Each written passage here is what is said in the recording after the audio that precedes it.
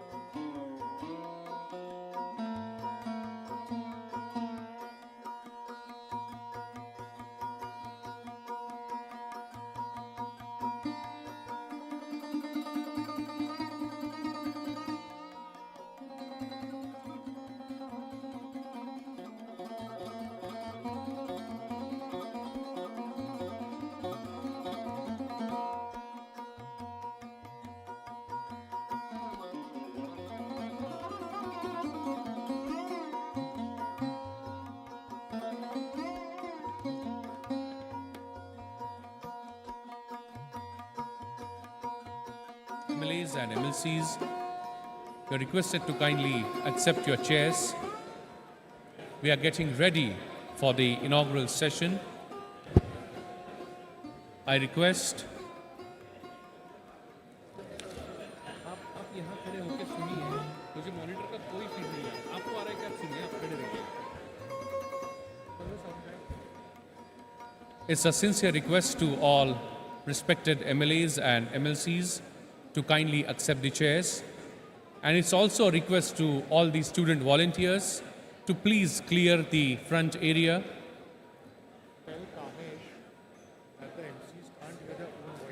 The front area, you are requested to please clear off. All the student volunteers.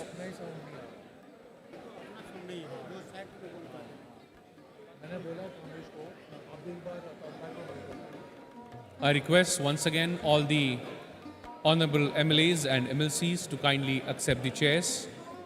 Thank you.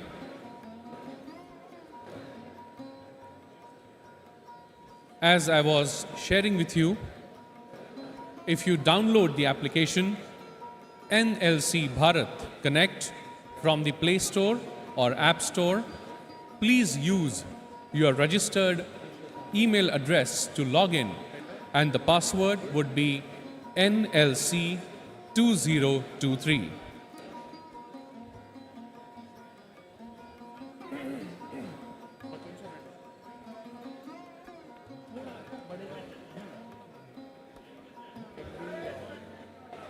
Do you want me to repeat all that in Hindi? Yes, please.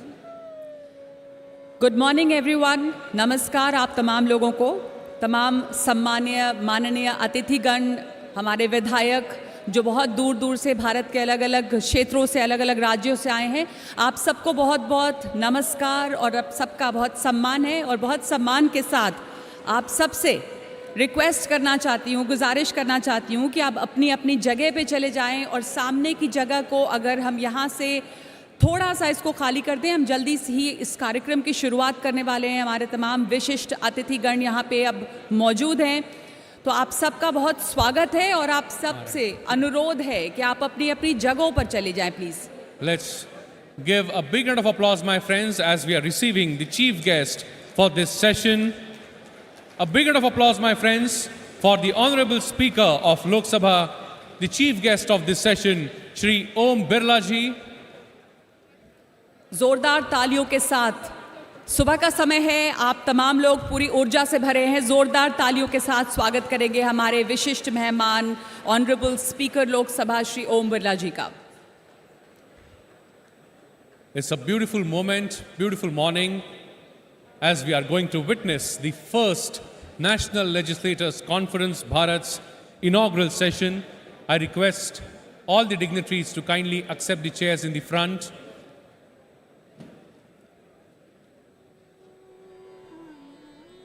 स्वागत है आप सभी लोगों का। अपनी अपनी जगह पर, अपनी अपनी सीटों पर कृपया करके चले जाएं और हम स्वागत कर रहे हैं हमारे विशिष्ट अतिथि का, माननीय स्पीकर लोकसभा श्री ओम बिरला जी। और इस कार्यक्रम की शुरुआत हो रही है, इसके साथ ही एक बहुत ही ऐतिहासिक दिन है। आज इसका औपचारिक तौर पे शुभारंभ हो रहा है और हमारे तमाम माननीय विधायक इसके साक्षी हैं, हमारे पेट्रन्स, हमारे मार्गदर्शक इसके साक्षी बन रहे हैं। शिवराज पाटिल जी यहाँ पे मौजूद हैं, सुमित्रा महाजन, मीरा कुमार, सभी मार्गदर्शक यहाँ पे मौजूद हैं। आप सभी लोग जो यहाँ पर आज इसके साक्षी बनने के लिए आए हैं, एक दूसरे के साथ संवाद कर रहे हैं इस बेहद ऐतिहासिक मौके पे, जब हम पहला राष्ट्रीय विधायक सम्मेलन भारत 2023 का एक औपचारिक तौर पर शुभारंभ कर रहे हैं।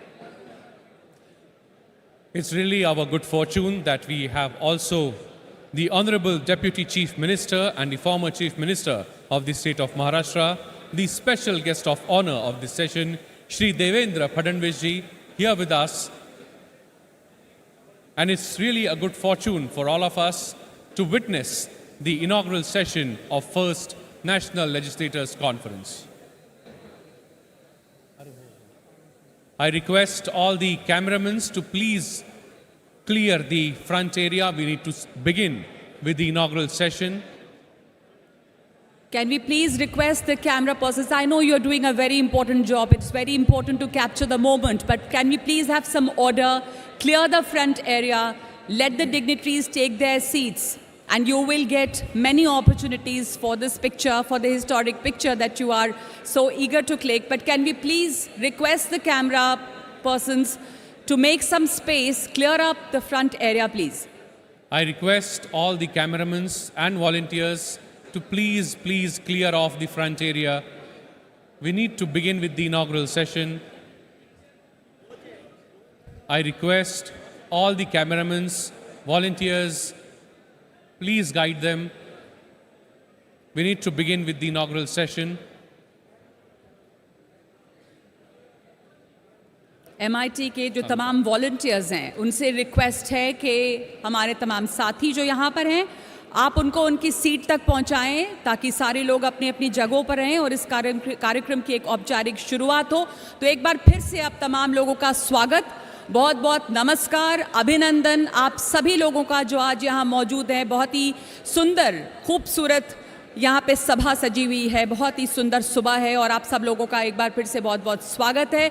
हमारे माननीय अतिथिगण का ये पहला राष्ट्रीय विधायक सम्मेलन है और एक बहुत ही ऐतिहासिक क्षण है जब यहाँ पर देश के अलग अलग राज्यों से सारे विधायक इकट्ठा हुए हैं। हमारे विधानसभा और विधान परिषद के सभी विधायक यहाँ पर इकट्ठा हैं और आप सब लोगों का स्वागत है। ये पहला ऐसा मंच है जहाँ पर इतने सारे विधायक एक साथ जुट रहे हैं। हमारे विधानसभा और विधान परिषद के स्पीकर्स भी यहाँ मौजूद हैं और हमारे मार्गदर्शक जो हैं वो सब मौजूद हैं।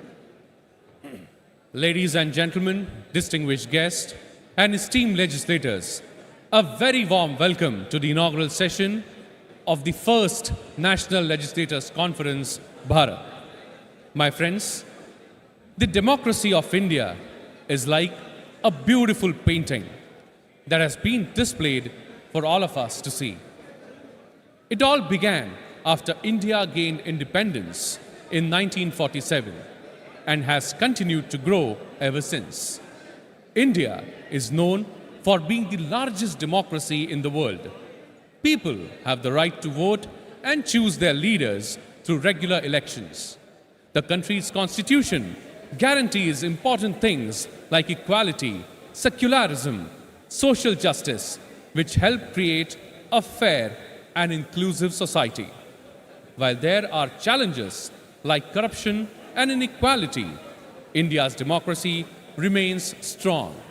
People actively participate, and institutions like judiciary and media plays an important role in upholding the democratic values and promoting progress. Today, we are now going to witness a beautiful presentation of a painting by Shri Vilas Nayak ji. But before we begin that painting, may I please request the area to be cleared because Vilas ji cannot begin his painting unless, one second please. We cannot begin the painting unless we clear this space. यहाँ से आप तमाम लोगों से आग्रह है कि सामने से जगह छोड़ें प्लीज़, ताकि हम उसकी शुरुआत कर सकें। हम आपके सामने, आप तमाम लोग जो यहाँ पे मौजूद हैं, आपको जानकारी दे दें एक बार फिर से कि हमारे सामने श्री विलास नायक जी हैं, एक बेहतरीन कलाकार जो आपके सामने अपनी कला को पेश करेंगे और एक संगीत के साथ साथ जो उनकी कला का नमूना आप अभी देखने वाले हैं, आपके पलक झपकते ही आप इधर पलक झपकाएंगे और उधर एक खूबसूरत कलाकृति तैयार हो जाएगी। तो विलास जी हमारे साथ मौजूद हैं, जोरदार तालियों से इस कलाकार का स्वागत करेंगे श्री विलास नायक जी। छोड़ दीजिए, छोड़ दीजिए।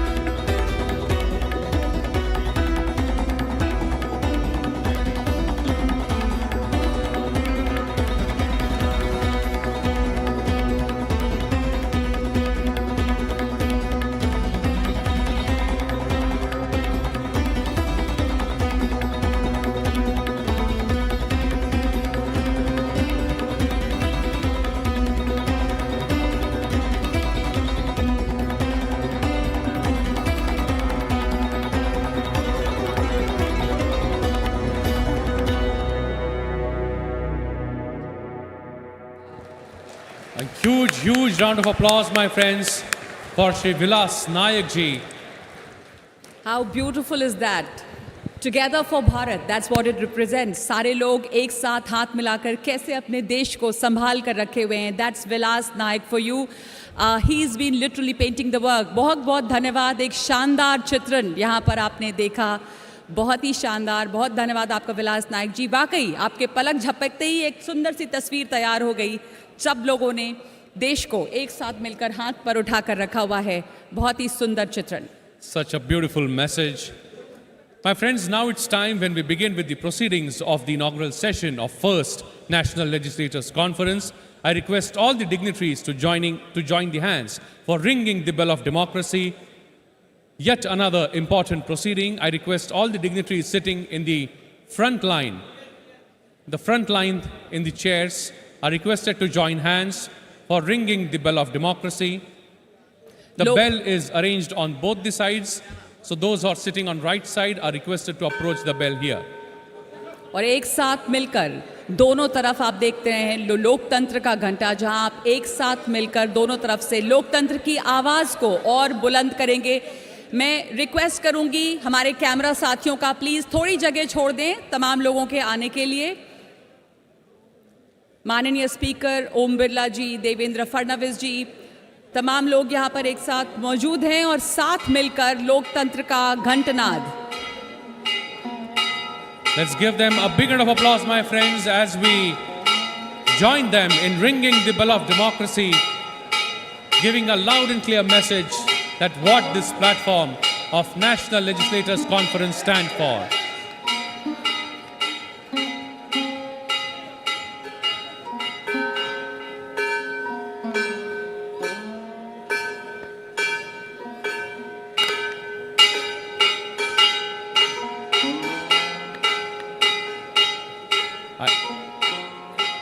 A very, very beautiful moment and a very, very beautiful symbol, I would say. बहुत ही सुंदर संकेत ये जा रहा है आज यहाँ पर इस मंच से. जो राष्ट्रीय विधायक सम्मेलन है वहाँ पर सभी लोग एक साथ हुए हैं लोकतंत्र को और मजबूत करने के लिए. आप सबसे रिक्वेस्ट है कृपया शांति बनाए रखें. बहुत ही अच्छी तस्वीर है ये. हमारे साथ देवेंद्र फडणवीस जी, राहुल नार्वेकर, श्री ओम बिरला जी, शिवराज पाटिल जी, तमाम माननीय अतिथिगण यहाँ पर एक साथ हाथ. I think yes, it's a beautiful picture and all the cameramen are really striving hard to capture this moment. Thank you very much. I request all the dignitaries to kindly come up stage for lighting the traditional lamp. I request all the dignitaries to join us on stage, please. आपसे अनुरोध है हमारे तमाम विशिष्ट अतिथिगण stage मंच पे आएं और इस कार्यक्रम का शुभारंभ दीप प्रज्वलित करके करेंगे, जो हमारी परंपरा रही है. हमारे तमाम विशिष्ट अतिथिगण.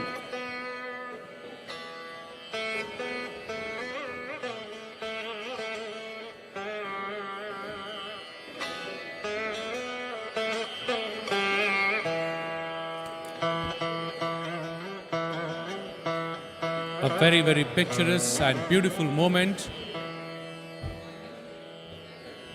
that we have presence of such luminaries for lighting the traditional lamp. दीप प्रज्वलन जो एक बहुत बहुत इम्पोर्टेंट संकेत है हमारी भारतीय संस्कृति में. हमारी परंपरा रही है हर अच्छे काम का आरंभ जो है दीप प्रज्वलित करके होता है. तो ये बहुत ही सुंदर लम्हा है आप तमाम लोगों के लिए, एक ऐतिहासिक पल जब तमाम विशिष्ट अतिथिगण एक साथ मंच पर खड़े हैं. माननीय स्पीकर लोकसभा ओम बिरला जी, हमारे पूर्व स्पीकर लोकसभा के मौजूद हैं, सुमित्रा महाजन जी, वीरा कुमार जी, शिवराज पाटिल जी, देवेंद्र फडणवीस हमारे साथ हैं, राहुल नार्वेकर हमारे साथ हैं और सारे लोग एक साथ मिलकर बहुत ही सुंदर तस्वीर बन रही है यहाँ पर जब ये दीप प्रज्वलित करके आज का एक औपचारिक शुभारंभ हो रहा है. ये इनॉग्रेशन सेरेमनी है जहाँ सब साथ मिलके हैं. We are all together for Bharat. बिल्कुल. I would now like to request Shri Om Birla ji, Shri Devendra Fadnavis ji, Advocate Rahul Narvekar ji, Dr. Neelam Gore ji, Professor Dr. Vishwanath Karat sir, Shri Rahul Karat ji, Shri Shivraj Patil ji, Madam Sumitra Mahajan ji, Dr. Meera Kumar ji, Shri Kuldeep Singh Pithania ji, Shri Kuwar Manvendra Singh ji, Koy Masehu Raju ji, Awadh Bihari Chaudhary ji, CP Joshi ji, Rajnikant Singh ji, Kultar Singh Sandhwan ji, Biswajit Daimeri ji, Chandrahas Charandas Mahan ji, Pasang Dorji Sona ji, Ramesh Tavadkar ji, Shri Devesh Chandra Thakur ji, Shri Basavaraj S Horatti ji, Shri Satish Mahana, Shri Girish Gautam, Shri Thammineni Sitaram, Shri UT Khader Fareed, Shri Gyanchand Gupta, Shri Ram Niwas Goel, Shri Arun Kumar Upreti, Shri Lalrinliana Sailo, Shri Embalam R Selvam मंच पे। All these dignitaries have accepted their chairs on the stage. Such a beautiful gathering in the inauguration of first National Legislators Conference. My dear friends, throughout the course of this conference, legislators will engage in experimental learning and thematic discussions.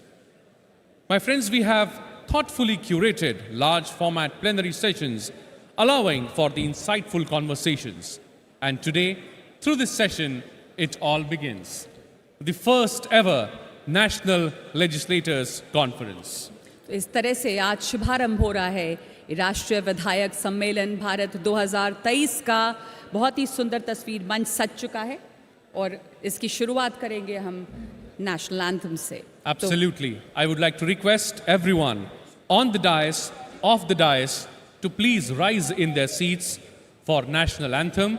It's a sincere request to everyone on the dais, off the dais, to kindly rise in their seats for national anthem. And now I would like to request my technical team to kindly relay national anthem.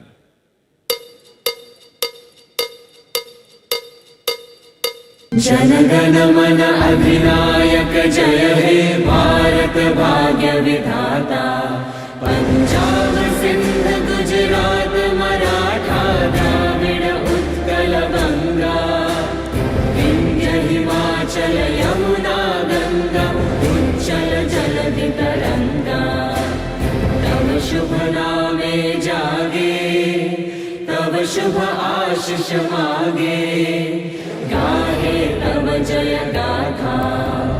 जनगण मंगलदायक जय हे भारत भाग्य विधाता। जय हे जय हे जय हे, जय जय जय जय हे।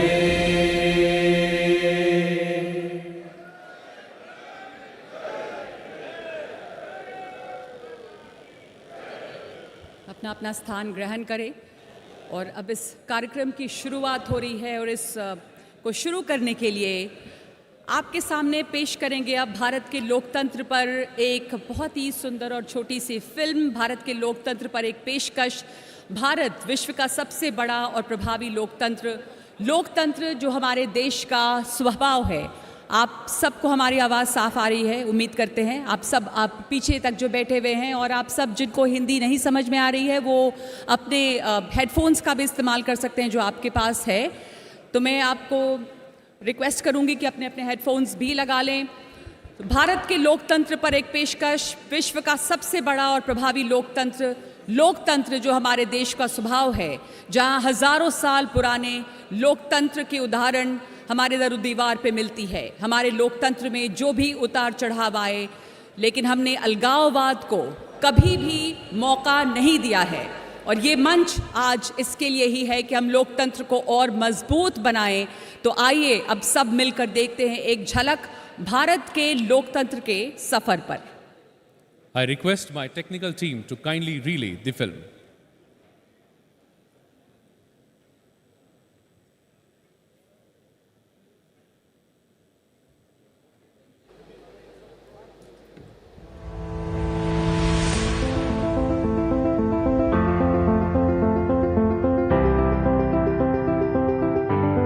सभासदों, माननीय अध्यक्ष जी,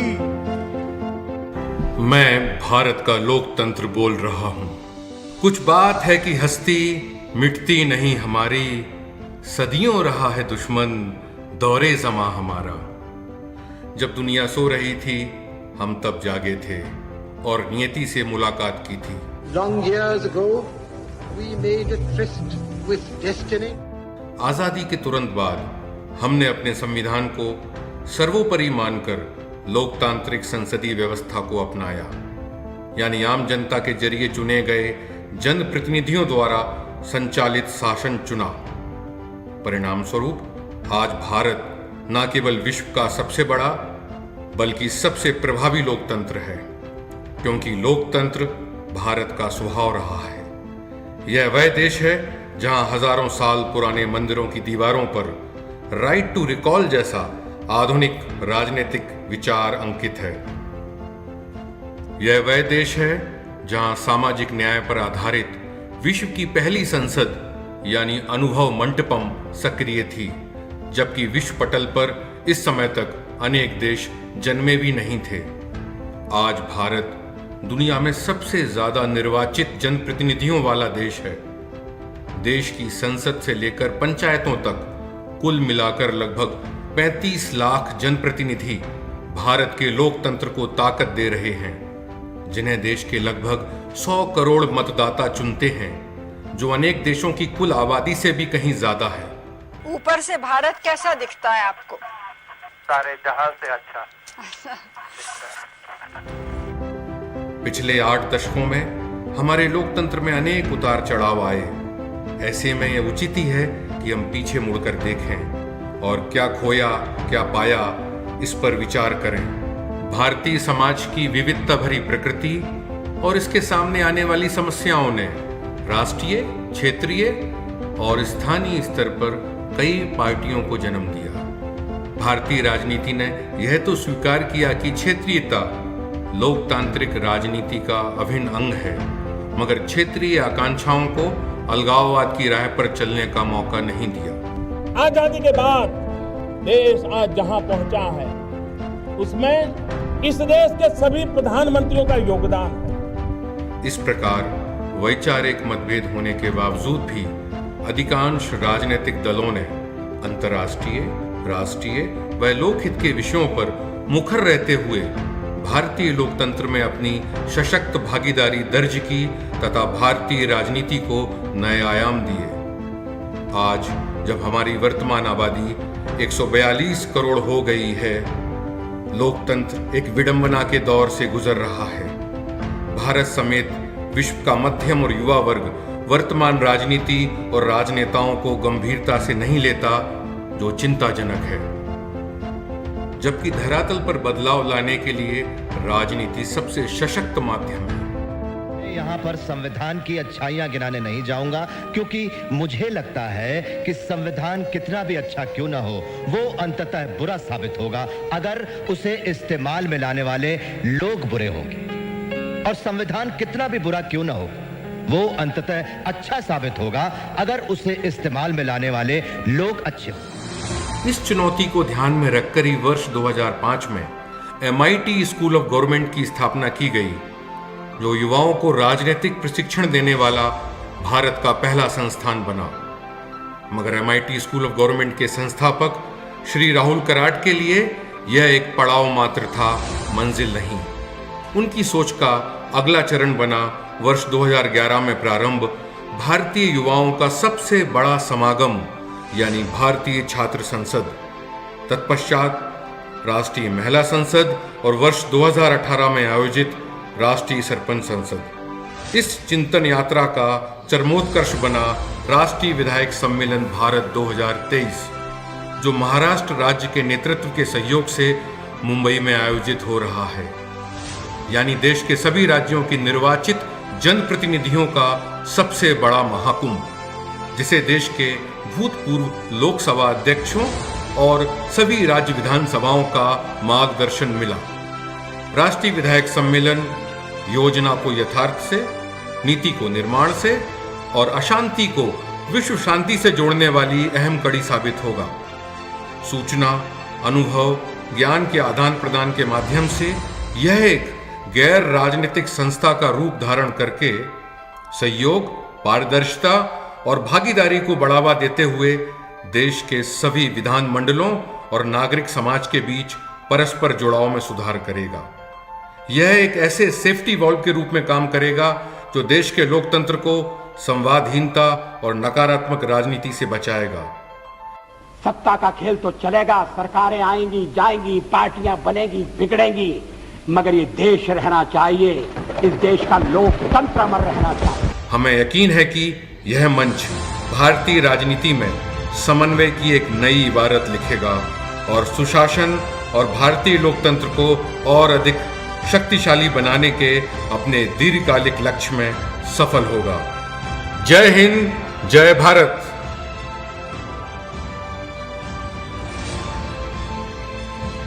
बहुत ही सुंदर फिल्म आपने देखी, भारत के लोकतंत्र का सफ़रनामा। जी बिल्कुल, खुल के तालियां बजा सकते हैं आप अगर आपको फिल्म अच्छी लगी तो। शुक्रिया बहुत बहुत। और अब मैं आमंत्रित करना चाहूँगी राहुल नार्वेकर जी को, honourable speaker Maharashtra legislative assembly. Maharashtra जो इस सम्मेलन का मेज़बान राज्य है, श्री राहुल नार्वेकर जी।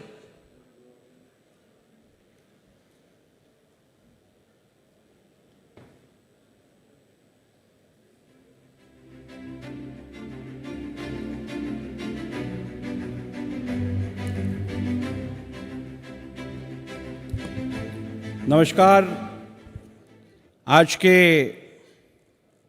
इस विधायक सम्मेलन के लिए उपस्थित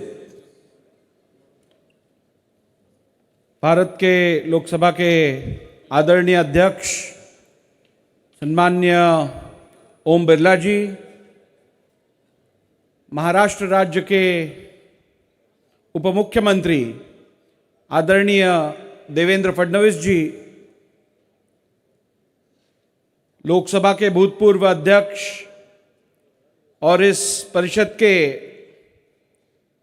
पैट्रॉन आदरणीय शिवराज पाटिल जी, आदरणीय सुमित्राताई महाजन जी, आदरणीय मीरा कुमार जी, मंच पे विराजमान सभी अलग अलग विधानसभा और विधान परिषद के पीठासीन अधिकारी, इस सभागृह में उपस्थित सभी विधायकगण, सभी मंत्रीगण और उपस्थित भाइयों बहनों माताओं, सर्वप्रथम मैं आप सभी का महाराष्ट्र मुंबई नगरी में स्वागत करता हूं और आप सभी को ये शुभकामनाएं देता हूं कि ये सम्मेलन, ये परिषद अत्यंत उपयोगी रहेगा और इस परिषद से, इस सम्मेलन से आप सभी पार्लियामेंट्री डेमोक्रेसी और बेस्ट पार्लियामेंट्री प्रैक्टिसेस के सबसे अच्छे गुण अपने अपने राज्य में ले जाएंगे, उन्हें इम्प्लीमेंट करेंगे और अपने अपने राज्य का हित इससे आगे बढ़ाएंगे। At the outset, let me welcome one and all of you all to Mumbai and Maharashtra for the maiden conclave of the National Legislators Conference.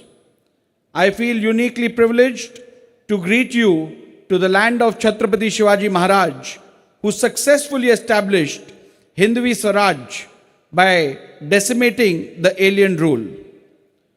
The Peshwa dynasty extended Chhatrapati's dream in the north and east.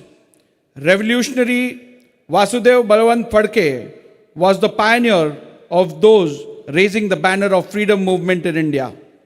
Mahatma Jyotiba Phule articulated grievances of the downtrodden and the deprived. The Indian National Congress was founded in Mumbai in 1885.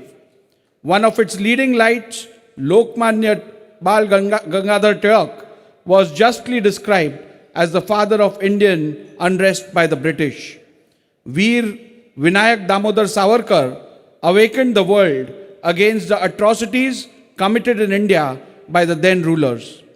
In later years, Maharashtra was called a beehive of social workers by Mahatma Gandhi, who regarded Right Honorable Gopal Krishna Gokhale as his guru. Acharya Vinoba Bhave provided spiritual base for the movement. Great scholar that he was, Dr. Babasaheb Ambedkar wrote the Constitution of Free India. The list is endless.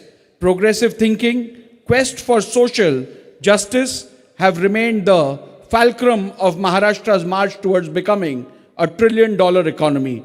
In short, Maharashtra occupies a unique position in our motherland. It gives me a great sense of pleasure, pride, and privilege to welcome each one of y'all to this great land of Maharashtra for the maiden conclave of the National Legislators Conference.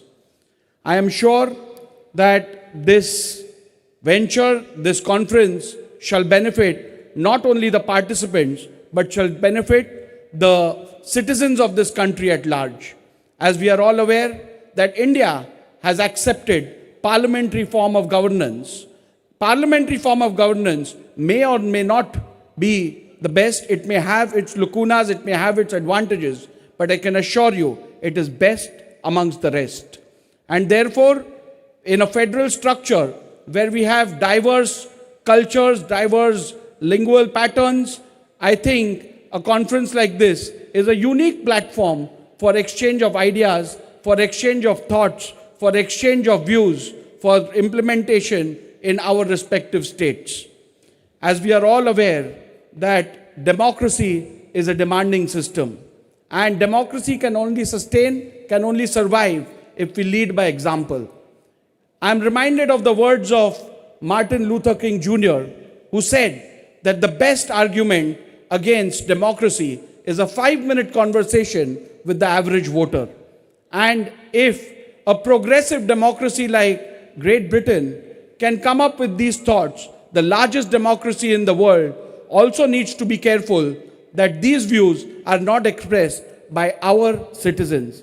Therefore, there is a duty cast upon you, me, and legislators who are the custodians of parliamentary democracy to ensure that parliamentary democracy is not only sustained in this country, but parliamentary democracy is also developed for the betterment of the people.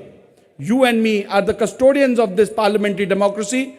I am sure that this conference, where ideas and views will be exchanged, best parliamentary practices will be discussed, best procedures for maintenance and sustenance of parliamentary democracy will be discussed, will be beneficial to you and me and to the people at large. I would like to thank Mr. Rahul Karad for coming up with this brilliant idea of getting along legislators from around the country on a common platform to ensure the progress of parliamentary democracy. In fact, this is one of the most selfless services to the nations which I need to recognize today. An idea to bring across citizens, residents, and public representatives from across the country on a common platform not only serves the purpose of national integrity, but also serves the purpose of furthering the thought of developing the great idea of parliamentary democracy in this country.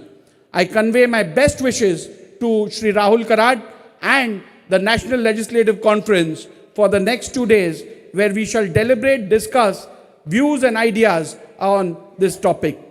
I once again, on behalf of the Maharashtra State Legislature, convey my best wishes to this conference, assuring you of my best efforts in making this conference a further success. Thank you for having me here, and thank you for conducting this conference in Mumbai, Maharashtra. Thank you. Jai Hind, Jai Maharashtra. Thank you very much, Honorable Speaker of Maharashtra Legislative Assembly, Advocate Rahul Narvekarji. Thank you very much for your welcoming words. And now, as per the tradition of our motherland, it is time when I request and felicitate the dignitaries on the dais. First and foremost, I would like to request Shri Devendra Fadnavis ji to kindly felicitate and welcome the Honorable Speaker of Lok Sabha, Shri Om Birla ji.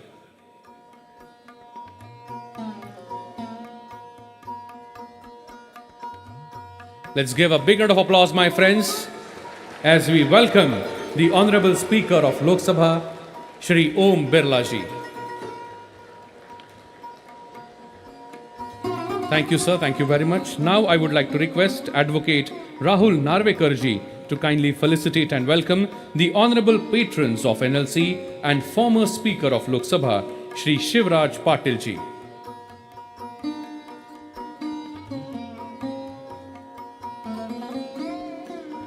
A big round of applause for Shri Shivraj Patil ji.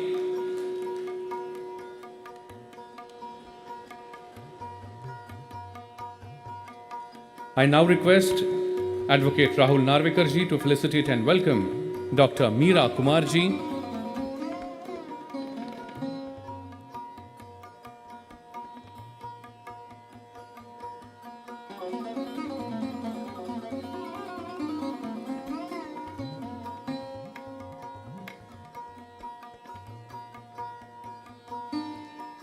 A big round of applause for the honorable patron of NLC, Dr. Meera Kumar ji.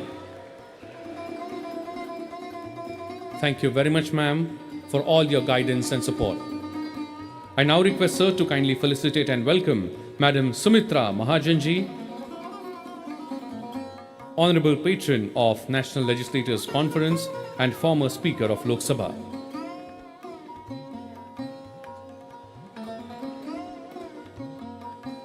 Thank you very much. I now request the convener of National Legislators Conference, Shri Rahul Karat sir, to kindly felicitate and welcome Honorable Deputy Chief Minister of the State of Maharashtra, Shri Devendra Fadnavis ji.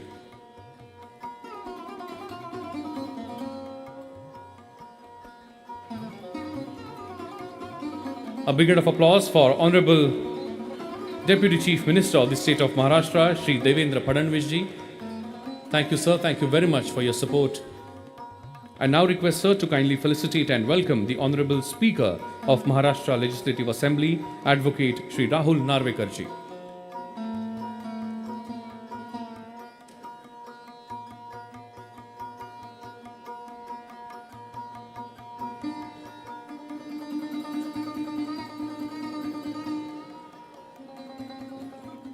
Thank you, sir. Thank you very much. I now request sir to kindly felicitate and welcome the Honorable Deputy Chairman of Maharashtra Legislative Council, Dr. Neelam Gore ji.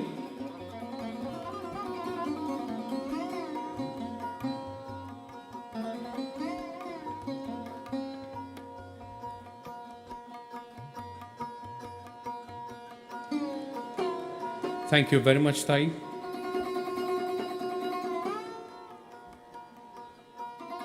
I would now like to request Madam Sumitra Mahajan ji to kindly felicitate and welcome the founder of MIT World Peace University and the creator of the largest dome in the world, Professor Dr. Vishwanath D. Karat sir.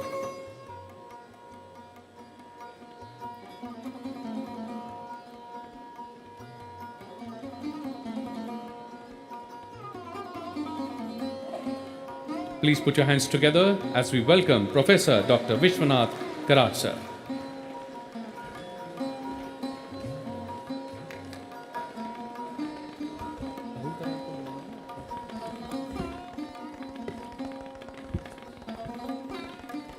Thank you very much all the dignitaries.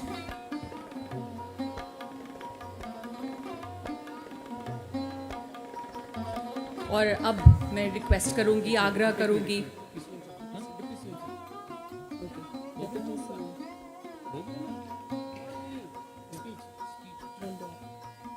Thank you very much all the dignitaries. Thank you very much for gracing this occasion by your presence. It is indeed our honor and privilege to have all of you here today. My friends, it is now moment when I invite the Honorable Deputy Chief Minister and the former Chief Minister of the State of Maharashtra, Shri Devendra Fadnavis ji, to kindly address the gathering, a stalwart leader of the State of Maharashtra and is currently serving as the Deputy Chief Minister of the State of Maharashtra. Please put your hands together and welcome with a big round of applause Shri Devendra Fadnavis ji.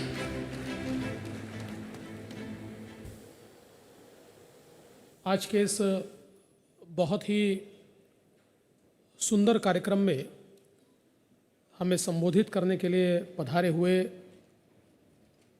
Bharat की लोकसभा के अध्यक्ष आदरणीय श्री ओम बिरला जी, मंच पर उपस्थित advocate Rahul Narvekar जी, नीलम गोरे जी, doctor Vishwanath Karad जी, जिन्होंने इसे आयोजित किया, राहुल कराड़ जी, विशेष रूप से जिनके तत्वावधान में ये सारा कार्यक्रम यहाँ पर चल रहा है, ऐसे भारत की लोकसभा के पूर्व अध्यक्ष श्री शिवराज पाटिल जी, श्रीमती सुमित्रा महाजन जी, श्रीमती मीरा कुमार जी, मंच पर उपस्थित सभी राज्यों की विधानसभा के अध्यक्ष जी, विधान परिषद के सभापति जी, मंचासीन सभी महानुभाव, इस सभागार में उपस्थित सभी विधायक,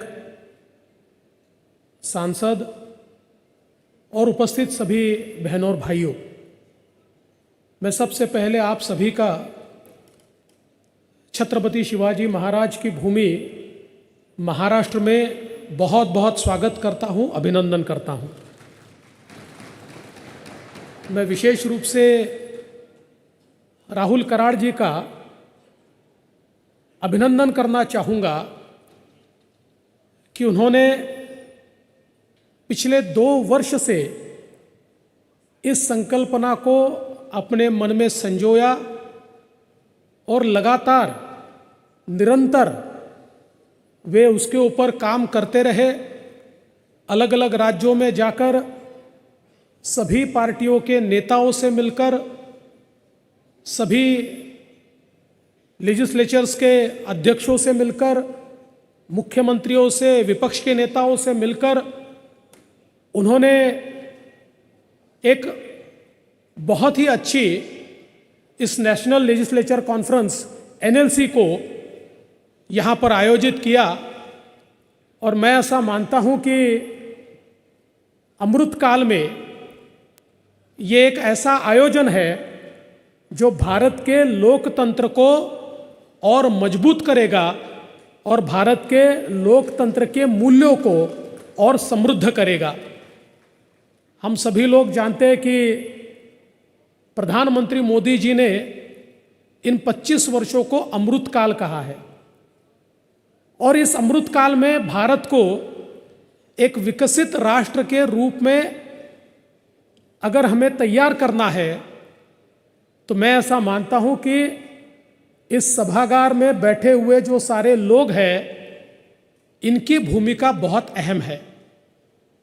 हमारे विचार अलग हो सकते हैं, हमारे मार्ग भी अलग हो सकते हैं, लेकिन हमारा उपकरण एक है और वो उपकरण है डेमोक्रेसी, और हमारी मंजिल भी एक है और वो मंजिल है भारत को परमोच्च बिंदु पर पहुंचाना। तो मुझे ऐसा लगता है कि जब उपकरण भी एक है और अंतिम मंजिल भी एक है, तो हम सब लोग मिलकर अपने अपने विचारों के साथ उस उपकरण का उपयोग करते हुए उस अंतिम मंजिल की ओर निश्चित रूप से बढ़ सकते हैं। इसीलिए मैं ऐसा मानता हूं कि जब इस प्रकार का फोरम होता है तो हम लोग निश्चित रूप से कुछ चीज़ों के ऊपर विचार मंथन कर सकते हैं। विशेष रूप से भारत का लोकतंत्र जो दुनिया का सबसे बड़ा और सबसे मजबूत लोकतंत्र है, इस लोकतंत्र को हम और समृद्ध कैसे बनाएं, इसके ऊपर हमें विचार मंथन करना होगा। आज बहुत अभिमान के साथ और स्वाभिमान के साथ हम कह सकते हैं कि दुनिया में इतना बड़ा लोकतंत्र, 140 करोड़ लोग, लेकिन भारत में आज हम फ्री एंड फेयर इलेक्शन ले सकते हैं और डेमोक्रेटिक तरीके से भारत में सरकारें चुनी जाती है। ये भारत की लोकतंत्र की विजय है और इसका कारण ये है कि भारतीय संस्कृति को हम देखें तो हजारों हजारों सालों पहले हम लोगों ने गणतंत्र की भी स्थापना की थी, लोकतंत्र की भी स्थापना की थी, और ये लोकतंत्र भारत के जन जन के खून में है। ये हमारे भारत के मूल्यों में है। इसलिए मैं ऐसा मानता हूं कि हम लोग एक साथ आ सकते हैं और देश को आगे ले जाने के लिए हमारे जो छोटे छोटे डिफरेंसेस होते हैं उसको हम लोग निश्चित रूप से दूर कर सकते हैं। मैं कई बार कहता हूं, मैं भी अभी 25 सालों से विधानसभा में काम करता हूं, तो कई बार ये होता है कि हमारा जो एजेंडा होता है वो मीडिया डिसाइड करता है, और जो मीडिया डिसाइड करता है वही एजेंडा चलता है, क्योंकि हम लोग कई बार मीडिया में आने के लिए इतने लालयित होते हैं कि शायद मूल एजेंडा को बाजू रखकर जो एजेंडा वो सेट करते हैं उसके ऊपर हम लोग ज़्यादा काम करते हैं। लेकिन मैं ऐसा मानता हूँ कि लोगों ने हमको चुनकर दिया है कानून बनाने के लिए, हमको चुनकर दिया है भारत के विकास की यात्रा में एक भागीदार बनने के लिए। इसलिए ज़्यादा से ज़्यादा समय तक हम लोग किस प्रकार से ज़्यादा से ज़्यादा समय तक हम लोग किस प्रकार से कार्य कर पाए, इसका भी हम लोगों को ध्यान देना पड़ेगा। मुझे यहाँ पर चिट्ठी मिली है कि थोड़ा अंग्रेजी में भी मैं बोलूँ, तो मैं I would like to say that our democracy is one of the best because we have best of the constitution given by Dr. Baba Saheb Ambedkar, and this constitution, my friends, is so unique that out of my experience I can tell you that anything you desire for the welfare of a person, this constitution paves a way for you to achieve your goal. And I think the way this constitution is designed, we are legislature, but some of our people who represent legislature are also executives. जो लोग मंत्री बनते हैं वे कार्यपालिका है, वे executives हैं, और ये एग्जीक्यूटिव्स लेजिस्लेचर को उत्तरदायी है। और ये इतनी सुंदर सिस्टम है, there are such beautiful checks and balances in this system given to us by Dr. Baba Saheb Ambedkar in our democracy, that there is also a clear-cut difference in the roles and responsibilities, but at the same time we are responsible to the people. और मैंने अक्सर ये देखा है कि हमारी विधानसभाओं में जब हम काम करते हैं तो जो आखिरी व्यक्ति होता है उस आखिरी व्यक्ति की आवाज भी हमारे विधानसभा के माध्यम से सरकार तक पहुंचती है। और एक कितनी सुंदर सिस्टम है कि सरकार अपना एक पैसा भी विधानमंडल के मंजूरी के सिवाय खर्च नहीं कर सकती। एक एक पैसे के लिए सरकार को विधानमंडल के विधायकों को जवाब देना है।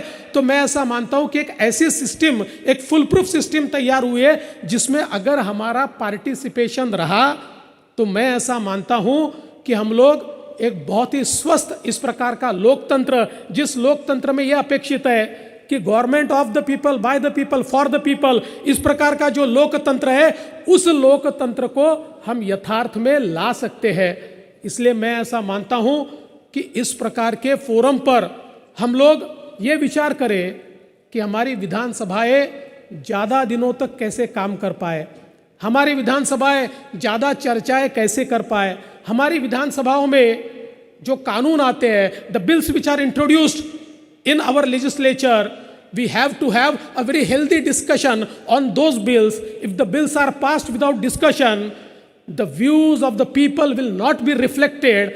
And I think all of us who go to the legislature, we carry the views of our people in that legislature. And if those views are not expressed while passing a bill, I think that bill will not be absolute, that will not be sufficient, that will not serve its purpose. और इसलिए मुझे लगता है कि हम लोग जितनी ज़्यादा चर्चाएं करें, हम लोग जितना बिलों के ऊपर चर्चाएं करें, मैं कई बार देखता हूं कि विधानसभाओं में बड़े बड़े कानून आते हैं और बिना चर्चा के वो पास हो जाते हैं। मैं ऐसा मानता हूं कि इस प्रथा को हम जितना कम कर पाए और हम जितना इसके ऊपर डिबेट कर पाए उसका ज़्यादा फायदा होगा। वो कानून भी ऐसा बनेगा कि जिसमें लोगों के विचारों का एक्सप्रेशन का एक हम लोगों को मैनिफेस्टेशन दिखेगा।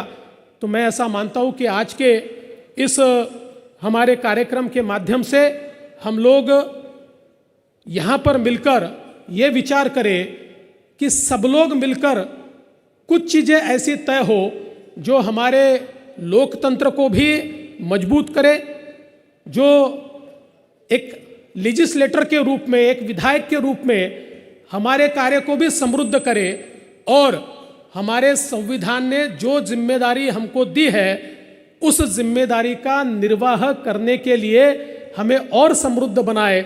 इस प्रकार का प्रयास हम सब लोग मिलकर करेंगे।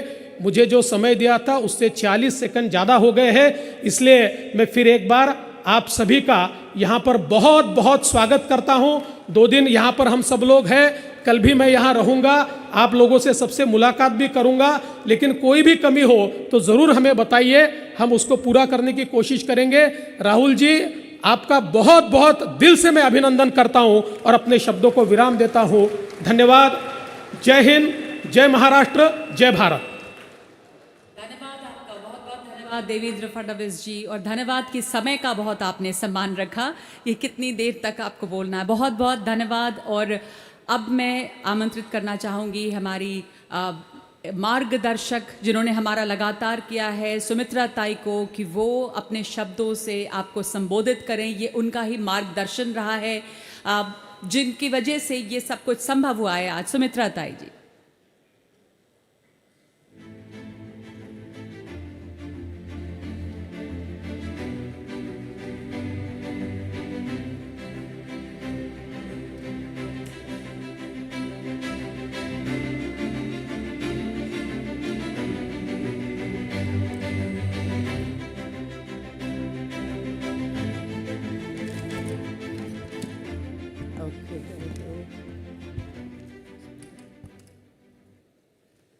नमस्कार। Now I can say dignitaries on dais. हर एक का मैं अलग अलग नाम लूँ, समय मेरा जाएगा। और कल मैंने आप सबको भी संबोधित किया था, ऑल स्पीकर्स और सभी MLAs and other MIT and Rahul Karad और उनके साथी फॉर लास्ट 1 ईयर, और अभी भी they are working very hard. और इसलिए वो सभी MIT के लोगों का भी मैं पहले ही अभिनंदन कर देती हूँ।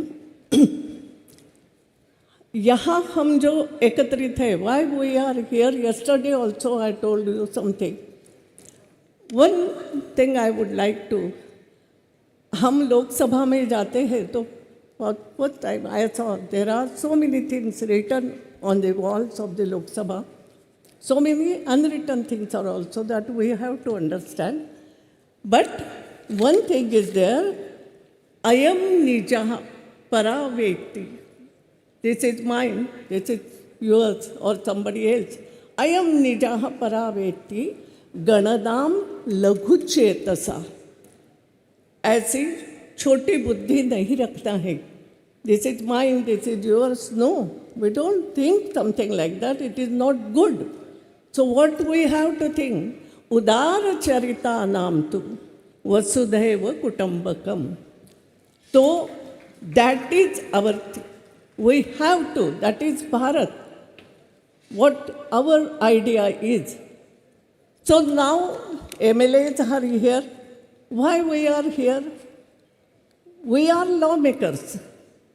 But not only lawmakers. Yes, we have to make laws. There are state laws, there are central laws. Central laws you have to implement also. So implementation, how, whether you will have to ensure how executives implement it, how people follow it, and whether whatever we are giving, whatever we are having, whether people are getting it or not.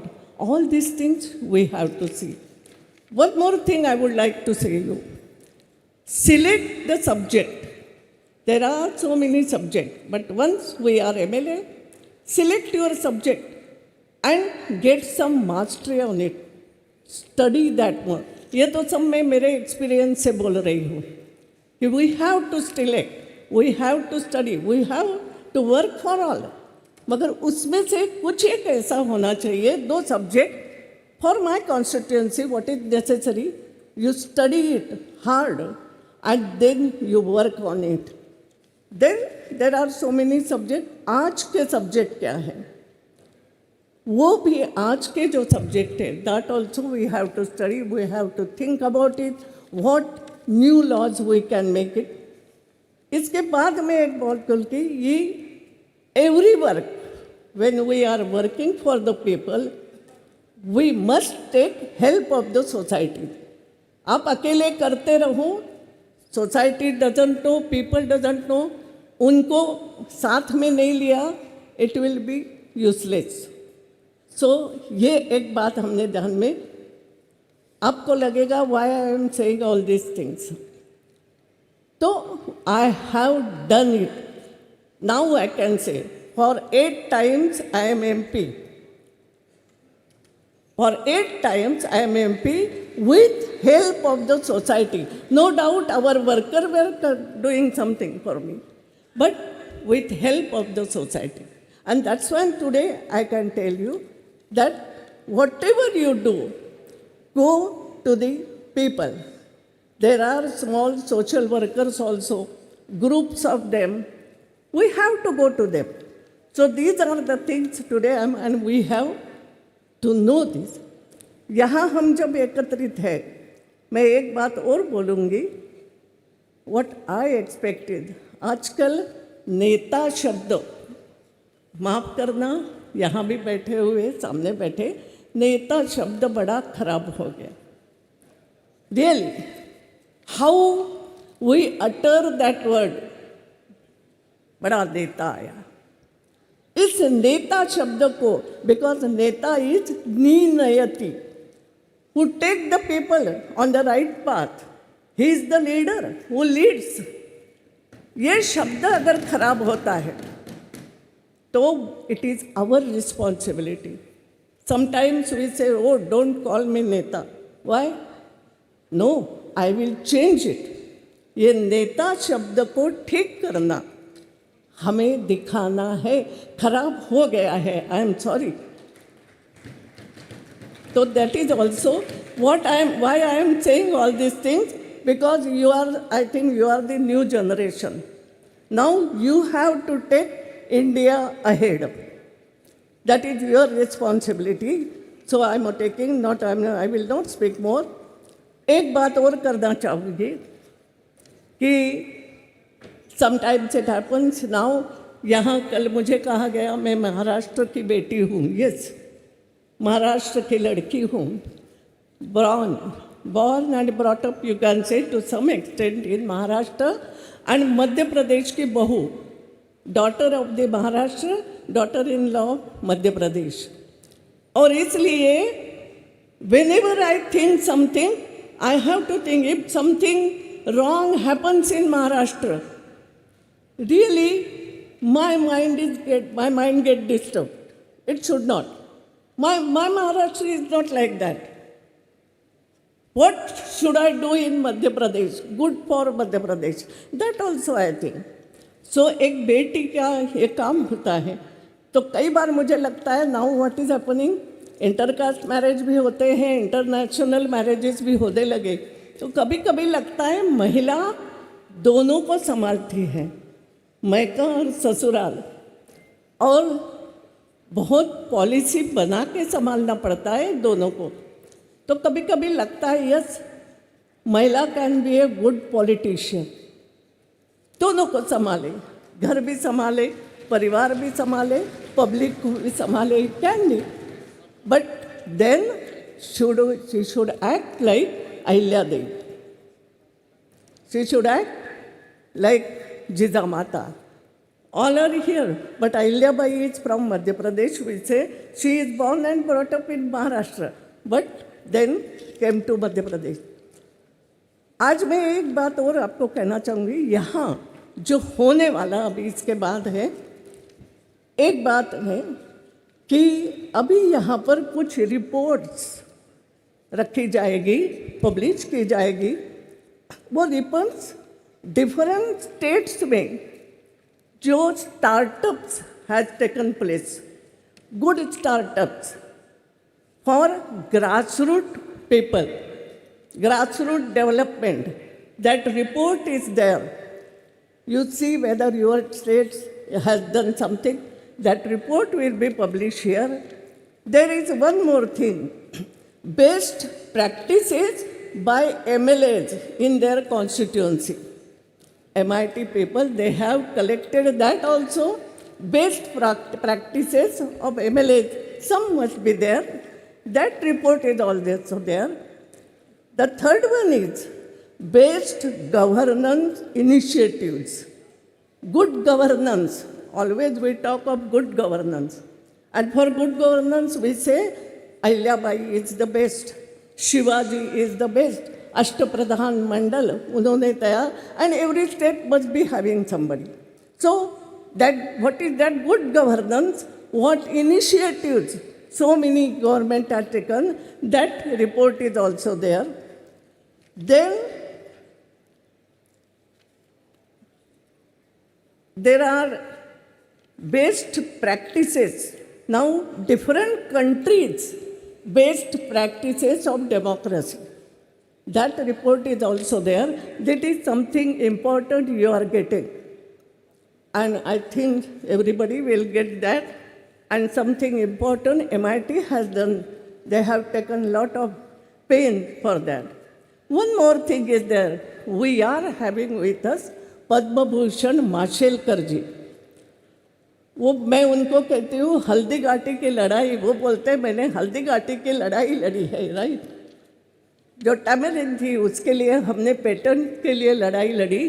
That Mashelkar ji is here and 75 ऐसे उन्होंने एक निकाले हैं कि social inclusive initiatives. Yes, ऐसे क्या है उसकी information you will get it there, it is there.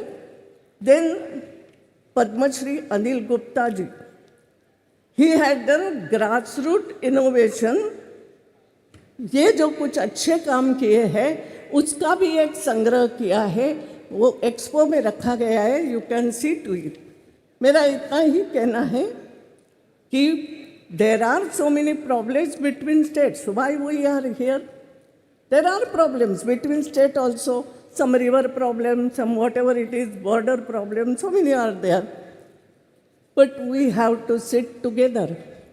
आखिर स्टेट कोई हिंदुस्तान के बाहर के नहीं है.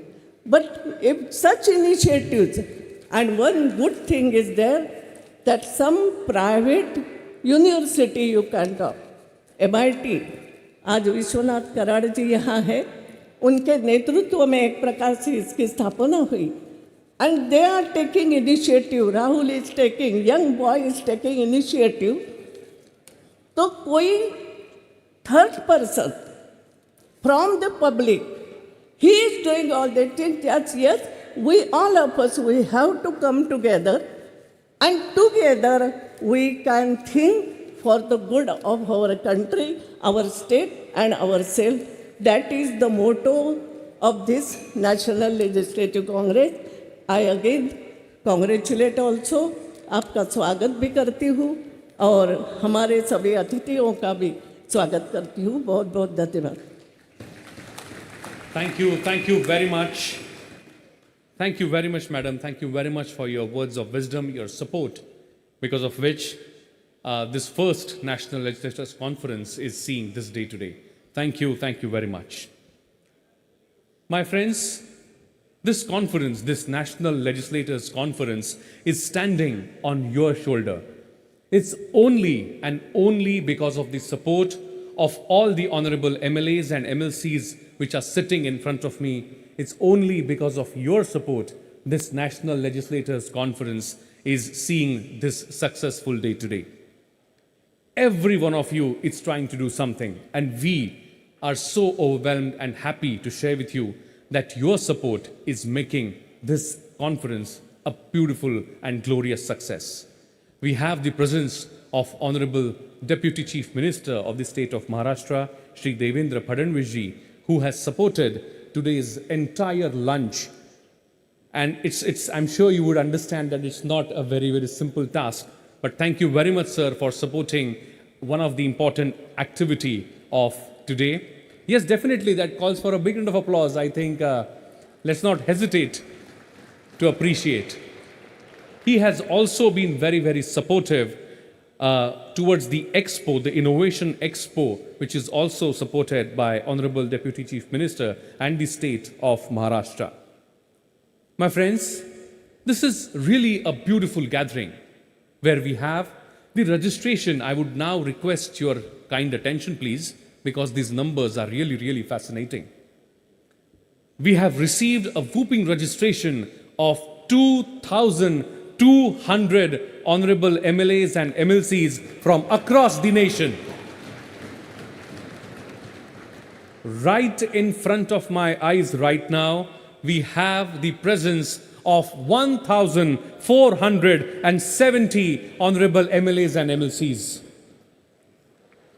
Among all of you, there are 80 ministers, and I'm really happy to share with you almost 30 honorable speakers of various legislative assemblies and councils are sitting on this prestigious dais.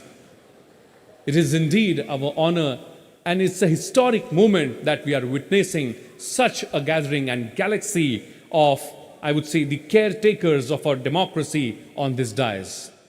And it's time when we thank, felicitate, and pay our gratitude to all the honorable speakers of various legislative assemblies and councils, those who are present here today with us on the dais, because we really appreciate, because of their support, this gathering today is becoming successful.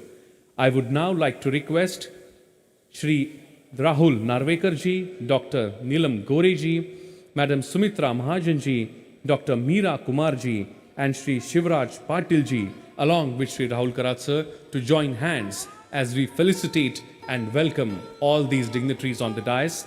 I will start reading the names by the time you can start felicitating them. I would like to request every one of you to kindly felicitate and welcome the Honorable Speaker of Himachal Pradesh Legislative Assembly, Shri Kuldeep Singh Pithania ji,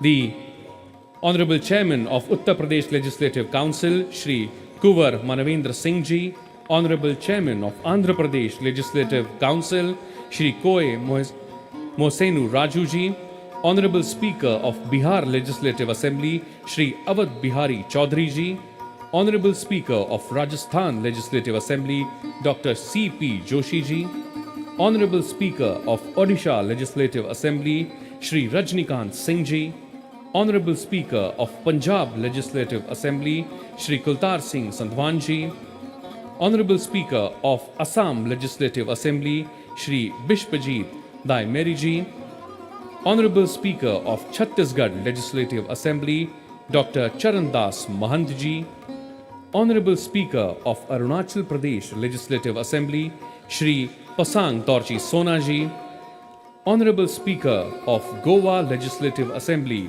Shri Ramesh Tavadkar ji, Honorable Chairman of Bihar Legislative Council, Shri Devesh Chandra Thakur ji, Honorable Chairman of Karnataka Legislative Council, Shri Basavaraja S. Horati ji, Honorable Chairman or Honorable Speaker of Uttar Pradesh Legislative Assembly, Shri Satish Mahana ji, Honorable Speaker of Madhya Pradesh Legislative Assembly, Shri Girish Gautam ji, Honorable Speaker of Andhra Pradesh Legislative Assembly, Shri Thaimeni Sitharam ji, Honorable Speaker of Karnataka Legislative Assembly, Shri U.T. Qadir Farid ji, Honorable Speaker of Haryana Legislative Assembly, Shri Gyan Chand Gupta ji, Honorable Speaker of Delhi Legislative Assembly, Shri Ram Nivas Goyal ji, Honorable Speaker of Sikkim Legislative Assembly, Shri Arun Kumar Upareti ji, Honorable Speaker of Mizoram Legislative Assembly,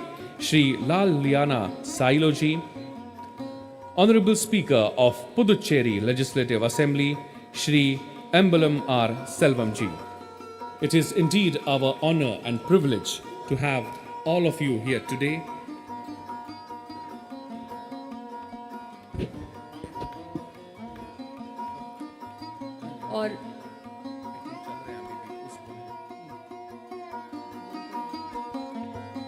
was really our good fortune to have all of you here today. And as I said, and I would like to repeat, that it is only and only because of the support of all these legislative assemblies and councils and their honorable speakers, this session, First National Legislators Conference, is seeing this success. We have the presence of Shri Chandrakant Dada Patil ji. I would like to request Shri Rahul V. Karat sir to kindly felicitate and welcome him on the dais.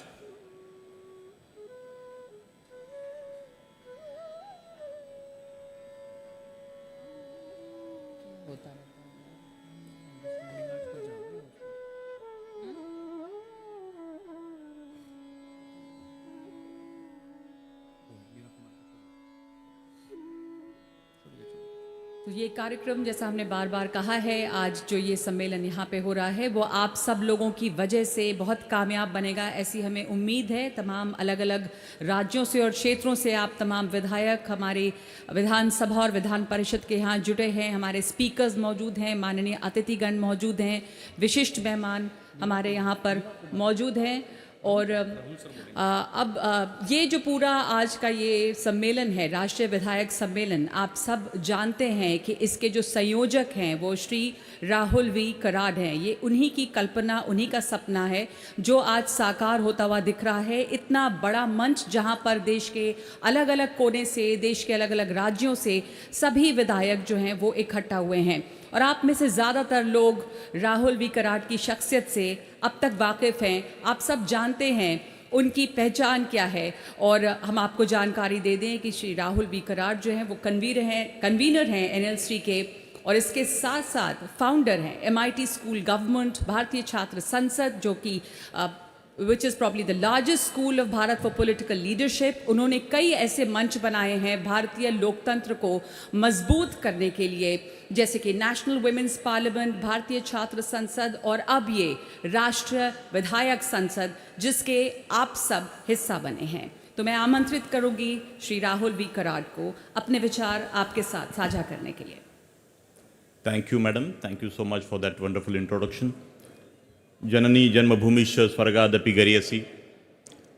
Behalf of the patrons of this very important historic conference, National Legislators Conference, Rashtriya Vidhayak Sammelan, Sumitra Tai Mahajan ji, respected Madam Meera Kumar ji, Shri Shivraj Patil ji, and Shri Manohar Joshi ji.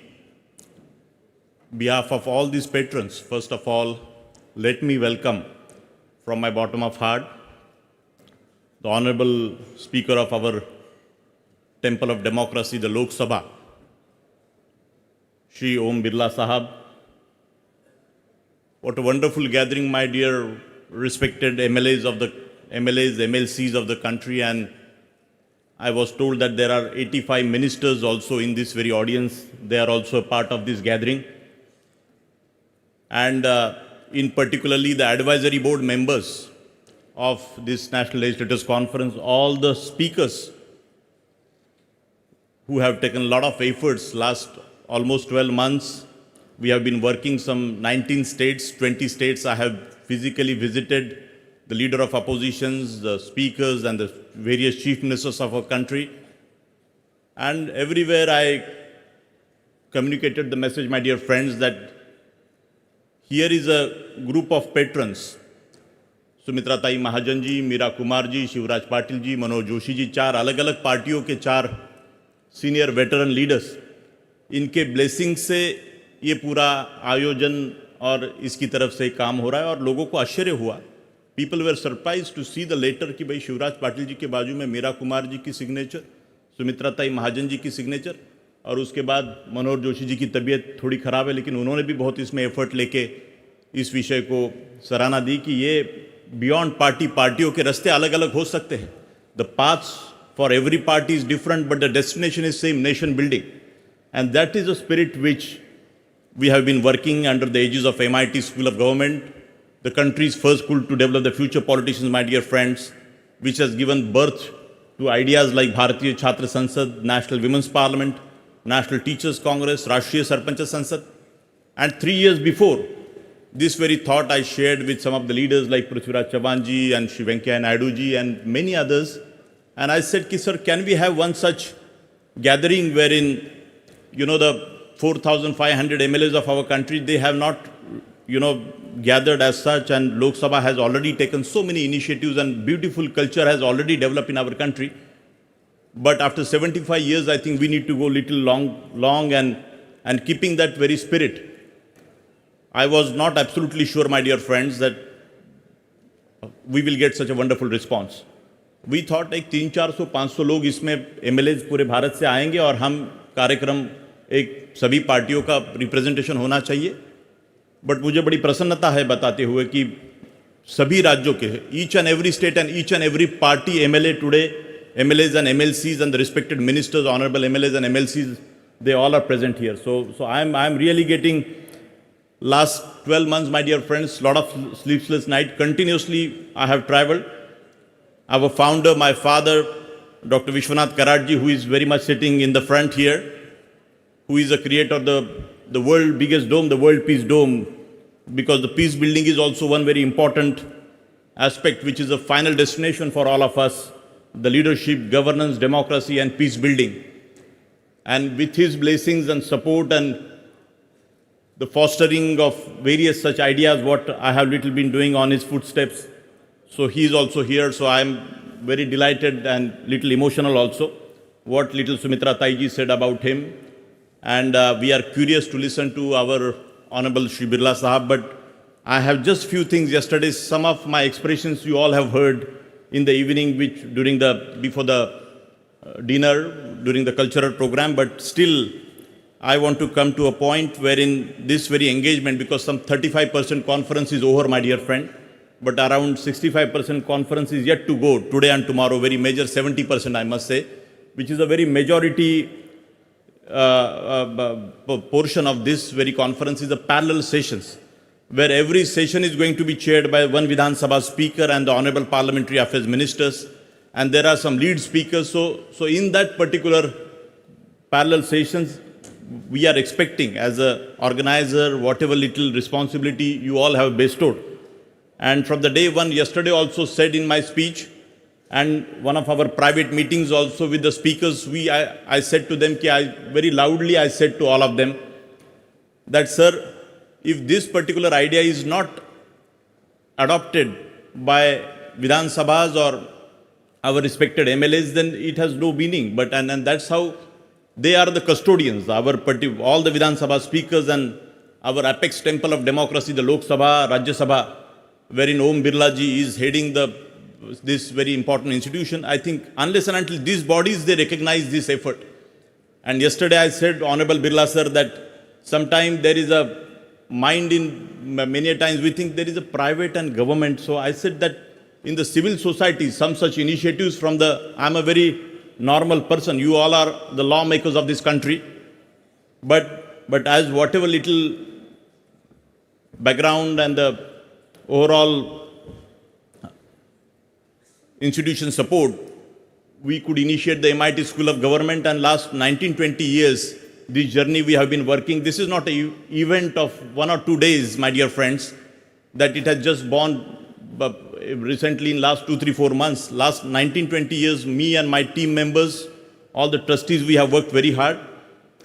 And keeping that very spirit here, we all have gathered the nlcbharat.org. Om Birla Sahab is a website of 3,000 pages. I request each and every MLA to go through this website, which is a depository of knowledge which we are building up, so that in the days to come, a group of MLAs wish to do a leadership program in worldwide, any country, and even in Bharat also, they can do so. There are already some capacity building programs by Lok Sabha.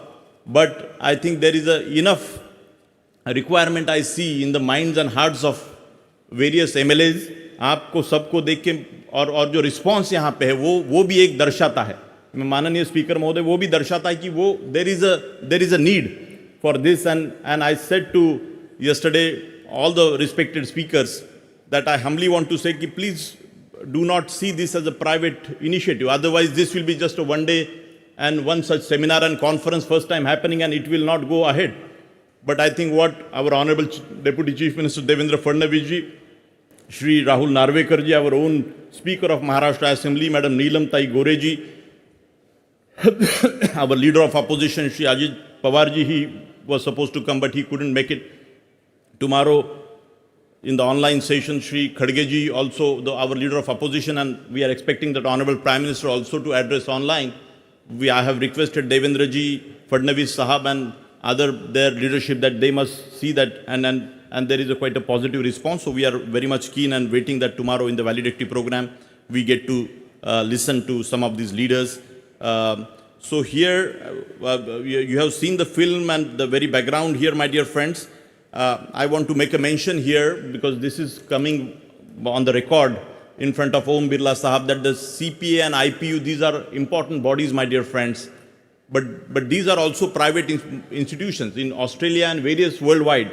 CPA is very well government funded, government supported, the UK government supported during the British era also, and the post-independence also. They are the Commonwealth countries जहाँ पे Britishers ने राज किया, इन सभी countries के लिए उन्होंने एक ऐसी कल्पना बनाई कि उनका भी एक ये चीज़ हो. लेकिन मैं समझता हूँ कि अपने मट्टी से एक स्वदेशी इस तरीके की ये NLC राष्ट्रीय विधायक सम्मेलन की जो इंस्टीट्यूशन है, इसका आप अगर सब लोग इसमें इस आदर से सम्मान से इसको देखेंगे तो मुझे लगता है बहुत बड़ी वैल्यू क्रिएट हो सकती है. बिरला साहब, मुझे प्रसन्नता है कि देश की 50 करोड़ आबादी लगभग उसको रिप्रेजेंट करने वाले MLAs and MLCs are here. What a important, if we all have to sense and feel, my dear friends. 50 crore population, पूरे देश के पॉपुलेशन के 50 करोड़ लोगों को रिप्रेजेंट करने वाले लोग इस पर्टिकुलर क्लासरूम में, यहाँ पे इस हॉल में यहाँ पे एकत्रित है. मैं फिर से एक बार आपका सम्मान स्वागत करता हूँ. एंड मैं समझता हूँ कि राष्ट्रीय विधायक सम्मेलन आने वाले समय में राजनेता चोर है, पॉलिटिकल पार्टियाँ भ्रष्ट है, ये आम आदमी में, ये बहुत क्वालिफाइड कॉम्पिटेंट लोगों में तो ये भावना बहुत ज़्यादा है. मुझे इसका दुख है और इसी बात को बढ़ाने के लिए MIT स्कूल ऑफ गवर्नमेंट, भारतीय छात्र संसद लगातार काम कर रही है. मुझे लगता है कि राष्ट्रीय विधायक सम्मेलन आने वाले समय में इस विषय में ये जो कॉन्फ्रेंस का जो कंडक्ट है, ये नीचे के पैरेलल सेशंस अगर हॉल्स अगर आप देखेंगे तो आपका सबका मन भर आएगा, ऐसा मुझे लगता है. और उस विषय से भारत का कल्चर कि हमारे लोकतंत्र में, गुड गवर्नेंस में इस एक अच्छा कल्चर बनाने में राष्ट्रीय विधायक सम्मेलन का एक महत्वपूर्ण रोल होगा. मैं इस प्रोग्राम का यूनिक डिज़ाइन के बारे में आपको बात किया हूँ. एंड मैं कल एक छोटी सी बात बोली थी, वहाँ आइडियोलॉजीज़ अलग अलग MLAs के अलग अलग हो सकते हैं, लेकिन ये कोई भारत पाकिस्तान नहीं है. मुझे सिंपली लगता है कोई बीजेपी और कांग्रेस के, कर्नाटका के और महाराष्ट्र के 2 MLAs में हमने MOU का एक सिस्टम बनाया है बाहर कि मेरे कॉन्स्टिट्यूंसी में इरिगेशन में मैंने बहुत कुछ अच्छा बढ़िया काम किया है. मैं कांग्रेस का MLA हूँ, बीजेपी के कोई दूसरे MLA, लेकिन can't we really invite him or he can go there and both can learn from each other? तो इस तरीके से वो भी एक हमारी अपेक्षा है कि 300-400 MLAs आप सब लोग आके आए, ऐसे कुछ MOUs, मतलब यहाँ पार्टी की बात नहीं, यहाँ गवर्नेंस की बात हो रही है, इलेक्शनरिंग को इम्प्रूव करने की बात हो रही है, हमारी सिस्टम को इम्प्रूव करने की बात हो रही है. फाइनली रास्ते अलग है, डेस्टिनेशन आप सभी लोगों का, हमारा सबका एक ही है कि देश का विकास और निर्माण हम कैसे करें. तो उस भूमिका से मुझे बहुत सुंदर लगता है कि अपनी देश की डाइवर्सिटी, महाराष्ट्र का गुड़ी पाड़वा हो या आंध्र प्रदेश की उगाड़ी हो या वहाँ बैसाखी हो या जितने भी भारत के, एक धागा कॉमन धागा है. बट कहीं ना कहीं मुझे लगता है कि समय के साथ इन सब चीज़ों की तरफ, कास्टिज्म, कम्युनलिज्म, करप्शन, क्रिमिनलाइजेशन, इन सब चीज़ों के ऊपर हम सब लोग उसके लिए ही स्ट्राइव कर रहे हैं. हमारी जैसी शिक्षण संस्था, उसी के लिए हम सब लोग एक बुराई की तरफ से अच्छाई की तरफ का ये सफ़र है. मुझे ऐसा लगता है रावण की तरफ से राम, तो हम सब लोग अच्छा बनने की भूमिका से ही ये अच्छा कैसे हो जाए, इसकी भूमिका से हम सब लोग तत्पर है. मैं बहुत मेरा एक एक्सप्रेशन यहाँ पे जो मैंने बोला कि इस इंस्टीट्यूशन को आप अगर अडॉप्ट करेंगे सही मायने में, मन से तन से, तो आने वाले समय में हम एक बहुत बड़ा इसको इससे काम खड़ा हो सकता है, एक संस्थात्मक रूप से काम हो सकता है. ये इवेंट बन के नहीं रहना चाहिए, ये भावना मैं विनती करूँगा. कल का इवनिंग का 6 बजे तक का डिनर होने तक, आज इवनिंग में रैंप ऑफ डेमोक्रेसी में उषा उत्तुप जी का बहुत सुंदर यहाँ पे शो है जिसमें करीबन 200 MLAs वॉक करेंगे. जैसे फैशन शो में रैंप ऑफ डेमोक्रेसी इसको नाम दिया है कि अपने अपने राज्य की वेशभूषाओं में वो चलेंगे. वो भी एक कल्पना वहाँ पे है. बाहर यहाँ के अपने अपने सभी MLAs को हमने विनती किया था कि अपने अपने राज्य से अपनी मिट्टी, आपका जल आप लेके आइए और एक भावनात्मक कुछ एमएलएज ने ज़रूर, मैं हल्दी घाटी के एक हमारे एमएलए साहब है, वो उन्होंने बहुत सारी मट्टी लेके आए, उनको सबको देना चाहते वो, तो बोले, तो इस तरीके से बहुत सारे लोगों ने, तो सुमित्रा ताई जी की मेरी चर्चा हो रही थी, बोले राहुल 3 दिन बाद एक ऐसी भावना प्रकट हो कि ये सब लोगों के आंखों से आंसू आ जाए, इस तरीके का आप चिंतन करो कि एक फ्रेंडशिप कैसे बने, इमोशंस कैसे बने, हमारे मन में जो कटुता और जो एक इस तरीके के डिफरेंसेस जो हमारे मन में कई बार दिखने को मिलते हैं कुछ कारणों की वजह से, हम इसको कैसे मिटाएं। तो मुझे लगता है कि राष्ट्रीय विधायक सम्मेलन उस दिशा में एक बहुत महत्वपूर्ण काम करेगा और भारत में हमारे पॉलिटी का, हमारे गवर्नेंस और राजनीति का एक परसेप्शन एक अलग बदलने में, उसका बदलाव करने में अगले 10, 20, 25 सालों में बहुत महत्वपूर्ण काम करेगा। ऐसी उम्मीद, ऐसी आशा, ऐसा भाव मैं यहाँ पे व्यक्त करके मेरे 2 शब्द खत्म करता हूँ। मेरे साथियों ने बहुत इसमें कितने परिश्रम किए आप कल्पना नहीं कर सकते, कि मुझे नहीं पता था कि, इमेजिन करिए कि 100-200 एमएलए आ गए, इतना बड़ा आयोजन किया, कितने लोग आएंगे इस तरीके से हमें नहीं पता था। तो और हमें सभी सरकारों को भी हमने कुछ लिखा है, कल वैलिडिटी प्रोग्राम में मैं आपसे बात करूंगा, और 4 मुख्यमंत्री महोदय इसमें आगे आए हैं कि अगला एडिशन 18 महीने बाद पेट्रन्स ने हमने तय किया कि एवरी 18 मंथ्स ये एडिशन आगे चलता रहे, और 4 मुख्यमंत्री महोदय ने इसके बारे में इच्छा जताई है कि अलग अलग राज्यों में ये श्रृंखला इसकी हर 18 मंथ्स में आगे चले। आप सबका आशीर्वाद, ब्लेसिंग्स इसमें हो, हम बहुत कुछ सुंदर कर सकते हैं। मैं थोड़ा लंबा बोल गया, लेकिन भावना प्रकट करना ताकि इसकी पूरी बैकग्राउंड, और कल जैसे मैंने बोला कि कृपा करके ये कांग्रेस, बीजेपी या शिवसेना का या किसी पार्टी का ये प्लेटफॉर्म की बात यहाँ पे नहीं है दोस्तों। ये आप अगर जैसे अटल बिहारी वाजपेयी साहब और मैडम ने अभी उदार चरिता नाम की भी बात करी, तो मुझे लगता है कि बहुत बड़े मन से इस विषय की तरफ आप सब एमएलएज अगर आप देखेंगे तो आप में एक अलग तरीके का एक वातावरण, मतलब महाराष्ट्र का मैं संस्कृति में देखता हूँ विधानसभा में बीजेपी शिवसेना का जो भी कोई भी झगड़ा हो किसी भी पार्टी का, लेकिन जब उनका कल्चरली प्रोग्राम होता है तो एक दूसरे को जिस तरीके से मिलते हैं, तो महाराष्ट्र की भी एक बहुत सुंदर संस्कृति, और राज्य के हर राज्य की अपनी अपनी एक अलग अलग संस्कृति हो, बट उस डाइवर्सिटी में एक कॉमन धागा है पूरे भारत का, वो मुझे बार बार कॉमन देखने को मिलता है, और वो मैं उसकी तरफ बारीकी से देखने की कोशिश करता हूं, तो मुझे मोटिवेशन आता है, इंस्पिरेशन आता है कि अपना भारत कितना सुंदर है, कितना सुंदर है। हम सब लोग भाषाएं अलग होने के बावजूद भी, और भी कुछ चीज़ें अलग होने के बावजूद भी हम कितने सिमिलर है, कितने सेम है। तो वही भाव यहाँ पे प्रकट करके आप सब लोगों का स्वागत, अभिनंदन, आपके प्रेम के लिए, आपके पार्टिसिपेशन के लिए फिर से एक बार धन्यवाद। जय हिंद, जय भारत, नमस्कार। Thank you so much.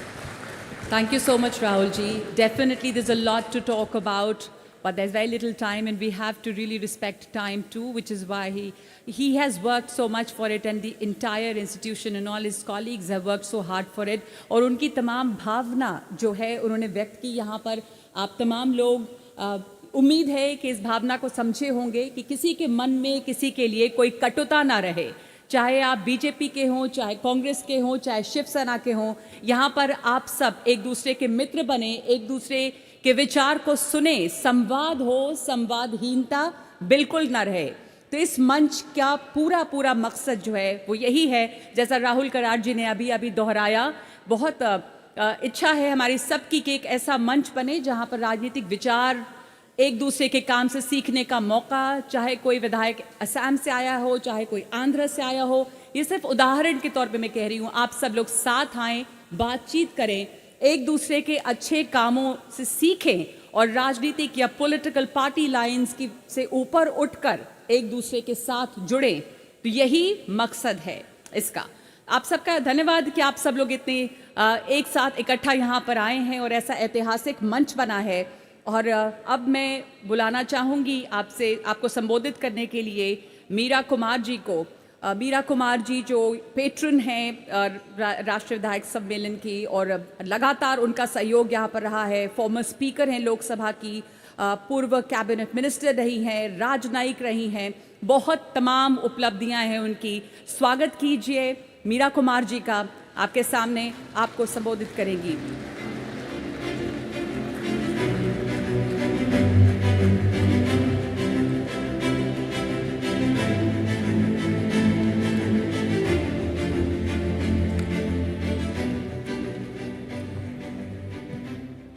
सम्माननीय श्री ओम बिरला जी, सम्माननीय श्री शिवराज पाटिल जी, सम्माननीय श्रीमती सुमित्रा महाजन जी, सम्माननीय श्री विश्वनाथ कराड़ जी, सम्मानीय श्री देवेंद्र फडणवीस जी, सम्मानीय श्री राहुल नारुलेकर जी, सम्मानीय श्रीमती नीलम गोहे जी, इस सब भव्य आयोजन के पीछे जो दिन रात मेहनत कर रहे हैं नौजवान श्री राहुल कराड़ जी,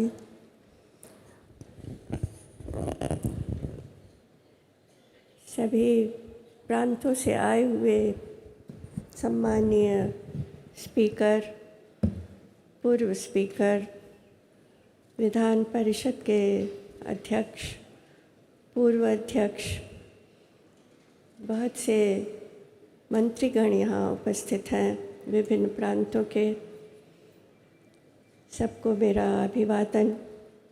इस सभा में उपस्थित सभी सम्मानित अतिथिगण, भाइयों बहनों, इस MIT स्कूल ऑफ गवर्नमेंट जो पूरी तरह से लगी हुई है और कदम कदम पर सहायता कर रही है राहुल कराड़ के स्वप्न को साकार करने के लिए, उसकी फैकल्टी, उसके स्टाफ के सदस्य। सबसे पहले तो मैं महाराष्ट्र, जो इतना अद्भुत, इतना सुंदर प्रांत है, उसकी राजधानी मुंबई में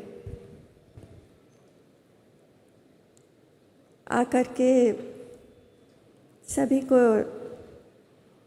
यहाँ जो मुझे इतना सम्मान दिया और मेरा इतना स्वागत सत्कार किया, उसके लिए धन्यवाद देती हूँ और शुभकामनाएं देती हूँ यहाँ के हर निवासी को, विशेष रूप से जो पिछड़े हुए और गरीब हैं उनको, कि वो तरक्की करें, स्वस्थ रहे, प्रसन्न रहे और जीवन में बहुत आगे बढ़े।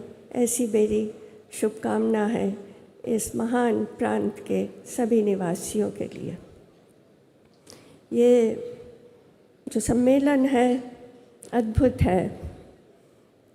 स्पीकर के रूप में, मंत्री के रूप में, सांसद के रूप में, और इससे पहले मैं जो विदेश सेवा में थी उस समय मैंने बहुत से सम्मेलन में भाग लिया है, लेकिन ये सम्मेलन उन सबसे अद्भुत है, सबसे सुंदर है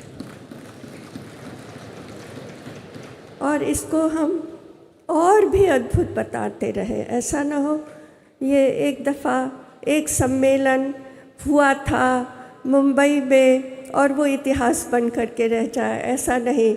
हम इसको आगे लेते जाएं, हर कदम पर लेते जाएं और ये भी देखें कि सारा भार, ये तो एक निजी संस्था है जिसने ये किया है और निजी संस्था ने इतना सुंदर किया, इतने विशाल रूप में किया है, तो सिर्फ हम ये ना सोचें कि हर दफ़ा यही करते रहें, ऐसा नहीं, संभव भी नहीं है, होना भी नहीं चाहिए। तो हर प्रांत के विधानसभा, विधान परिषद और यहाँ पर ओम बिरला जी बैठे हैं, मैं तो ये भी कहूँगी कि हमारी जो संसद है उसे भी ये जिम्मेदारी लेनी चाहिए किस प्रकार ये सम्मेलन हुआ है, इसको हम भविष्य में और भी आगे कितना ज़्यादा सार्थक बना करके करते रहें और निकट मतलब बहुत समय के अंतराल के बाद नहीं करें। यह ना करें कि 5 साल बाद करेंगे, नहीं, हम ज़्यादा से ज़्यादा, अगर 1 साल में नहीं तो कम से कम 18 महीने में तो हमें ज़रूर करना चाहिए, अगला सम्मेलन ज़रूर करना चाहिए। और मैं समझती हूँ यहीं इसी सम्मेलन में हमें तय भी कर लेना चाहिए कि अगला सम्मेलन हम कहाँ करने जा रहे हैं। बहुत से इस समय सत्र हो रहे, there are going to be many panel discussions, but before that I want to say something very crucial. what is the thrust? ये कौन सी सोच है? सोच सबसे महत्वपूर्ण है। और यहाँ जितने लोग बैठे हैं वो सब सोचने वाले लोग बैठे, विचारशील व्यक्ति बैठे। हम इस देश के लिए कौन सा उच्च विचार लेकर के आगे बढ़ रहे हैं, वो व्यक्ति यहाँ पर बैठे हैं। उनकी ऊर्जा से ये पूरा सभागार, ये बम्बई प्रांत, ये बम्बई शहर, ये महाराष्ट्र प्रांत आज प्रभावित है, प्रकाशित है। तो क्या विचार है? 6C, the 6 C's, we are together against casteism. हमने सोचा था, ये विचार किया था कि हम सामाजिक परिवर्तन लाएंगे अपने देश में। We will make our society an egalitarian society and we are all committed to doing that. मेरे पिता ने, बाबू जगजीवन राम ने मुझे कहा था, अपनी ज़िंदगी खपा देना और इस देश में सामाजिक परिवर्तन लाने के लिए अंतिम सांस तक काम करते रहना। तो आज हम इकट्ठे हुए हैं। तो this is the first C, that is we are all together against casteism. हम बहुधर्मीय देश में रहते हैं। वहाँ हमारे लिए ये बहुत गौरव की बात है कि हमारे देश में इतने सारे, हमारी धरती पर इतने सारे धर्म आज हैं और ये हम उनको सबको बराबर का सम्मान देते हैं। हमारा संविधान सम्मान देता। तो हम दूसरा हमारा जो प्रयास है, सोच है, वो है we are all together against communalism. And दूसरा है we are all together against any kind of, anywhere, in any form, criminalization. We are all together against it. We are all together in anywhere, in any form, in our country, in our society. And if there is corruption, we are all together against corruption. These are the 4 C's I've said. There are the 5th C is we are against colonial mindset. There is a colonial mindset. We have suffered because of the colonial mindset. So no, we should also take a world view. Yes, sir. हम अपने देश के बारे में भी सोचें और हम पूरे विश्व के बारे में भी सोचें। हम तो विश्व के बारे में हमेशा से सोचते आए। तो we are all together against colonial mindset. और एक और, विश्व इतने सुंदर, इतना सुंदर पृथ्वी ग्रह है ये हमारा। This planet, the most beautiful planet. We have the rainbows here, we have the flowers here. God need not have made them. But the planet is so beautiful. But climate change has come as a danger to this planet. So we should all stand and work against climate change. We should all work for Paryavaran. These are the 6 C's. Please, I'm sure all of you will think about these. Today, there are going to be 40 sessions, 40 parallel sessions on different subjects. यहाँ Rahul Karar ji ne, this young man, I'm amazed at his thinking, the way, how many different ways he thinks, and he also translates it into action. तो इन्होंने कहा कि इन्होंने हमें ये मौका दिया है, इकट्ठा कर दिया है, और अब हमारा काम है, हम भूमिका अब हमारी है कि ये जो 40 विभिन्न सत्र होंगे, these 40 different sessions that we are going to have today and 40 different sessions that we are going to have tomorrow, what are we going to discuss? He has brought us all together. He has provided all the facilities. He has looked after us with great honor and respect. But then what will come out of it? What will come out of it? Something has to come out of it. And that is where lies our responsibility and our role. And that is what are we going to discuss in these 40 sessions? We have to be very, very thoughtful about it and how it is going to steer our country towards progress. So after that, there is one thing I want to also suggest, and that is that there has to be some kind of political training. We all we study different subjects. Yes, we study political science, but apart from that, we don't really study about practical side of politics, and we enter politics. So I think every assembly should have a facility to train young men and women who have done their graduation, post-graduation into practical political training. Give them training. After that 1 year or 2 years of training, the MLAs, honorable MPs can select one of those who have been trained and keep them as your interns. This is the practice which is followed in USA and UK. So we can also follow it. We don't have to always follow UK and USA, I'm not saying that. But yes, best practices must be adopted. So we can keep them as interns, and this is how this will become a nursery for future leaders of our country. So this has a lot of potential. Today that we have gathered, I'm really amazed. I have never seen this kind of a gathering. I'm telling you, I have seen so in my long life and experience that I've had. I've never seen this kind of gathering, and I'm so thankful to all of you. All of you have taken the trouble to come. I'm one of the patrons. Shivraj Patil ji is a patron. Sumitra Mahajan ji is a patron. Manohar Joshi ji is a patron.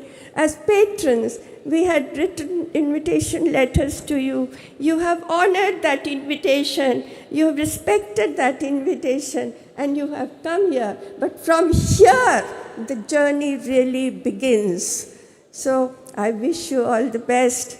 Thank you so much. I pray to God for your good health, for your very long life, more than 100 years, and all the happiness in the world, and all the happiness that you will bring to the last man and women of this country, to the most suppressed and to the most depressed, the happiness that you will bring. Thank you so much. Thank you so much, Dr. Meera Kumarji. Thank you very much for your words of wisdom.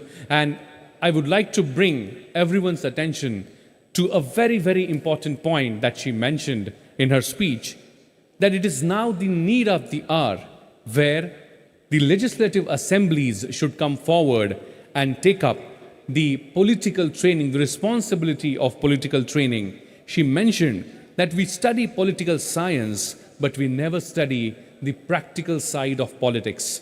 So, assemblies should give such kind of training to create the future political leaders for our country. Thank you very much, Madam, for bringing this thought ahead on this particular stage. And it is my honor and privilege to share with you, everyone in the audience, that 6 legislative assemblies and councils together have come forward and have already agreed to establish such training institute at their own assembly and council. Please give them a big round of applause. Yes, indeed, it's a point of honor. And I would like to request all these speakers of these 6 to come forward one by one where they display their intent to create such kind of institution on this stage. I would like to request first Honorable Speaker of the Uttar Pradesh Legislative Assembly, Shri Satish Mahana ji, to kindly come forward, who has formally agreed to create such kind of institution at the Legislative Assembly of the state of Uttar Pradesh.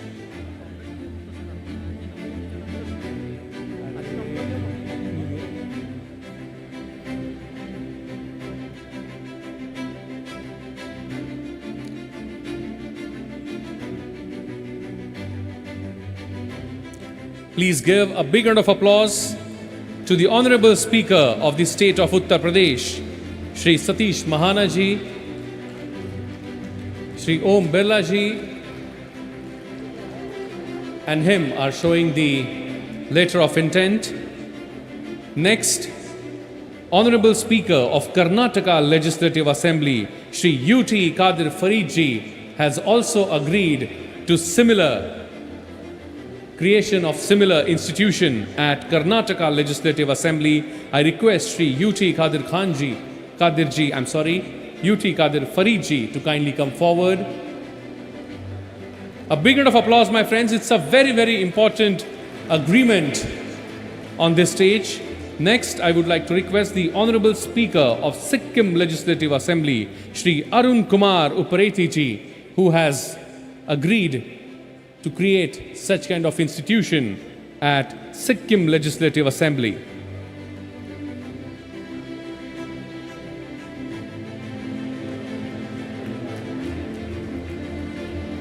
Next, I would like to request the Honorable Speaker of Rajasthan Legislative Assembly, Dr. C.P. Joshi ji, who has also agreed to create such an institution at the Rajasthan Legislative Assembly, to kindly come forward and accept the letter of intent.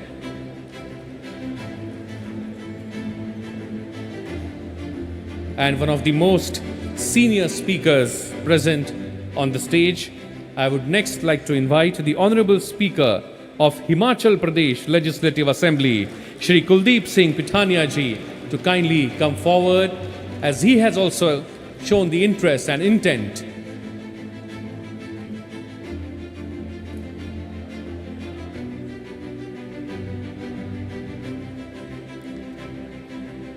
And of course, last but not the least, the Honorable Speaker of the state of Maharashtra Legislative Assembly, Advocate Rahul Narvekar ji, who has also shown the intent and interest to create such an institution at the Maharashtra Legislative Assembly.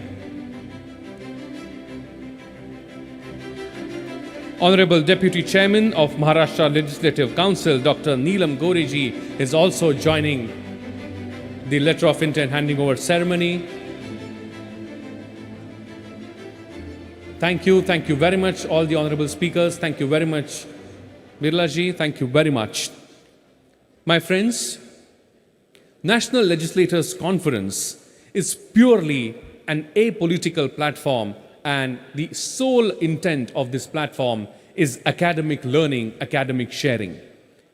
As a part of NLC Bharat endeavor, the research and academic team has come up with 4 unique compendiums with ideas of honorable MLAs and honorable MLCs to implement, and which will help enriching the co-learning experience for Samarth Bharat. These 4 compendiums are to be released now. I request all the dignitaries to join hands as we unveil these 4 academic compendiums at the hands of the chief guest of this session, Om Birla ji, and all the dignitaries present on the dais. I request them to rise in their seats as we unveil these 4 compendiums. The first one is Commendable Governance Initiatives. Second one is Commendable Practices by Select MLAs. Third is Commendable Startups for Grassroots Innovations. Fourth is Commendable Democratic Practices from other democratic countries. In an effort to ease the green and sustainable accessibility, all 4 compendiums will be available on LLC Bharat website, that is nlcbharat.org. So all these 4 compendiums are available online. Let's give a big round of applause as we join hands for unveiling this academic outcome of this important conference.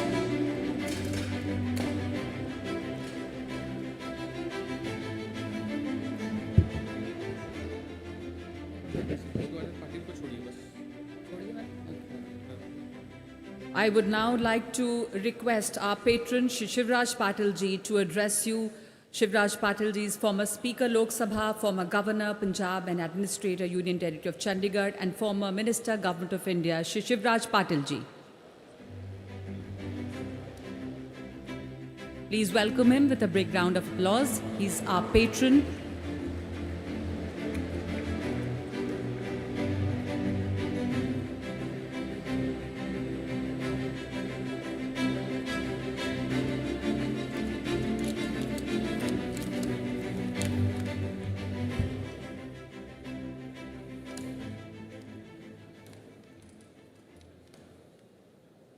माननीय श्री ओम बिरला जी, जो हमारे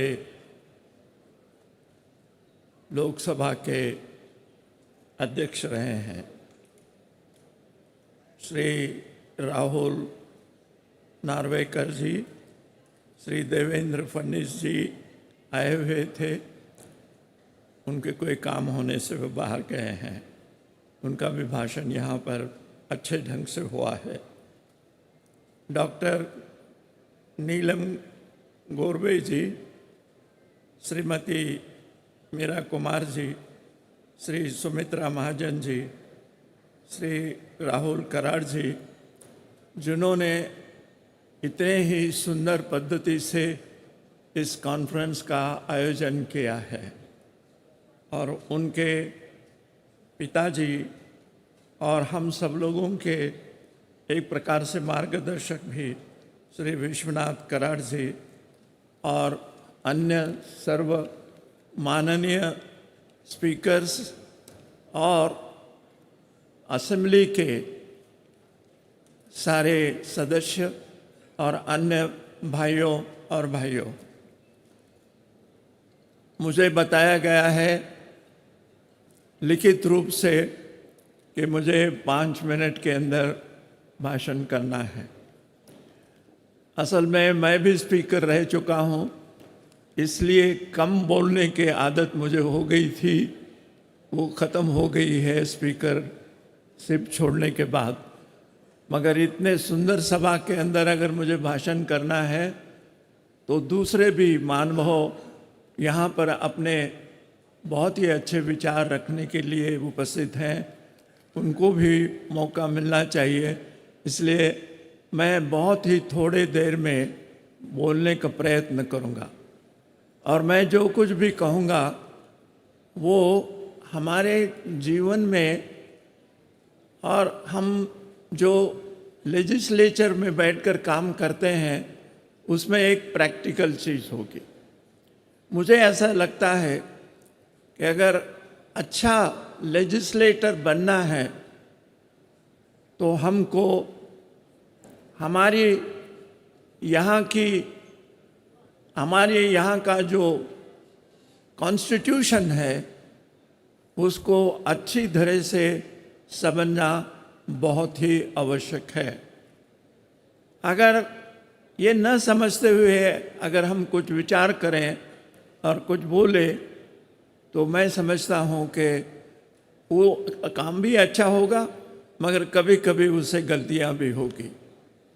मुझे ऐसा लगता है कि constitution को अगर बदलना है तो हमको कुछ चीज़ें ऐसी हैं कि पार्लियामेंट में बैठ के बदलना पड़ेगा, और दूसरी चीज़ें ऐसे हैं पार्लियामेंट में बदलने के बाद हमको विधानसभाओं में भी उसके बारे में विचार करना पड़ेगा। दूसरी बात यह है कि कॉन्स्टिट्यूशन के मुताबिक आज जो है 542 के इतने लोकसभा के मेंबर हैं और राज्यसभा के करीब 800 के करीब मेंबर हैं, 280 के करीब मेंबर हैं, और असेंबली के भी मेंबर हैं, और 200 26 के बाद ये संख्या भी बढ़ रही है और उसके लिए एक नया ग्रह भी बनाया गया है लोकसभा और राज्यसभा के लिए। मैं ऐसा समझता हूँ, इसलिए हम जब बोलेंगे हाउस में जाकर तो कम से कम बोलने की आदत डालना बहुत ज़रूरी होगा, तभी सब लोगों के विचार वहाँ पर प्रकट किए जा सकते हैं। दूसरी बात यह है कि जब हम अपने विचार प्रकट कर रहे हैं लोकसभा के अंदर, राज्यसभा के अंदर, विधानसभा के अंदर, तो व्यक्ति के बारे में ज़्यादा न बोलते हुए हम हमारे नीति और धोरण के लिए और हम जो प्लान बनाते हैं हमारे देश को आगे बढ़ाने के लिए, उसके लिए गहराई में जाके हमको कम शब्दों में मगर गहराई में विचार रखकर हमको वो काम करना पड़ेगा। मुझे ऐसा लगता है कि अगर ये सारे चीज़ें हो गई तो बहुत अच्छा होगा। अब विधानसभा, लोकसभा और राज्यसभा, इन सारे सभाओं के अंदर जो प्रतिनिधि आते हैं वो चुनकर आते हैं और आज के चुनाव के अंदर कुछ चीज़ें ऐसी बनी हुई हैं कि उसका असर अच्छा भी होता है और कुछ ऐसी भी चीज़ें हैं जिसका असर बहुत खराब भी हो सकता है। मेरे दृष्टि से दो चीज़ें आज के चुनाव के अंदर भयानक नज़र आती हैं। वो ये है कि पैसे का बहुत उपयोग होता है। चुनाव के अंदर पैसे का उपयोग होना, गाड़ी में बैठकर जाना है तो कोई बुरी बात नहीं है, मगर वोट के लिए अगर कोई पैसा दे रहा है चुनाव के अंदर तो वो अच्छी बात नहीं हो सकती है। इसको रोकना बहुत ज़रूरी है। इसके लिए जो हमारे पास चुनकर आए हुए मंत्री हैं या प्राइम मिनिस्टर हैं या हमारे मुख्यमंत्री हैं, उनके बारे में ही हम अगर कुछ कहते हैं तो वो ठीक बात नहीं होगी। हम लोगों को खुद के बारे में भी सोचना पड़ेगा और जो वोट देते हैं उनको भी सोचना पड़ेगा कि ऐसा होने पर अच्छा होता है, बुरा होता है। और दूसरी बात ये है कि हिंदुस्तान के अंदर बहुत सारे धर्म हैं और अच्छे धर्म हैं। ऐसा कहा गया है कि सारे हिंदू संसार के अंदर धर्म है, उसके अंदर अच्छाई तो है ही, मगर उसके अंदर कुछ गलतियां भी हैं।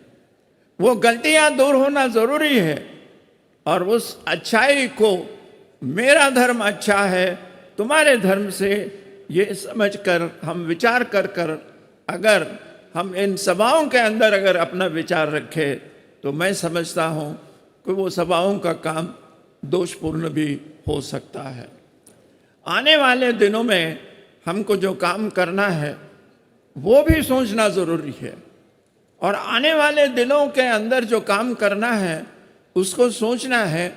तो पुरानी जो अच्छाइयाँ हैं उसको छोड़कर भी काम नहीं चल सकता। पुरानी बहुत बहुत बहुत बहुत अच्छाइयाँ हैं और पुराने ज़माने के जो विचार हैं उसके अंदर बहुत भी गलतियाँ हैं। हम जात और धर्म के बारे में एक दूसरों से बड़े हैं ऐसा सोचकर काम करना शुरू कर देंगे तो बुराई पैदा हो सकती है। मगर हमारी अच्छी चीज़ है हम दूसरों को दे दें और दूसरों की अच्छी चीज़ है हम ले लें और हमारी बुरी चीज़ है वो हटा दे और दूसरों को हटाए तो भी अच्छा काम हो सकता है। आज के दिन में संसार के अंदर बहुत जो प्रगति हो रही है, मुझे तो ऐसा लगता है कि कुछ सालों के बाद हो सकता है 200 साल 300 साल के बाद ये दुनिया भी एक बनती जाएगी और हमारा जो प्रवास है कहा जाता है कि अगर बॉम्बे से न्यूयॉर्क जाना है बोट में बैठकर तो 2 महीने लगते थे। अब अगर बॉम्बे से अगर न्यूयॉर्क जाना है तो हमको 17-18 घंटे लगते हैं, और कुछ समय ऐसा आ जाएगा कि ये समय 2 घंटे से भी कम लगेगा। ग्रेविटेशनल फोर्स के लिमिट के बाहर जाकर हमारे अगर हवाई जहाज चल रहा है तो उसको किसी भी पावर की ज़रूरत नहीं रहेगी। उस पावर के सिवा भी जो ग्रेविटेशन के बाहर कोई दूसरी शक्ति रोकने वाली नहीं है, इसलिए किसी भी पाउडर के किसी भी गैस के बजाय, किसी भी प्रकार के ऑयल के बजाय, पेट्रोल के बजाय डीजल के बजाय भी जा सकता है। तो ये भी ध्यान में हमको रखना जरूरी है। मैं ये चीज़ इसलिए बोल रहा हूँ कि खेती के अंदर भी अगर हमको उपज बढ़ानी है तो उस ऊपर बढ़ाने के लिए हमको नए बीज का इस्तेमाल करना पड़ा। और सबसे पहले हिंदुस्तान के अंदर खेती को अच्छा बढ़ाने का काम बड़े बड़े तालाब बनाकर, मध्यम प्रकार के तालाब बनाकर और पर्कुलेशन टैंक्स बनाकर भी किए गए हैं।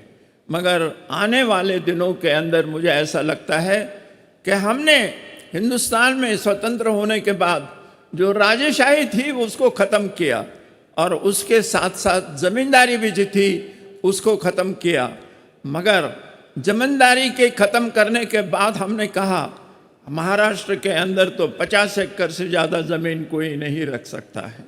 इंडस्ट्री के चाहिए तो मिल सकती है, मगर खेती के लिए 50 एकड़ से भी ज़्यादा नहीं रख सकता है। और वो ज़मीन का बंटवारा अगर हो जाए 2 भाइयों के अंदर तो वो 25-25 एकड़ के होते हैं, और 2-2 भाइयों के फिर 2-2 अगर बच्चे भी हो गए तो 6-6 एकड़ के होते हैं। और हमने दूसरा कायदा भी पार्लियामेंट के अंदर भी बनाया है कि 2.5 एकड़ से कम ज़मीन का बंटवारा नहीं होगा। और 2.5 एकड़ से कम ज़मीन का अगर बंटवारा नहीं होगा तो खेती कैसे की जाए। बैल भी खरीदी करने का है तो 1 लाख रुपए लग रहा है, और हमको अगर इंडस्ट्री के अंदर, हमको अगर खेत के अंदर काम करना है और उसके लिए हम मशीन और नई टेक्नोलॉजी इस्तेमाल कर सकते हैं तो वो भी करना ज़रूरी है, और ऐसा होने पर हो सकता है। मैं समझता हूँ कि हम पार्लियामेंट के अंदर बैठकर, असेंबली में बैठकर ये तय कर सकते हैं कि हर जिले के अंदर खेती के काम को आने वाले जो चीज़ें हैं अगर वो पहले जिले के पास दे दें, कुछ दिनों के बाद हो सकता है 10 साल के बाद, 20 साल के बाद तालुका को दे दे और विलेज को दे दिए, तो हर गरीब आदमी जो 2 एकड़ के मालिक से कम नहीं हो सकता है उसको वो खेती करना बहुत आसान हो जाएगा। हमारे यहाँ पर हम स्वतंत्र हो गए तो केवल 40 करोड़ लोग थे, और आज जो है हम 140 करोड़ लोगों तक पहुँचे हुए हैं।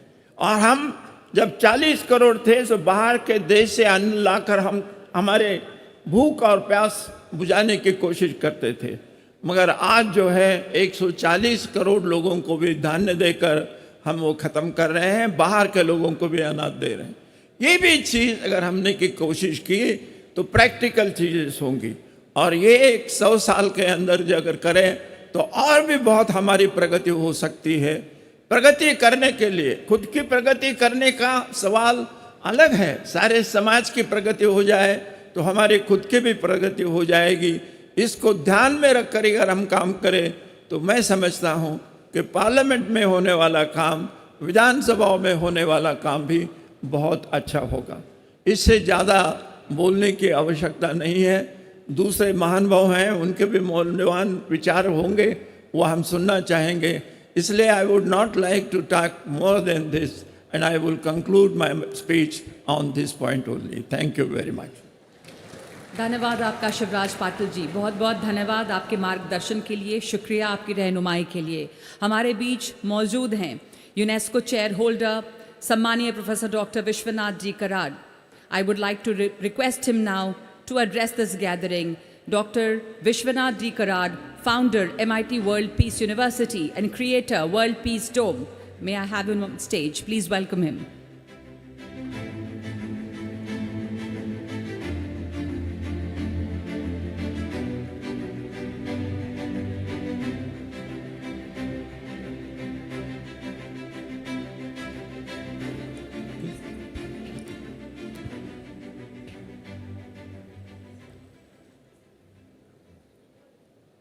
Honorable Chief Guest of today's function, the most unique and historic, Om Birla Sahab, our esteemed former Presidents of the Lok Sabha, Sumitra Mahajan ji, Shivraj Patil साहब, हमारी बहन Meera Kumar ji, and all the speakers sitting on the dais. Friends, today it fills my heart with a sense of pride and pleasure when I stand before you to express my mind and the very purpose for which we have come together. Certainly, it has a great message to give. It's not a gathering. It's not a crowd which we have come together for. Basically, I have been reminded, and myself I'm trying to recollect, one of the most historic events in the world when the great noble son of India, Swami Vivekananda, on 11 September 1893, आप सबको ये मालूम है, लेकिन फिर से भी मैं दोहरा रहा हूँ वही बात. When he had said the time, friends, remember, in the first World Parliament of Religions, वो धर्म परिषद थी सारी दुनिया की, at Chicago, and when he had said one very unique sentence, he told the whole world and made a prophecy, gave a message, a truth in the whole process of human development. He had said that time, all the learned scholars, thinkers, philosophers, scientists in the audience gathered from the whole world, he tells them to remember that union of science and religion / spirituality. There is a confusion about that very word, religion. So union of science, religion and spirituality will alone bring and help to bring the peace and harmony in the whole world. The second sentence I remember, it was in the year 1897, when the same great noble son had said that time, we were all under the British rule. Our country was really in a very horrifying situation at that time. But he tells again a second sentence.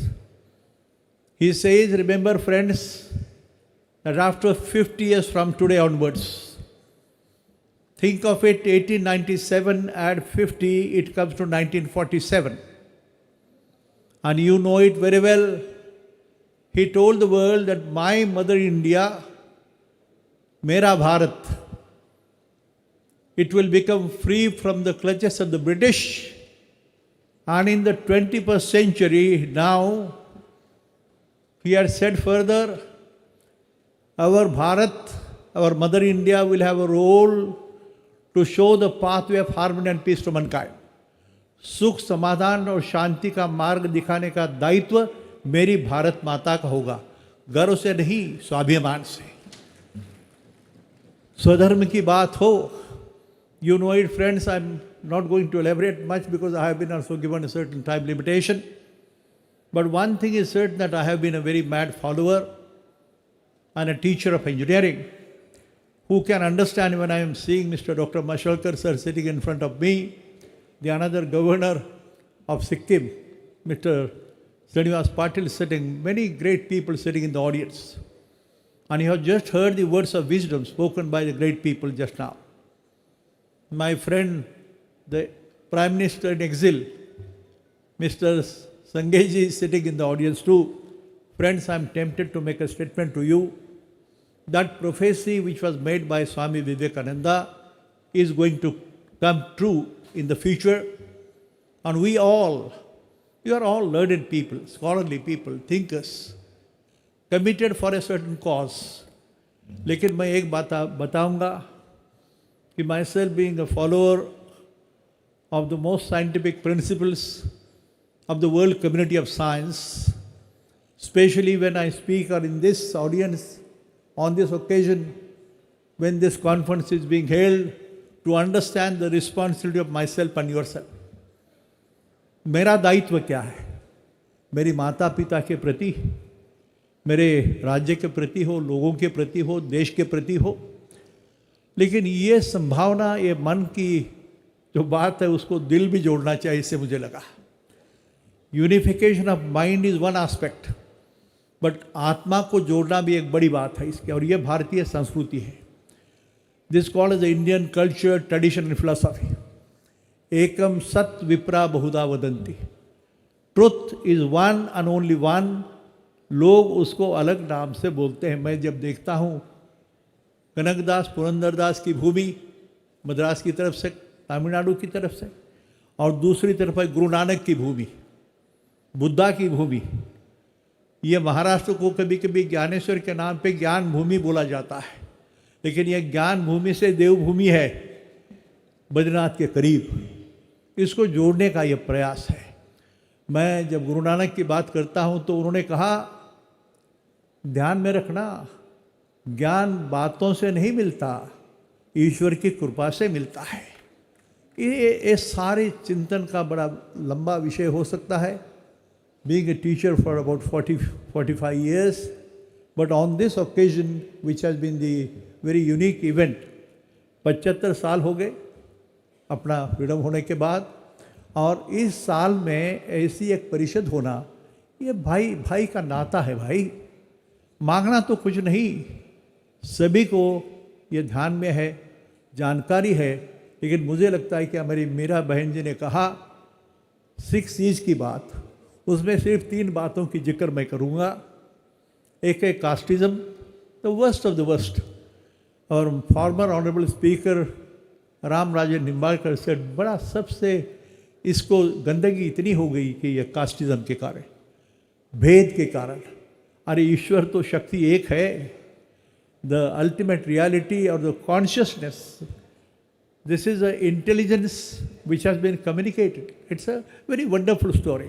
Now अभी इसके बाद मुझे समझ में आ रहा है कि यह क्या चीज़ है भाई. इसलिए संत ज्ञानेश्वर टू आइंस्टाइन ये जर्नी है, और दुनिया इसके तरफ देखती है. मशालकर सर बोलेंगे, आप जैसे बड़े लोग ध्यान में रखो. What ever was said in India about thousands of years back is now being revealed by the entire world. The greatest scientists of the world are speaking the same language which India spoke thousands of years back. Swami Vivekananda ने बताया है कि सारे दुनिया के scientific innovations, discoveries and understanding of the scientific truths, the whole world will understand what India was saying about thousands of years back. ये बयान है उनका, मेरा नहीं. मैं तो भी सिर्फ थोड़ा मालूम करने के बाद ये बता रहा हूँ. ये बताने की वजह भी ऐसी है कि मुझे बहुत आनंद है, सुख है, समाधान है. कुछ लेके जाइए, एक दूसरे को सीखना है.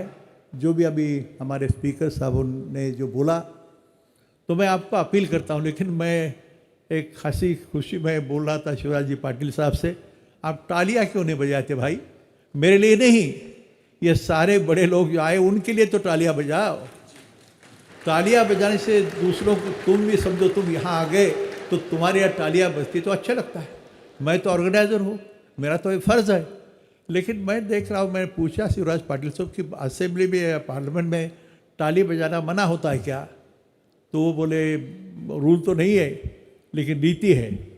तो मैं इतना कहूँगा भाई साहब, this has to give a very unique message, and I will request Rahul and his team that we should pass some declaration in this historic occasion, Bombay Declaration, wherein the 3 words I said, casteism, criminalization of politics is another subject which is compulsory to discuss, and criminalization and corruption. These 3 things have been the greatest worry for the whole country. मैं आपको दोष नहीं दे रहा हूँ, आप तो बड़े नेता लोग हैं, लेकिन आपके कोई कसम खा के अपना माता पिता के नाम पे, उनके नाम के लिए अपना कुलोत्पन्न होता है, कुलीन कन्या और कुलीन सुपुत्र भी होता है, तो तय करो भाई। और मैं इतना कहूँगा कि when I am saying this on this very same footpath और pathway, we are in searching for peace in the whole world. Vasudhaiva Kutumbakam is only one word which indicates to you the passage. After the coronavirus, the world has started realizing that yes, there is some individual force or energy which prevails. डर था भाई, घर में चुप बैठे थे सारे, तुम और मैं, सारे लोग. All the presidents, prime ministers, the United Nations Security Council members, where were they? They were sitting behind the doors for 2 years almost. कौन सी शक्ति है भाई ये? इसे, यह शक्ति वही ईश्वर कहा जाता है, ये व्यक्ति नहीं होती. ऐसी बड़ी बड़ी बातें अभी दुनिया को समझ में आई, and the whole world has been awakened, and they realize what religion stands for. Religion का मतलब my duty. मेरा फर्ज क्या है? My duty toward the mother, the father, the society, the nation, the whole world. मातृदेवो भव, पितृदेवो भव, आचार्य देवो भव, अतिथि देवो भव. यही संस्कृति है तुम्हारी और मेरी. और दुनिया, the whole world is waiting. Remember friends, India has a role to play again, I repeat. And you are the people who can show the pathway to the society. Make them better, make them well-being, and the great human beings who can serve the global society. A peace-loving global society is the mission for all of us. Thank you, sir. Thank you so much. Thank you very much, revered Professor Dr. Vishwanath Karat, sir, because of whose blessing we are witnessing this first National Legislators Conference.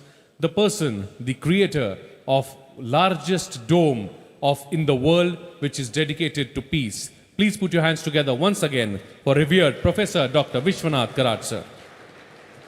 And now I would request the dignitaries on stage for a group photograph, and may I request all of you to hold the NLC theme folder in your hands. Please, may I request everyone. Okay. Okay. Okay, we will probably have this photograph just after a brief while, but first I would like to invite the special guest of honor, Shri Om Birla ji, here on stage for his words. मैं आमंत्रित करना चाहूँगी honourable speaker Lok Sabha Shri Om Birla जी को मंच पे आएं और आप तमाम लोगों को संबोधित करें. Absolutely. Please put your hands together and welcome with a big round of applause, my friends, the chief guest of this session, Shri Om Birla ji.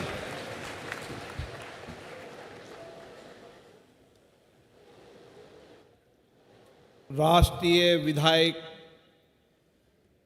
सम्मेलन 2023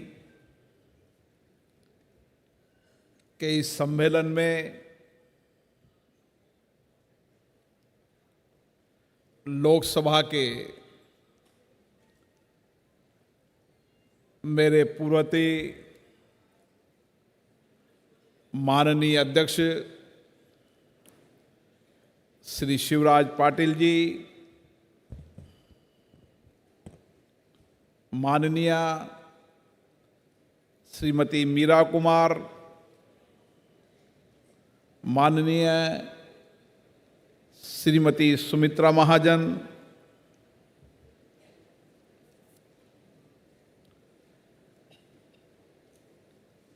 महाराष्ट्र विधानसभा के अध्यक्ष श्री राहुल नावेकर जी,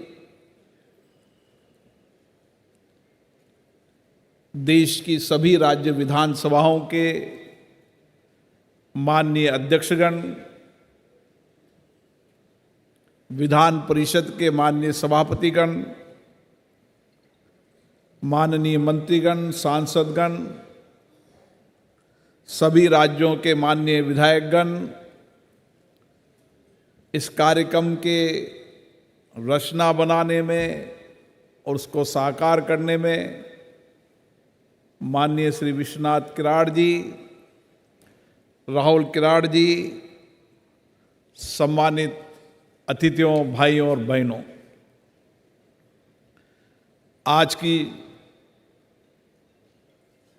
इस देश की आर्थिक, व्यापारिक, वाणिज्यिक धरती बम्बई के अंदर ये विधायक राष्ट्रीय अधिवेशन हो रहा है। जिस धरती पर आज ये अधिवेशन हो रहा है, ये धरती शौर्य, पराक्रम, स्वाभिमान, संस्कृति और ज्ञान की धरती है। ये धरती छत्रपति शिवाजी महाराज की धरती है, बाल गंगाधर तिलक की धरती है, संत तुकाराम जी की धरती है, संत ज्ञानेश्वर जी की धरती है, संत नामदेव जी की धरती है, सावित्रीबाई फुले की धरती है, आध्यात्मिक ज्ञान स्वतंत्रता आंदोलन के कई मनीषियों की धरती है। धरती का अपना प्रभाव होता है और आज इस महाराष्ट्र के इस अधिवेशन से एक नई ऊर्जा, नया विजन, नया संकल्प लेकर हम यहाँ से जाएंगे। मुझे खुशी है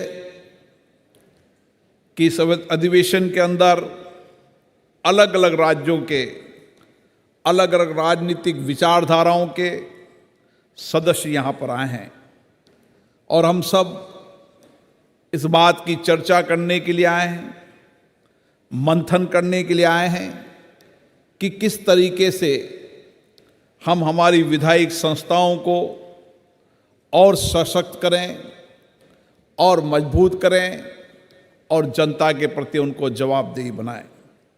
और इसीलिए हम सब यहाँ पर 2 दिन तक विचारों का मंथन करेंगे और उस मंथन से जो अमृत निकलेगा उससे हम जनता का कल्याण करेंगे। साथियों, भारत लोकतंत्र की जननी के रूप में पूरे विश्व में जाना जाता है। भारत विश्व का सबसे विशालतम जीवंत लोकतंत्र है। हमें गर्व है कि हम उस जीवंत लोकतंत्र के एक सदस्य के रूप में काम कर रहे हैं और इसीलिए इसके कई प्रमाण हैं। वैदिक काल के अंदर संसद, समिति, सभा के प्रमाण हैं। दक्षिण भारत के अंदर भगवान बसवेश्वर के अनुभव मट्टम्ब, चोल साम्राज्य के ग्राम स्तर की लोकतांत्रिक संस्थाओं का उल्लेख है। प्राचीन भारत में अलग अलग सभाओं, समितियों, विचारधाराओं और सामूहिकता के साथ निर्णय के कई परंपराएं और कई प्रमाण हमारे हैं और इसीलिए हम कहते हैं कि मदर ऑफ डेमोक्रेसी भारत है। और इसीलिए आज भी हमारे आचार में, हमारे विचार में, हमारे संस्कार में, हमारी कार्यशैली में लोकतंत्र है। और जब आज़ादी के बाद हमने संसदीय लोकतंत्र अपनाया तो दुनिया के देश देख रहे थे कि इतनी बड़ी आबादी में ये संसदीय लोकतंत्र सफल होगा न होगा, लेकिन हमारी प्राचीनतम लोकतंत्र के संस्कार के कारण ये लोकतंत्र सफल भी हुआ और दुनिया के लिए मार्गदर्शन देने वाला भी हुआ। साथियों, हम इसलिए हमारे विधानमंडल हो, हमारी संसदें हो, उनके लोकतंत्र का मंदिर क्यों कहते हैं? लोकतंत्र का मंदिर इसलिए कहते हैं कि इस लोकतंत्र के मंदिर के प्रति हमारी आस्था है। इस लोकतंत्र के मंदिर से लोगों के जीवन का कल्याण होता है। इस लोकतंत्र के मंदिर से हम लोगों के जीवन में परिवर्तन लाते हैं। इस लोकतंत्र के मंदिर से हमारे स्वयं में नैतिकता आती है, ईमानदारी आती है, सत्य की प्रेरणा मिलती है। इसलिए हमें लोकतंत्र का मंदिर कहते हैं। लेकिन इस लोकतंत्र के मंदिर को हम सबको सशक्त बनाना है, मजबूत बनाना है, जनता के प्रति जवाबदेह बनाना है, तो ये हमारी जिम्मेदारी और बढ़ जाती है। और इसीलिए इन संस्थाओं के अंदर हम किस तरीके से एक पारदर्शी व्यवस्था कायम करें, एक जवाबदेही व्यवस्था कायम करें। जब हमारा संविधान बना था तो संविधान बनाने वाले हमारे मनीषियों ने, डॉक्टर भीमराव अंबेडकर हो, राजेंद्र प्रसाद हो, उन सब मनीषियों की जब हम चर्चा संवाद सुनते हैं, 2 साल 7 महीने तक लगातार संविधान सभा में चर्चा हुई। हर विषय पर व्यापक चर्चा हुई, लेकिन सहमति से हमारा संविधान बना। और ये संविधान आज हमारा मार्गदर्शक है। ये संविधान हमें एक दिशा दे रहा है। और हमारी संस्थाएं, चाहे विधानसभा हो चाहे लोकसभा, वह संविधान के अनुसार चलती है। और इसीलिए संविधान के इस आधार पर चलने के कारण हमारी जिम्मेदारी बन जाती है कि जो संविधान में दिया है उसकी रक्षा करने की।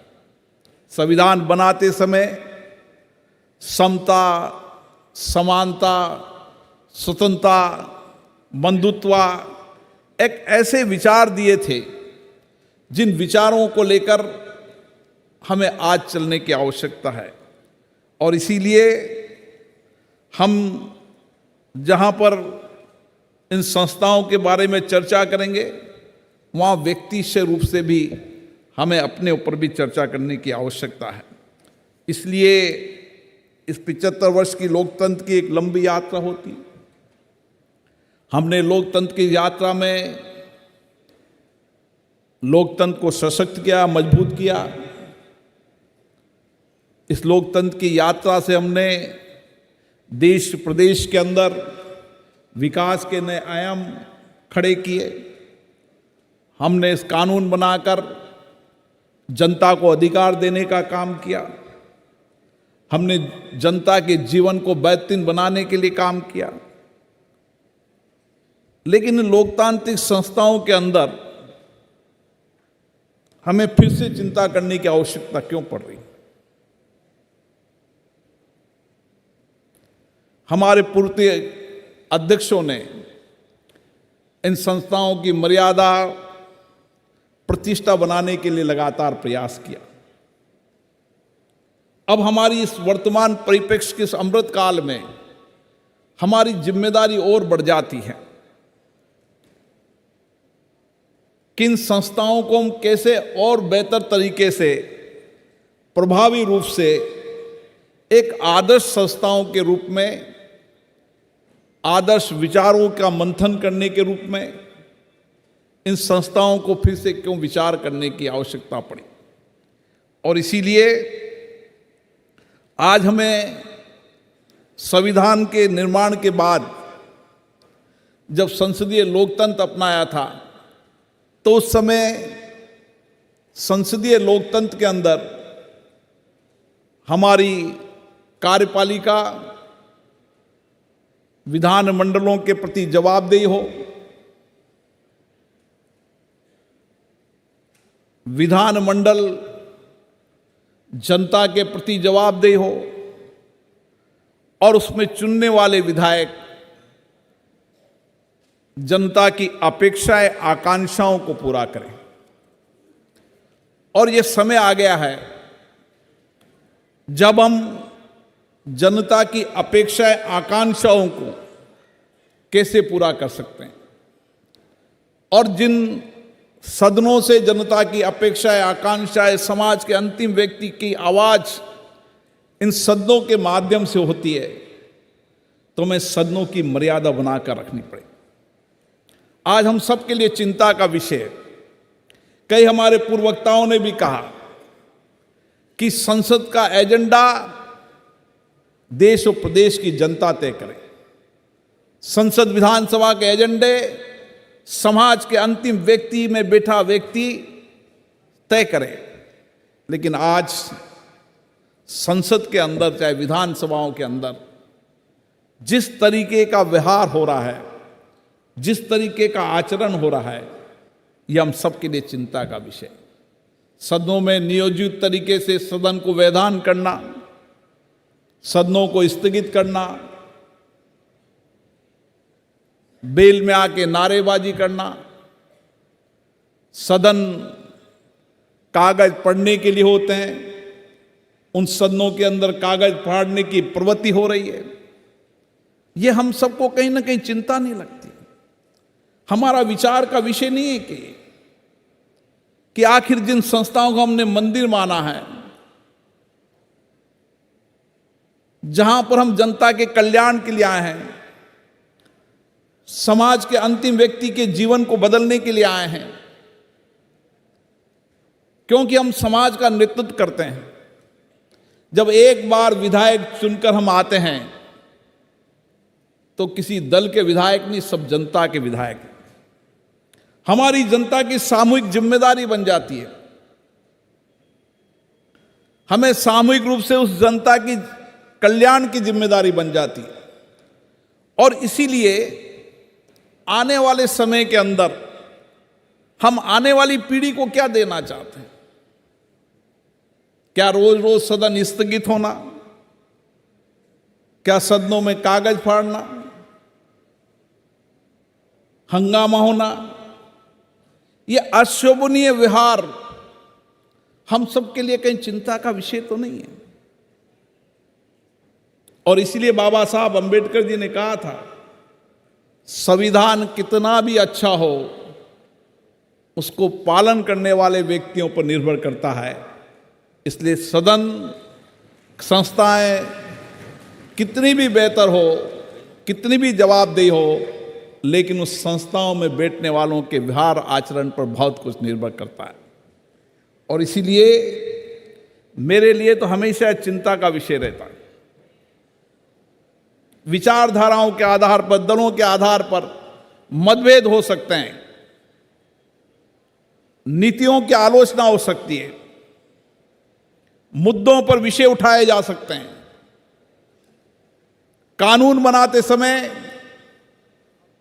कानून के पक्ष विपक्ष में तर्क दिए जा सकते हैं, लेकिन कानून पर चर्चा न होना, नीतियों कार्यक्रमों पर चर्चा नहीं होना, मुद्दों पर चर्चा न होना, यह हमारे लोकतंत्र की एक अच्छी संस्कृति के लिए अच्छे संकेत नहीं है। हम लोकतंत्र की जननी के रूप में विश्व में माने जाते हैं। हमारी पारदर्शी लोकतांत्रिक व्यवस्था के अंदर पारदर्शी चुनाव, सत्ता का हस्तांतरण दुनिया के अंदर निर्देश दिशा देते हैं। दुनिया के कई देशों में सैनिकों के आधार पर सत्ता पलट का काम होता है, लेकिन हमारे यहां पर सत्ता का हस्तांतरण जनता के द्वारा होता है, जनता के दिए मतों के आधार पर होता है। और इसीलिए मेरा आपसे विचार है कि इस मंथन पर हम यहां बैठे हैं, 2 दिन तक विचार पर बैठे हैं। मुझे अच्छा लगा जब राहुल जी ने, अलग अलग विधायकों ने जो अपने अपने विधानसभा क्षेत्र के अंदर जो नई प्रैक्टिस अपनाई, नए सामाजिक कार्यक्रम चलाए, लोगों की जीवन की बेहतरीन करने के लिए, उनके जीवन को बदलने के लिए, सरकार की योजनाओं के बाद अपनी योजनाओं को लागू कर काम किया, उनका परिदृश्य, उनकी प्रदर्शनी मैंने देखी है। कई संस्थाओं के उच्च मापदंड, मर्यादाओं के विचारों को भी मैंने देखा है। और आज भी कई राज्य की विधानसभा ऐसी है जहां न सदन स्थगित होता है, न सदन में शोरगुल होता है, मुद्दों पर चर्चा होती है, वाद विवाद होता है, लेकिन कभी सदन स्थगित नहीं होता। हम सबकी जिम्मेदारी बनती है कि हमारा सदन भी ऐसा होना चाहिए। हम जब पीठासीन अधिकारी सम्मेलन में जब चर्चा करते हैं तो हमारे सब पीठासीन अधिकारियों की एक ही चिंता रहती है, बढ़ती बैठकों की संख्या, बढ़ते अनुशासनहीनता, सदन की मर्यादा कम होना, यह हम सबके लिए चिंता का विषय। और इसीलिए सदन का पीठासीन अधिकारी कोई भी हो, पूर्व में किसी भी विचारधारा का हो, लेकिन जब पीठासीन अधिकारी के रूप में वो बैठता है तो उसकी कोशिश होती है कि वो निष्पक्ष भी रहे और न्यायपूर्ण भी रहे। और इसीलिए आज हमारी बहुत बड़ी जिम्मेदारी आ गई है कि हम अपने अनुभवों को, अपने विचारों को, अपने बेस्ट प्रैक्टिसेस को यहां पर साझा करेंगे। छोटे छोटे ग्रुप के अंदर जिन विधानसभाओं ने अच्छा काम किया उनका प्रेजेंटेशन होगा, जिन विधायकों ने व्यक्ति से रूप से अपनी अपनी विधानसभा के अंदर जो अच्छा काम किया था उसकी जानकारी मिलेगी।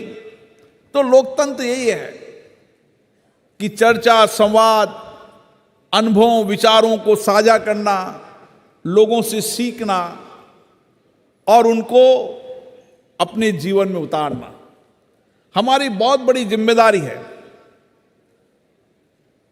जब जनता हमें चुनकर भेजती है तो जनता हमारे कार्यों का अनुसरण भी करती है। जनता हमारे हर कार्य पर निगरानी रखती है।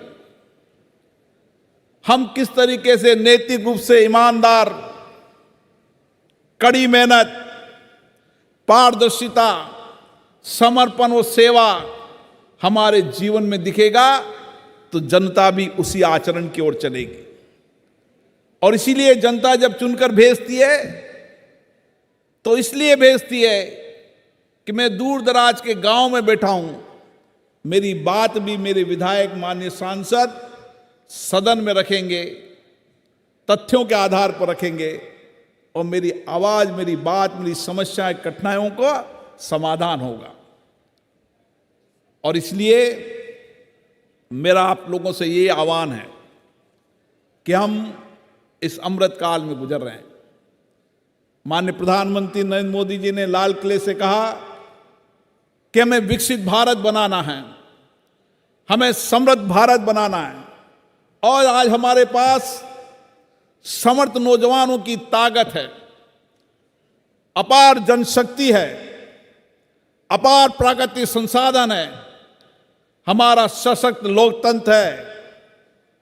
हमारे विचारों, हमारे संस्कारों के अंदर देश और राष्ट्र के प्रति समर्पण का भाव है।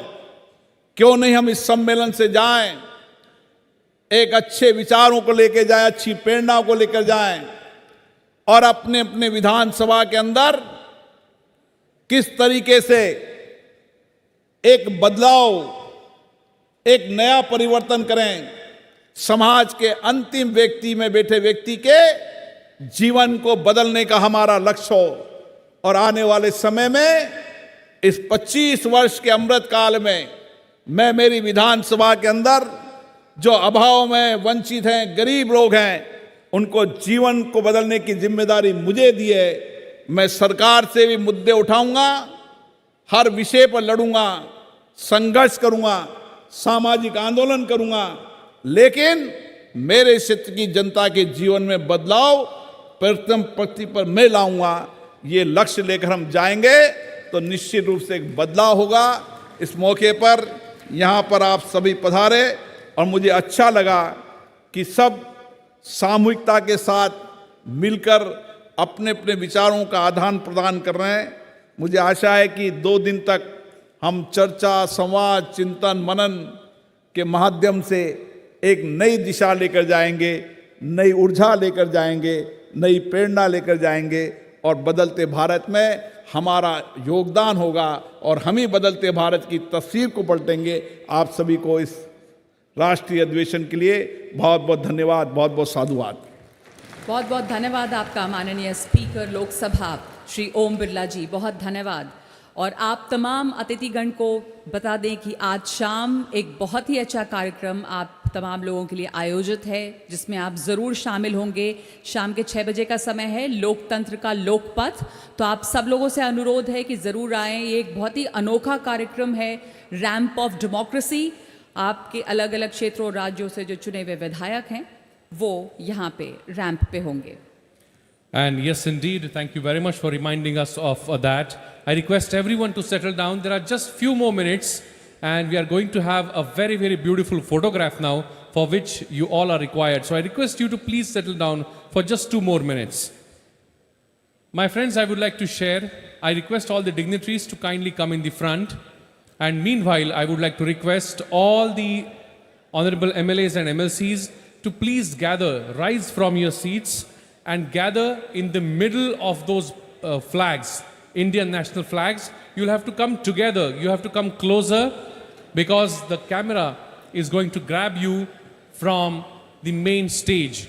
So I request everyone to come closer, please. Please come within the boundaries of the Indian national flag, which our student volunteers are holding. Anything beyond the line of those flags will not be captured in the camera.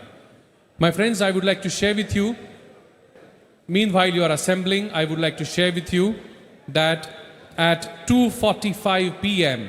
we are going to start with the parallel sessions.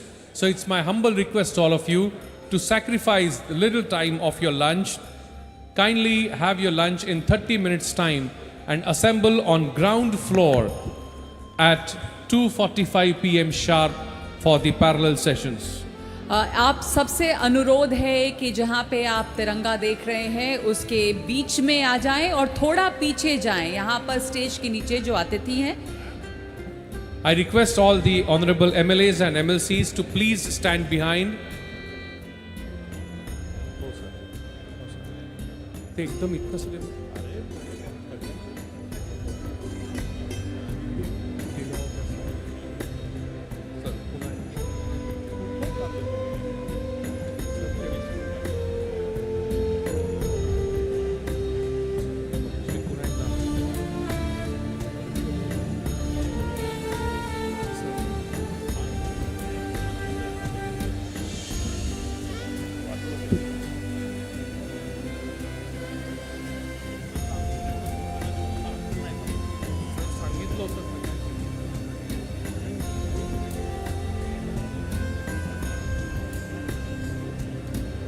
I request all the honorable MLAs and MLCs to please stand behind. The camera is capturing photograph from the top. So I request everyone to please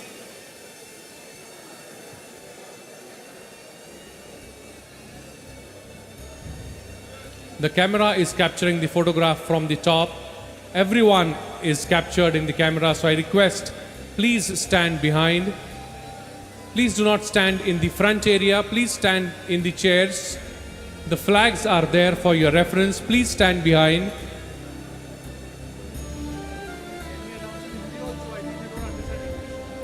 मैं सभी से विनती करूंगा कि वे पीछे चले जाएं। Camera ऊपर से आपका फोटोग्राफ ले रहा है। मैं सभी से विनती करूंगा कि वे फ्रंट एरिया में ना रुकें, वो थोड़ा पीछे चले जाएं।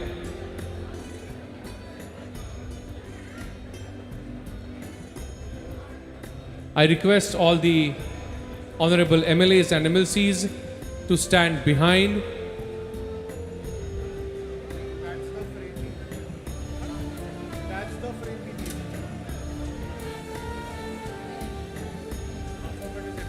Please look at the screens. The frame, there is a big frame, so please stand behind. It's a big frame which you can see on the screens. आप सबसे निवेदन है कि अपनी दोनों तरफ दाएं और बाएं स्क्रीन पे देखें, आपको उस फ्रेम के बीच में जाना है, तो आपसे Please आग्रह go है कि behind. थोड़ा पीछे, Please स्टेज पीछे से- चले जाएं. स्टेज से थोड़ा पीछे जाएं, स्टेज से थोड़ा पीछे जाएंगे तो आपकी बेहतर तस्वीर आएगी। बेहतर तस्वीर पीछे से आने वाली है। मैं सभी से अनुरोध करूंगा कि वे स्क्रीन्स पे देखें कैसे फोटो आ रही है। Please go behind, please don't stand in the clear area in the front, please stand behind. थोड़ा Please- पीछे जाएंगे तो तस्वीर अच्छी आएगी। और वो जो ड्रोन भी आप ऊपर देख रहे हैं वो आप तमाम लोगों को कैप्चर कर रहा है, ऊपर कैमरा लगा है, दोनों तरफ अपने स्क्रीन पे देखिए, वो तस्वीर आ रही है। तो थोड़ा पीछे जाएंगे, यहाँ सामने थोड़ा स्टेज पीछे के चले पास जाएं। जी बिल्कुल, thank you very much madam. I request everyone to please go behind, थोड़ा पीछे चले जाएं। स्क्रीन्स पे देखिए कैसी फोटो आपकी आ रही है। मैं सभी से विनती करूंगा कि वे पीछे चले जाएं, स्क्रीन्स पे देखें कैसे फोटो आ रही है आपकी। जी बिल्कुल। और आपके अपनी अपनी जो बेंचेस हैं, जो सीट्स हैं, उसके पीछे आप खड़े होंगे तो बहुत ही सुंदर तस्वीर आएगी। मैं सभी से विनती करूंगा कि अगर आप आगे खड़े हैं, स्टेज पे खड़े हैं, तो आपकी फोटो नहीं आ रही है।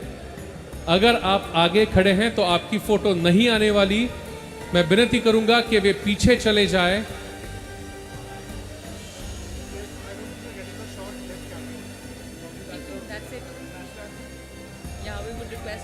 Two minutes. Everybody is assembling. I request everyone to please go behind.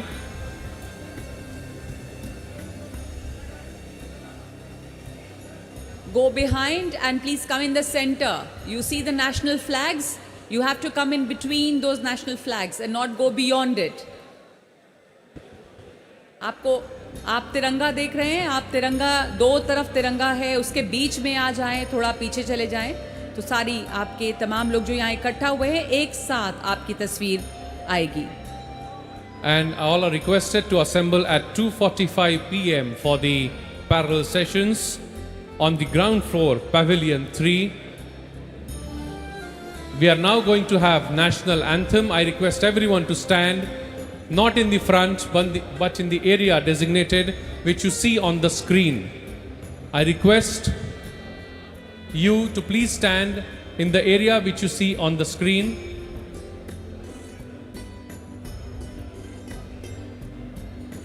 आप तमाम लोगों से अनुरोध है, रिक्वेस्ट है, आगे में जो लोग खड़े हैं उनसे भी कि आप प्लीज अपनी अपनी सीट्स पे चले जाएं। आप तमाम लोग प्लीज पीछे चले जाएं। समय है कि हम नेशनल एंथम के लिए खड़े हों, अपनी अपनी जगह पर जाके खड़े होंगे please. I now request everyone to rise in their seats for national anthem, and I request my technical team to kindly relay the national anthem.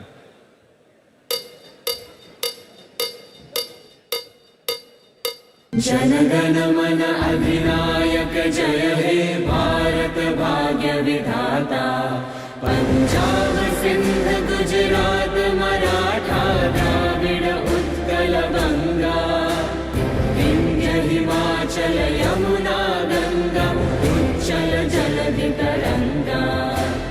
तव शुभ नामे जागे, तव शुभ आशीष मागे, गाहे तव जय गाथा।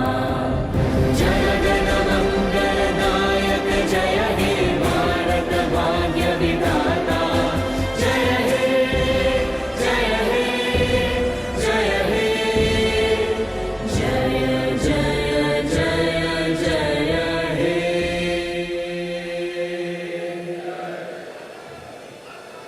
Thank you very much. Let's assemble back in 30 minutes time, not here but on the ground floor at Pavilion 3 for the parallel session. P1 to P5 are for stress management in public life. P6 to P10 are for instruments and impact of sustainable development. P11 to P15, the welfare schemes of uplifting the last person. P16 to P20, to embrace technology for economic welfare. P21 to P25, the commendable legislative practices.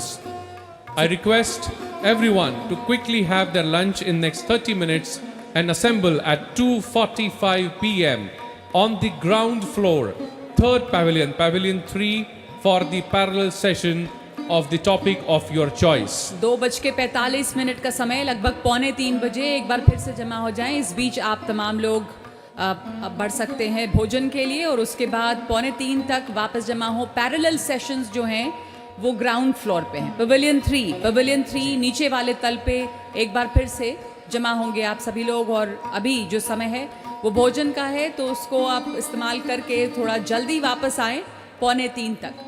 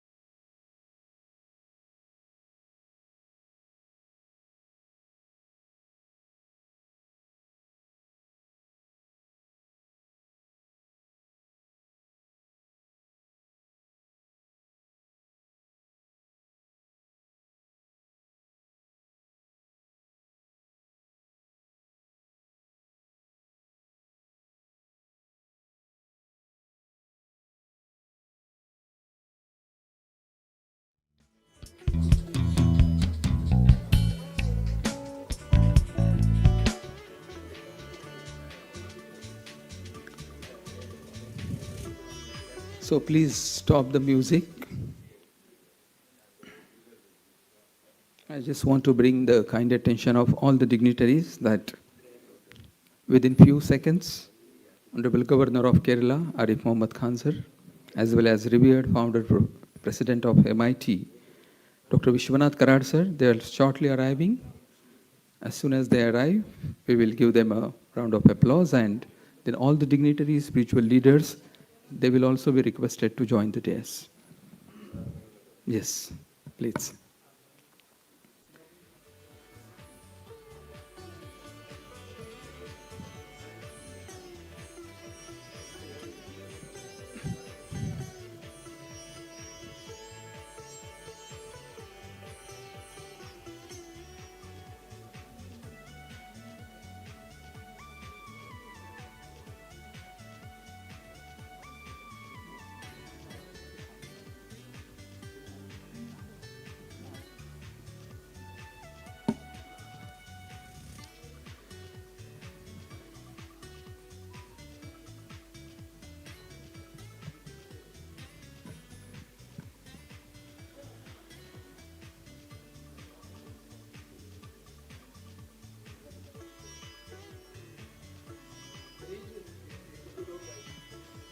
मैं ले लेता हूँ नहीं मैं भेजता हूँ because I can't live now this please मैं पक्का भेजूंगा आपको please trust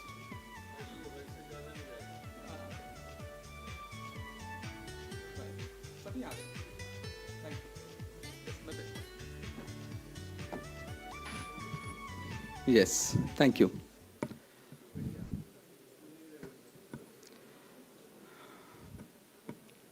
Please give them space so that they can put their trophies, mementos very fast. Please allow them the space. And please do your job very quickly, swiftly.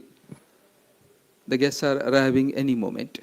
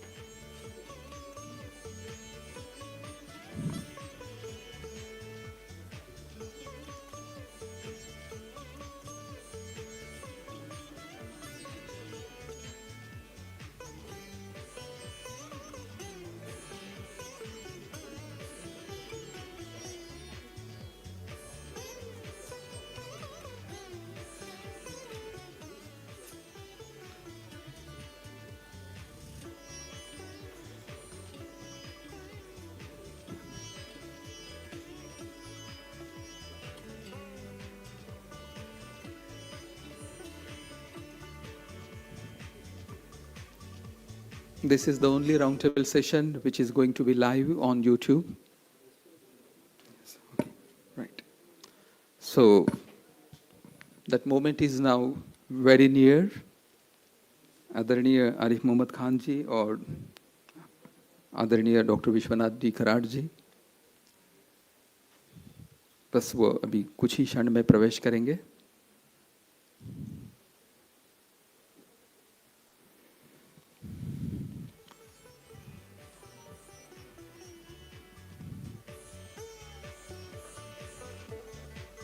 So please welcome Mahamahim, Adarniya Arif Mohammad Khan ji and Professor Dr.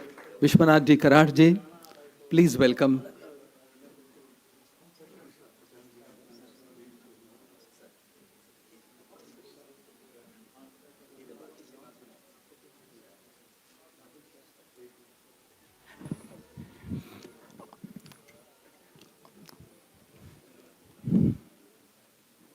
I also, yeah.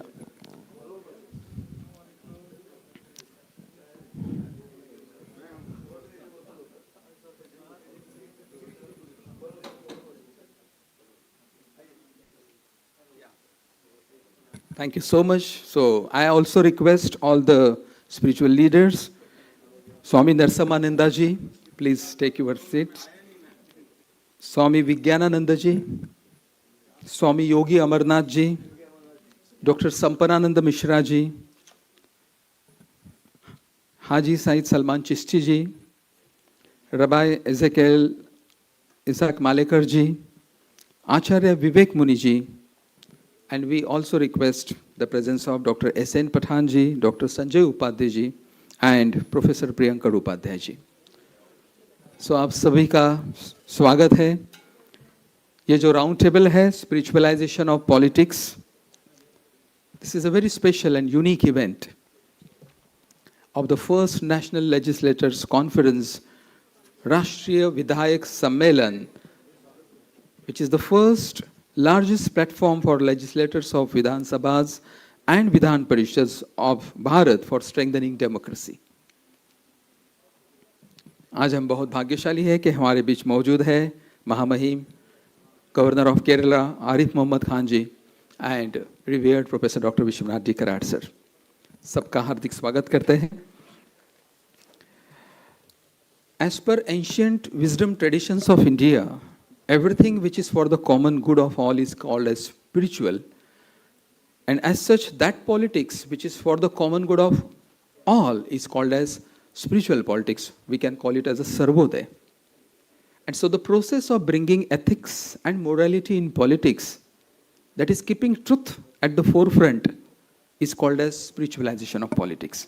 So आज हम इसी session में हमारे तमाम जो spiritual leaders हैं उनके ख्यालात और उनका मार्गदर्शन लेंगे, और हो सकता है कि ये जो उनका गाइडेंस है ये भारतीय राजनीति में मील का पत्थर साबित होगा. एज पर द ट्रेडिशंस, हम सबको, सभी अतिथियों को आग्रह करते हैं कि हम बेल ऑफ डेमोक्रेसी जो है उनका जय घोष करेंगे. उसके पश्चात हम तुरंत lighting of the lamp and then the program will continue. So सभी मान्यवरों से विनंती है कि वो बेल ऑफ डेमोक्रेसी के लिए आगे आएं.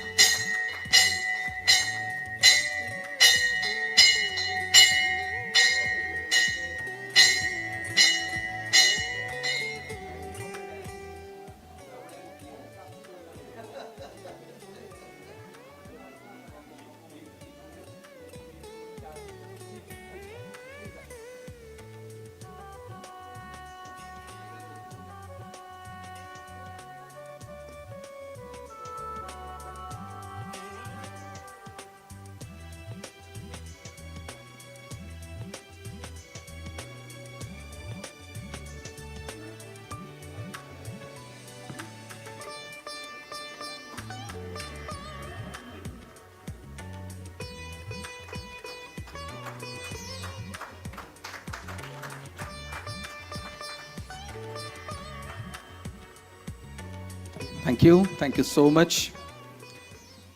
I request the Tantra team to get the lamp to the other side. Thank you.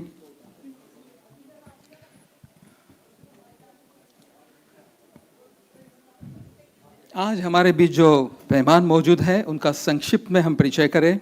हमारे बीच है महामहिम आदरणीय श्री आरिफ मोहम्मद खान जी, Honorable Governor of Kerala and former Cabinet Minister, Energy and Civil Aviation Minister, Government of India. We have revered Professor Dr. Vishwanath D. Karad ji, who is founder of MIT World Peace University and creator of the largest dome in the World Peace Dome. So please help me welcome with a huge round of applause. We do have the spiritual leaders of eminence, Swami Narsimhananda ji, who is a monk of Ramakrishna Math and Ramakrishna Mission, and Secretary of the Ramakrishna Mission Sevashram, Kozhikode, Kerala. We also have Swami Vijnanananda ji, who is the founder and global chairman of World Hindu Foundation and Joint Secretary, General Secretary of VHP. We also have Swami Yogi Amarnath ji, who is a renowned scholar and sadhak and founder of the Zero Meditation. We have Dr. Sampanananda Mishra ji, who is a Dean Culture and Director, Center for Human Sciences, Rishi University, Sonipat. We have Haji Saeed Salman Chishti Sahab. He is the Gaddi Nashin and Dargah of Ajmer Sharif and Chairman of Chishti Foundation of Ajmer, Rajasthan. We have Rabbi Isaac Malikarji, who is Honorary Secretary of the Judah Synagogue, New Delhi. We have Acharya Vivek Muniji, who is President of International Mahavir Jain Mission, New Delhi. And we have our own Dr. S.N. Pathanji, who is former Vice President of ICCR and former Vice Chancellor of Nagpur University. We have Dr. Sanjay Upadhyay, who is a motivational speaker and orator of and founder of Man Karare Prasanna. And we have Professor Dr. Priyankar Upadhyay, who is a chairholder of UNESCO Chair for Peace and Intercultural Understanding at Malviya Center, Banaras Hindu University. And we have Pandit Gadgir Sahab, who is a very young, 95-year-old only, a Sanatan Dharmi and Sanskrit scholar. Thank you so much for joining this Spiritualization of Politics Roundtable session. As per the tradition, we will begin. Yeah, please take your seats. Thank you so much. सभी विधायकों का स्वागत, सम्मान.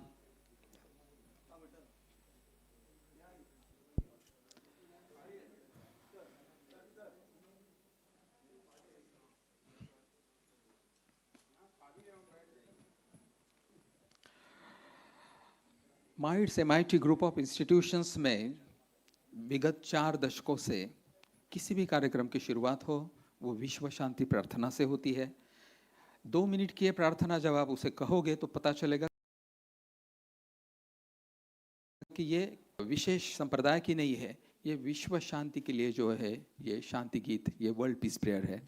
तो आप सबसे निवेदन है कि 2 मिनट के लिए अपनी जगह पर, स्थान पर कृपया खड़े हो जाइएगा, अपने हाथ जोड़िएगा और ये जो विश्व शांति प्रार्थना है उसमें तहे दिल से आप शामिल हो जाइएगा. Audio of the world peace prayer please.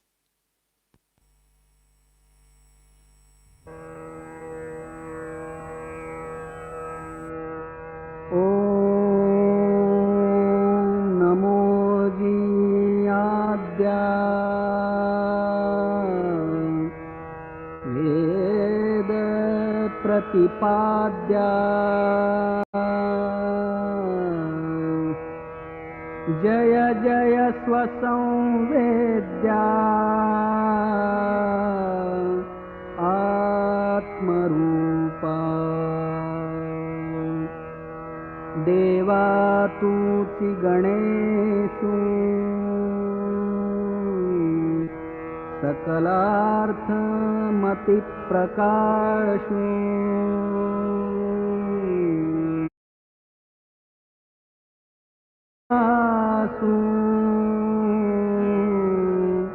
अवधारि गोदी गुरुर्ब्रह्मा गुरुर्विष्णु गुरुर्देवो महेश्वरः गुरु साक्षात् परब्रह्मा तस्मै श्री गुरवे नमः.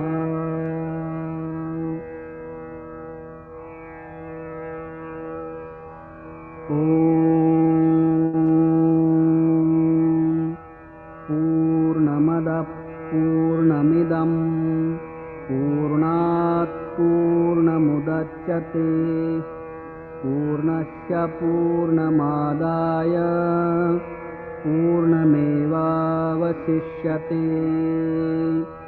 ॐ शान्ति शान्ति शान्तिः. धन्यवाद. Thank you. कृपया अपनी जगह पे पुनः स्थानापन्न हो जाएं. हमारी ऋषि परंपरा के अनुसार ऋषितुल्य मेहमान जब हमारे यहाँ पे पधारते हैं तो उनका हम स्वागत सम्मान भी करते हैं. तो स्वागत सम्मान के लिए मैं अपनी पूरी टीम को कहता हूँ कि प्लीज़ तैयार हो जाइए, सज्ज हो जाइए. सबसे पहले हम स्वागत सम्मान यहाँ पर करेंगे महामहिम गवर्नर ऑफ केरला आरिफ मोहम्मद खान जी का, और मैं रिक्वेस्ट करता हूँ revered professor doctor Vishwanath D Karad ji को कि वो इनका स्वागत करें। आरिफ मोहम्मद खान जी इनका स्वागत करें। इनको मैं रिक्वेस्ट करता हूँ कि श्रीमान आदित्य मोहम्मद खान जी इनका स्वागत करें। सो जोरदार तालियों से हम उनका अभिवादन करते हैं, स्वागत करते हैं। जोरदार तालियों से प्लीज।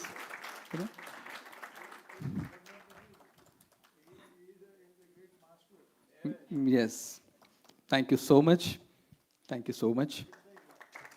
जोरदार तालियों से हम स्वागत करते हैं। Thank you so much. Yes yes, बहुत। अब हम स्वागत करना चाहेंगे कराड़ साहब, आप खड़े रहिएगा। आपका स्वागत है विज्ञानानंद जी।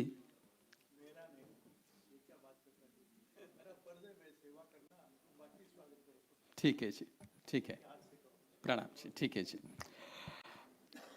हम स्वागत सम्मान करेंगे स्वामी विज्ञानानंद जी का संजय उपाध्याय साहब के। जैसा सर ने कहा है, संजय उपाध्याय साहब स्वामी विज्ञानानंद जी का स्वागत करते हैं।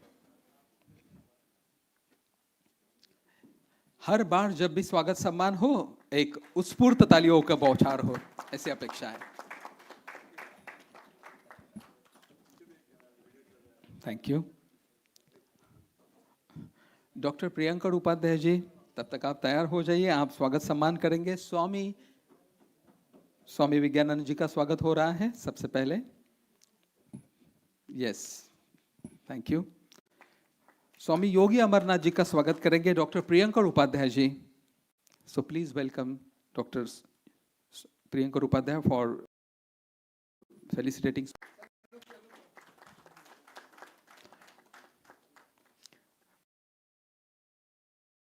प्रियंकर उपाध्याय कॉल।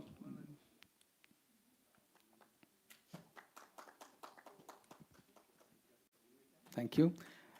उपाध्याय साहब, आचार्य विवेक मुनि जी को मैं रिक्वेस्ट करता हूं कि आप उनका स्वागत करिएगा प्लीज।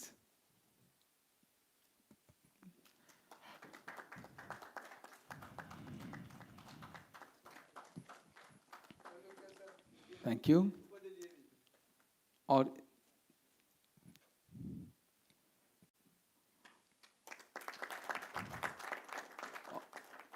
उपाध्याय जी, आपको पुनः रिक्वेस्ट करता हूं कि आप स्वागत करें स्वामी नरसिम्हानंद जी का। ये स्वामी नरसिम्हानंद जी, इनका स्वागत डॉक्टर प्रियंकर उपाध्याय जी के हाथों। और please get the memento as well.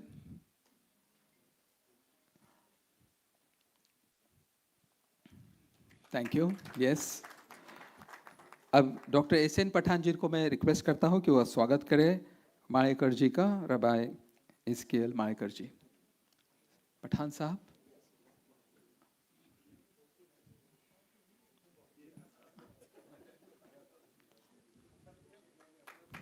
Thank you. Please get the memento as well very quickly. Yes.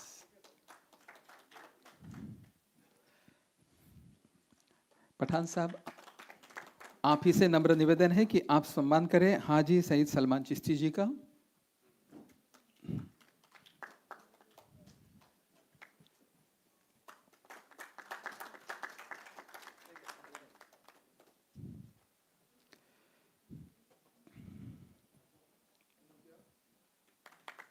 Thank you so much.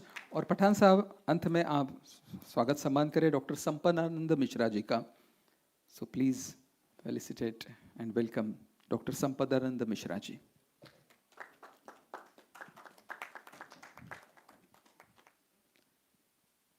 Please get the memento as well. Thank you so much. हमें खास एक विनती मिली है हाजी सईद सलमान चिश्ती साहब से। उन्होंने अजमेर की दरगाह से खास कराड़ साहब के लिए एक तोहफा और एक स्वागत सम्मान चाहते, वो उनका तो हाँ, यस।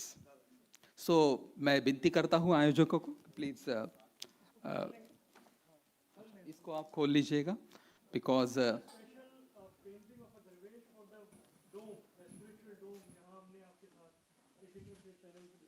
ये अच्छा, so you can use the mic, please, sir. Please get the mic on there, please. Yeah, thank you. Yes, it's on. We were honored to be in Pune at the MIT University at the भारतीय छात्र संसद. तो जब वहाँ पहली मर्तबा डोम में, उस वक्त हमने नियत करी थी ये खूबसूरत तोहफा आपको अजमेर शरीफ की तरफ से पेश करेंगे. जोरदार तालियों से आप स्वागत करिएगा.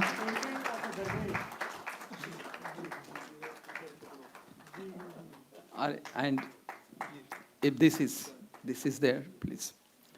चिश्ती साहब आपको ये भी या चिश्ती साहब ने जो वहाँ की जो चादर है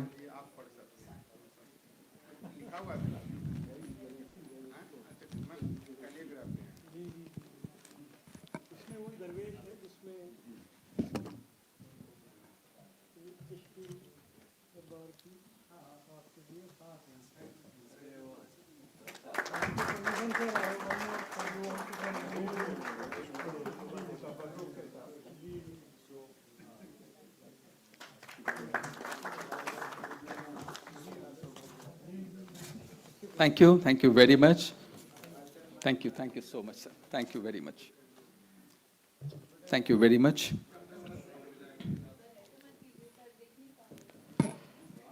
तो ये जो सेशन है राजनीति का आध्यात्मिकीकरण, हमारे भारत में हमने वो भी राजा देखे हैं जो आध्यात्मिक राजा थे, क्योंकि जब राजा जनक जैसा हो तो फिर अष्टावक्र का जो ज्ञान है वो समाज में फैल जाता है. तो इसी प्रकार से क्यों ना राजनीति में भी आध्यात्मिकरण हो, राजनीति में भी जो मूल्य है उसको सब सर्वोपरि रखा जाए.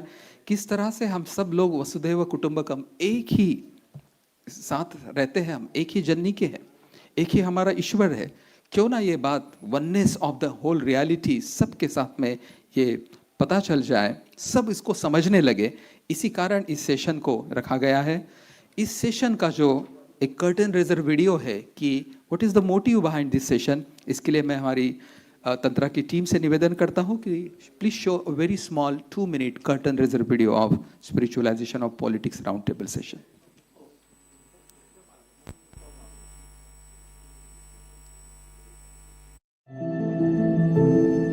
Welcome everyone to this exciting roundtable conference on the spiritualization of politics. Today, we are diving into a fascinating topic that explores how spirituality can positively influence the world of politics. So what exactly is spirituality? Let's take a trip back to ancient India, where a rich tradition of wisdom provides us with valuable insights.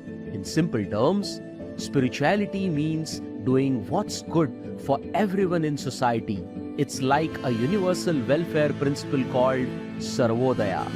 Now, how does spirituality relate to politics? Well, it brings a much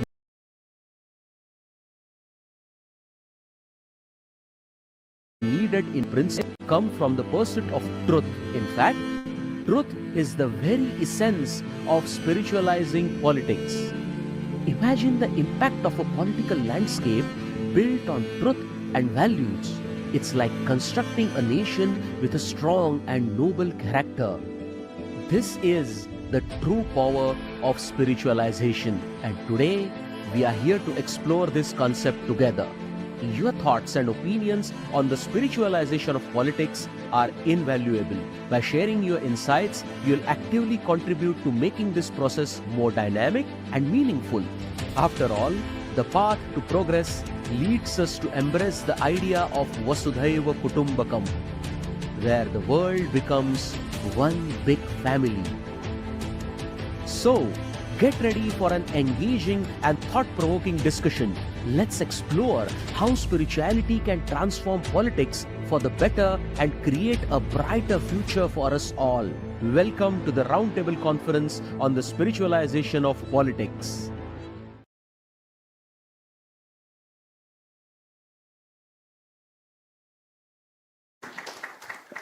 Breaking the ice video. So what actually is the session about? Mahamahim Governor of Kerala, वो तो आखिरी में because of the chief guest he will be speaking in depth about this topic. लेकिन फिर भी हम सम्मान से रिक्वेस्ट करते हैं कि to open the session for 2 minutes. अच्छा, please sir.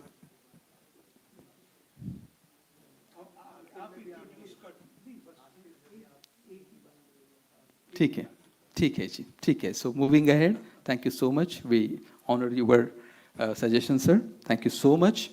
So there will be, in this session, there will be a panel. This panel will discuss about this topic of spiritualization politics.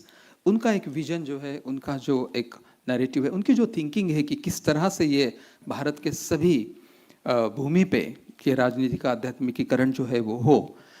और लेकिन उसके पूर्व आज जो व्यक्ति ने इस वसुधैव कुटुंबकम और हमारी जो एक वैल्यू बेस्ड यूनिवर्सल एजुकेशन, इसको शिक्षा के माध्यम से हर फैमिली में हर जगह पर किस तरह से जाए, इसका जो काम किया है revered professor doctor Vishwanath Karad साहब ने.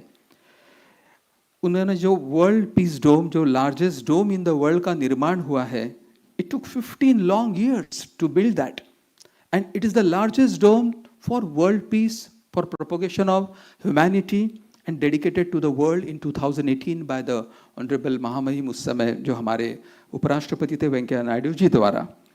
कराड़ साहब जो है वो MIT वर्ल्ड पीस यूनिवर्सिटी के फाउंडर प्रेसिडेंट है. He is also UNESCO chair for human rights, democracy and peace. और जीवन भर का उनका जो परसूट है वो है value based universal education for establishing a holistic peace loving society. और स्वामी विवेकानंद जी का जो विजन है कि union of science and religion oblique spirituality alone will bring harmony and peace to mankind, उसी का जयघोष और उसी के साथ वो कर्मयोगी कर्मठ तरीके से 40 साल से लगे हुए हैं. तो 2 मिनट में हम वर्ल्ड पीस डोम, जिसका आपने स्टॉल का भी हमारे जो लोकसभा के अध्यक्ष हैं ओम बिरला साहब ने आज उसका भी उद्घाटन किया, तो हम चाहते हैं कि हम सभी लोग 2 मिनट का ये जो वर्ल्ड पीस डोम का जो आस्वाद है उसे देख के समझे कि how that dome has come up for the humanity for peace. So I request Tantra team to play the video.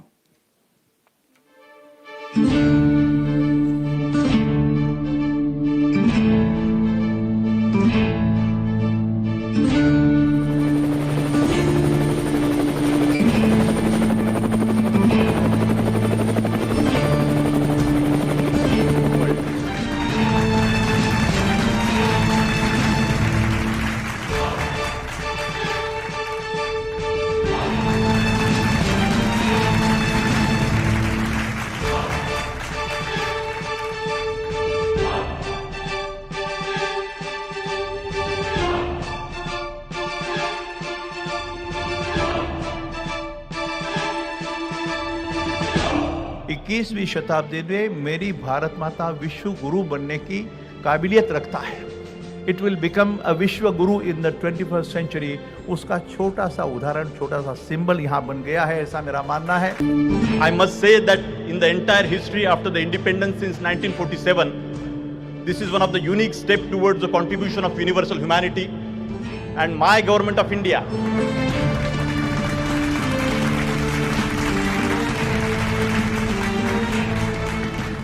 I appeal to the Vice President and Honorable Chief Minister to recognize this World Peace Dome as a structure of national and global importance and support to promote it in such a way that it evolves as one of the prominent tourism destinations of the world.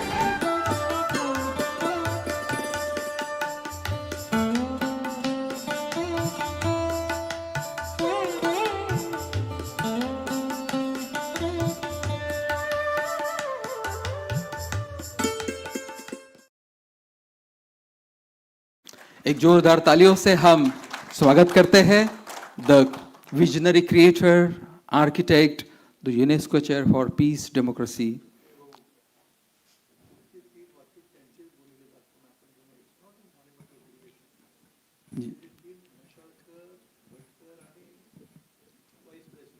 Yes. Right. So we'll play that video also. There is a, yes, we'll play that video, sir. First we will welcome, and sir, we will like you to break the session and please help us welcome. So मैं विनती करता हूँ कि revered professor doctor Vishwanath D Karad sir इस session को आप guide करिए and please please welcome with round of applause doctor Vishwanath Karad sir. हाँ जी,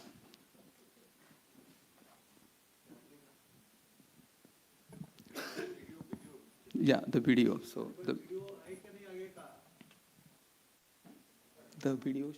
Yeah, I'll arrange the video, sir. Please, thank you. 3.51 video. Yes, आप कमान तब तक हम सब चाहेंगे.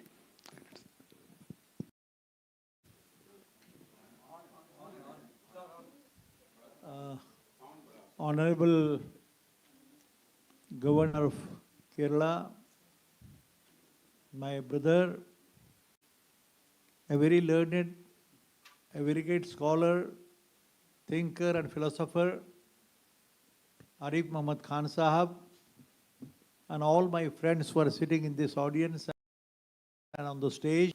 I can see them, unique, great people sitting here on the in the stage. But as I have been asked to speak only at the beginning, to set the role or the ball rolling on the very important and a very favorite subject of mine, the lifetime mission which has been taken in the year 1996, when I had organized the first Parliament of Science, Religion and Philosophy. It was a time of the 700th anniversary of Sanjeevan Samadhi of Jnaneshwara. 700 साल के बाद पहली being an engineer and being a man of science, ये दोनों का थोड़ा सा दिमाग होने के नाते I was asking the question to myself when I read the Einstein that time. And when I read that equation E equal to mc square, and then when I read some literature of the Sant Jnaneshwara and Sant Tukaram both, it was revealed to me for the first time.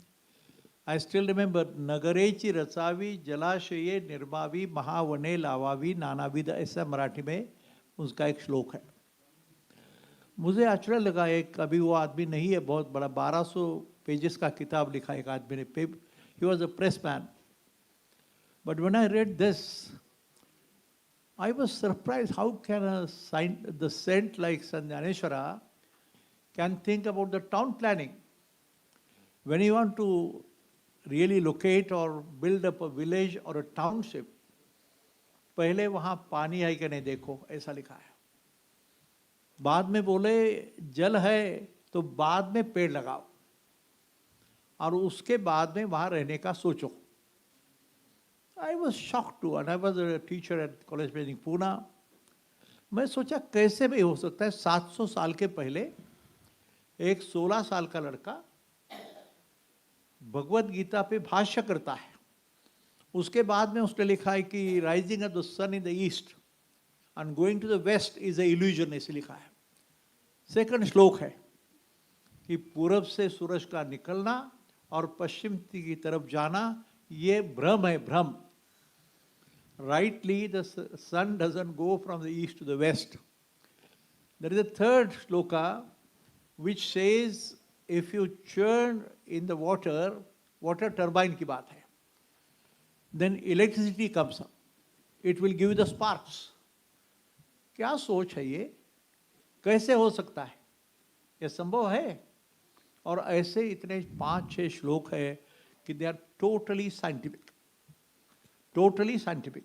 Not a single word is illogical, unscientific. And then मैं सोच रहा कि इतना बड़ा तो मैंने, that time I still remember, then when I read the Einstein and the Schrodinger and Penrose, they are great scientists of the world. They have been telling now to all of us, and being a man from education, being a teacher for 40 years, being the head of the university, the Schrodinger and Penrose, the great scientists of the world who are equally great like Einstein, they have written a sentence in the last 5-10 years' time. They say, अरे भाई पढ़ने वाले पढ़ाने वाले अभी ये चलने दो, engineering management, special management, British management, ये मैनेजमेंट ठीक है, बट ध्यान में रखना कि you have to establish the new schools of thought. क्या है? They have said that we please start the establishment of the schools of consciousness and reality. अंतिम सत्य क्या है?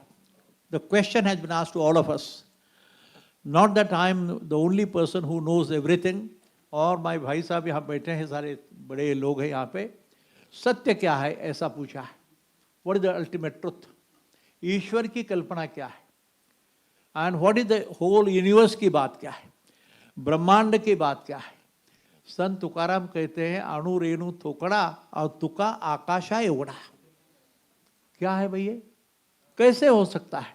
I am the smallest of the smallest of the small particle of the universe, but how it can encompass the entire universe. सारे विश्व को वो अपने कब्जे में ले सकता है. इतना सुंदर है, मैं इतना बोलूँगा आपको कि, लेकिन अभी पठान बैठा है यहाँ, मेरा दोस्त शाहबुद्दीन पठान. पूछो उसको भाई अल्लाह कौन है, प्रॉफिट मोहम्मद साहब का संदेशा क्या है, उसको पूछो कुरान क्या बोलता है, भगवत गीता क्या बोलती है. ये सारे धर्म ग्रंथ है, ये जीवन ग्रंथ है भाई. कैसे जीना और कैसे नहीं जीना सिखाता है, कैसे चलना है, कैसे जीवन में, how to live, how not to live. ये दोनों का चिंतन है. धर्म की बात है, ड्यूटी की बात है. एंड देन कुरान में जब लिखा है कि माँ के पाँव के तले जन्नत होती है और बाप जन्नत का दरवाजा, जन्नत यानी स्वर्गाची आपल्याकडची कल्पना है. वो लिखा है भाई, पढ़ो तो सही.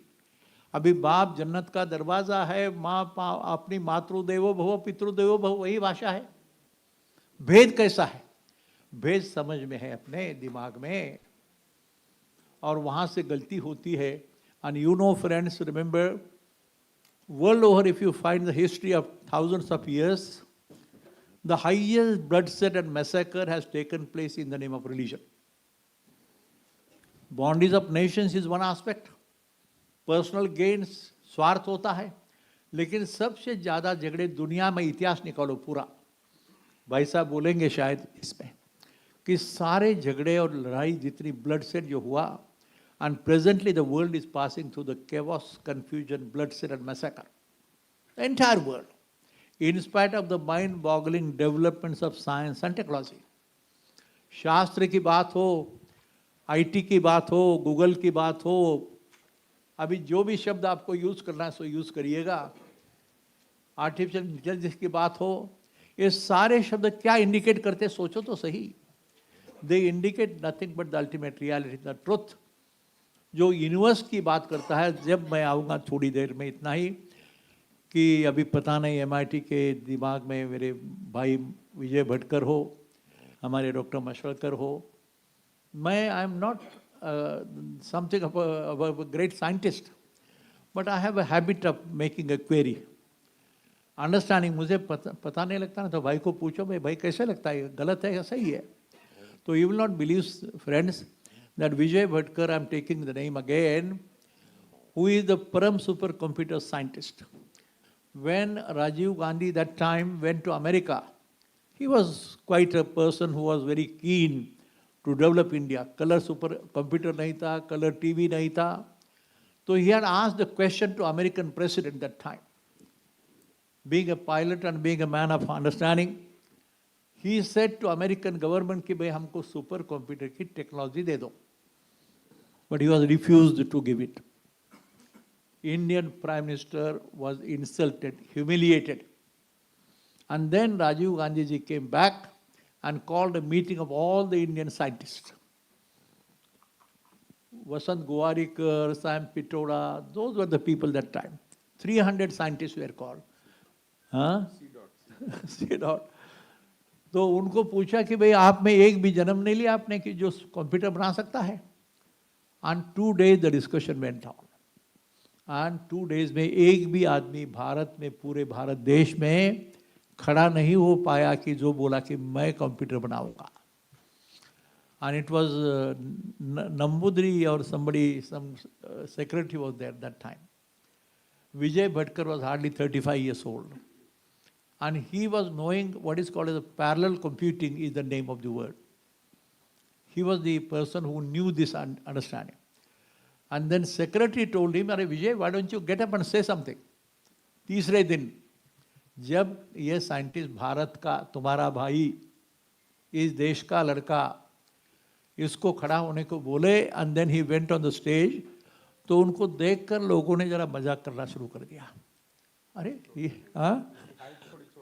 कद छोटी है, विश्वास नहीं लगता कि ये इतना बड़ा कंप्यूटर साइंटिस्ट हो सकता है। आज दुनिया में 18 डिजिट कंप्यूटर बोलते हैं उसको, it's the highest. China and America are the two nations which are competing for this superiority. Only two nations in the world. But much better and much bigger computer has been designed, devised by Mr. Vijay Bhatkar even now. And that time when Vijay Bhatkar was asked by some typical elderly people, so you are going to make a supercomputer? How much time it will take? 10 years? 20 years? Ridicule kar rahe the. And now is the lesson to learn. Vijay Bhatkar said, if you people sitting in the audience, if you do not disturb me and give me the freedom, I'll make the supercomputer within 2.5 years' time. And it was done. Sorry. Pranam sir. What a good luck. Honorable Sivraj Patil Sahab, welcome him. And possibly that time when the first supercomputer was developed by Vijay Bhatkar, when Rajiv Gandhi ji went to America for the supercomputing का बात है, DST के अभी minister थे ना, department of science and technology. तो बड़ी बात है कि ऐसे होता है भाई। आज भारत की स्थिति ऐसी है कि दुनिया में जितना भी ये माहौल चल रहा है सारा scientific development, the question is understanding of the essence and philosophy behind. What is this parliament of science, religion and philosophy? ये कैसे आता है? कभी पहले कभी हुआ था? 1996 in the name of Sant Jnaneshwara, and when I said philosopher Sant Jnaneshwara to Einstein, it was a very courageous statement on behalf of us. It was very difficult to make it challenge, but we had 9 parliaments world over on this very subject. And for the first time, men of science, men of religion, oblique spirituality, and men of philosophy came on the common stage. उसके पहले philosophers अलग, scientists अलग, and men of religion बोलते ही नहीं थे. Men of religion तो धर्म की बात होती है, छूत अछूत की बात होती है. So you will not believe it. Men of religion, men of philosophy, and men of science, they never came together on one common stage. But fortunately, through the guidance of all these people, and Dr. Surendra Barlinge, who was a man of philosophy from Nagpur, who was not a believer of God. Let me tell you, the beauty of my life is that Dr. Surendra Barlinge, sir, he was not a believer of God at all. And I am a complete believer. I do understand the essence and philosophy of all these aspects. So Barlinge, for 3 years, you will not believe it, for 3 years, I used to have a discussion, deliberation. घर में जाके उनके पाँव के करीब बैठना, chair पे वो बैठेंगे, और चर्चा क्या थी कि हमारे संत ज्ञानेश्वर फिलोसोफर है क्या नहीं, संत तुकाराम फिलोसोफर है क्या नहीं, Aristotle, Socrates, Plato, Kant, Hegel, Spinoza, big list. I said, who decided them to be philosophers? देश जो राजा राज्य करता है ना, the ruler, he decides किसको क्या बोलना वो तय करता है. तो आपको तो मालूम है कि क्या हुआ, कैसे हुआ. So all these great philosophers of the world, but in that list there was not a single name from India. No Jnaneshwara, no Purandar Das, Kanak Das, Guru Nanak, किसको भी philosopher नहीं बोलते थे. तो वही बात थी, और उसके लिए 96 के पहले जब ये परिषद हुई, तो that time Dr. Barlinge had organized one national philosophers meet. तो वो सब लोगों को मैं लेके 3 बस 4 बस किए और आनंदी लेके गया. और आनंदी के संत ज्ञानेश्वर के समाधि पे सबको बैठने के बाद मैंने पूछा, do you believe that Sant Dnyaneshwar is a philosopher और नॉट? तो बार्लिंग ये बोलते अरे वो धर्म का बात करता है, और जो धार्मिक है उसको दुनिया में साइंटिफिक नहीं बोलते। मैं बोला कौन तय करता है? तो वही राजा करता है। And then you will not believe, I requested Barlinge, doctor Madhavrao Suryavanshi was the chairman of MPSC Maharashtra State, a very great scientist again, but a believer of all these religious books. And then बात ऐसी हुई कि we said, sir, can we organize a world parliament? He said, world philosophers meet. तो बार्लिंगे बोले तो पागल हो गया क्या, पैसा कहाँ से आएगा? मैं बोला आएगा भाई, कहाँ से? MIT की शुरुआत थी, जस्ट वी हैड स्टार्टेड। मैं सल 600 रुपये मेरा पगार था, और बाकी तो क्या था क्या नहीं छोड़ो। लेकिन we declare that we will have a world philosophers meet, but उसको मैंने जोड़ दिया world parliament of science, religion and philosophy. And then 700 delegates from the world over, from China to Russia to America to all the nations in the Middle East, the India, Pakistan, everybody from Pakistan, where the people, 700 delegates came. E.C.G. Sudarshan was one of the great scientists from America. Then Christ Nobel, the grand nephew of Alfred Nobel, and everybody came, and the conference went on for 7 long days. 7 दिन परिषद चली, deliberation, discussion, every aspect was discussed. Whether there is a God, whether this religion is true, that religion is true, and finally it was, वो भी खान थे, आपको ध्यान में होगा, दिल्ली में, Maulana Wahiduddin Khan, a very great Islamic scholar from Delhi. That time also he was more than 85. And he was the person finally in the last concluding session. Ye Khan Sahab, he had a very wonderful voice culture. Wonderful voice culture. Akashvani, P.N. Haksar was one person, and Wahiduddin Khan another person. And when he declared, in the only 5 minutes he spoke, and he said, I declare, and I want you to know, every one of you sitting here from the world over, that Sant Jnaneshwara was one of the greatest philosophers of the earth. और रोने लगे खान साहब, बहुत बड़ी मजा, 3000 लोग थे, almost half the people were in tears. And then he said, there is no one in the whole world, from the men of science or religion and philosophy, no one can think so deeply about the scientific aspect of the religious concepts and the spirituality. अध्यात्म शास्त्र की वैज्ञानिक प्रयोगशाला बनी है। ये मिलिंद बोला बड़ा है, मैंने क्या कहा, किसने किया भाई? I'm a mechanical engineer, but there is no architect, no planner, no designer, no crane was used, no builder was employed, very village workers were employed. And I used to give just a circle and give the dimensions, and हो गया भाई, 11 साल लगे। पैसा कहाँ से आया? मेरा तो नहीं था, समाज का ही पैसा था, हमारे स्टूडेंट्स हो या पेरेंट्स हो, बट ये बन गया। और बाद में पता लगा कि Saint Peter's is the biggest dome in the whole world. The Britishers were very keen that no one should be build such bigger than this. उसका डायमीटर है 136 फीट। बिसे नाम का मेरा स्टूडेंट है, मेरे साथ होता था, उसने गूगल पे वगैरह देखा, तो बाद में पता लगा। मैंने शुरू में विचार किया था कि प्रेयर हॉल बनाना था मुझे, पहले सोचा 90 फीट डायमीटर, देन 110, 120, 130, 140, और एक रस्सी लेके हम घूम रहे थे। गेहूं का फील्ड था, मार्च महीना था, कड़ी धूप थी, और वो रस्सी लेके घूम रहे थे कि कोई अटकाव नहीं आता है। And then I took it as 160 feet diameter. तो लोग बोले क्या पागल है क्या तू, 160 फीट डायमीटर का डोम बन सकता है? कौन बनाएगा, कैसे बनाएंगे, कंक्रीटिंग कैसे होगा, कितने पिलर्स होंगे? सब 1-2 मिनट। ये बहुत कॉमन सेंस की बात है मेरे लिए, मेरे दोस्तों के लिए, इसको दिमाग नहीं लगता है। It requires a very simple common sense. और 10-11 साल के बाद पता लगा कि this is bigger than Saint Peter's dome.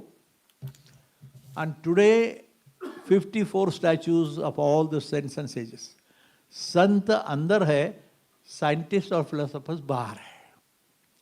24 scientist जो है ना वो बाहर है, लेकिन अंदर डोम में गोलमेज परिषद हो रही भाई।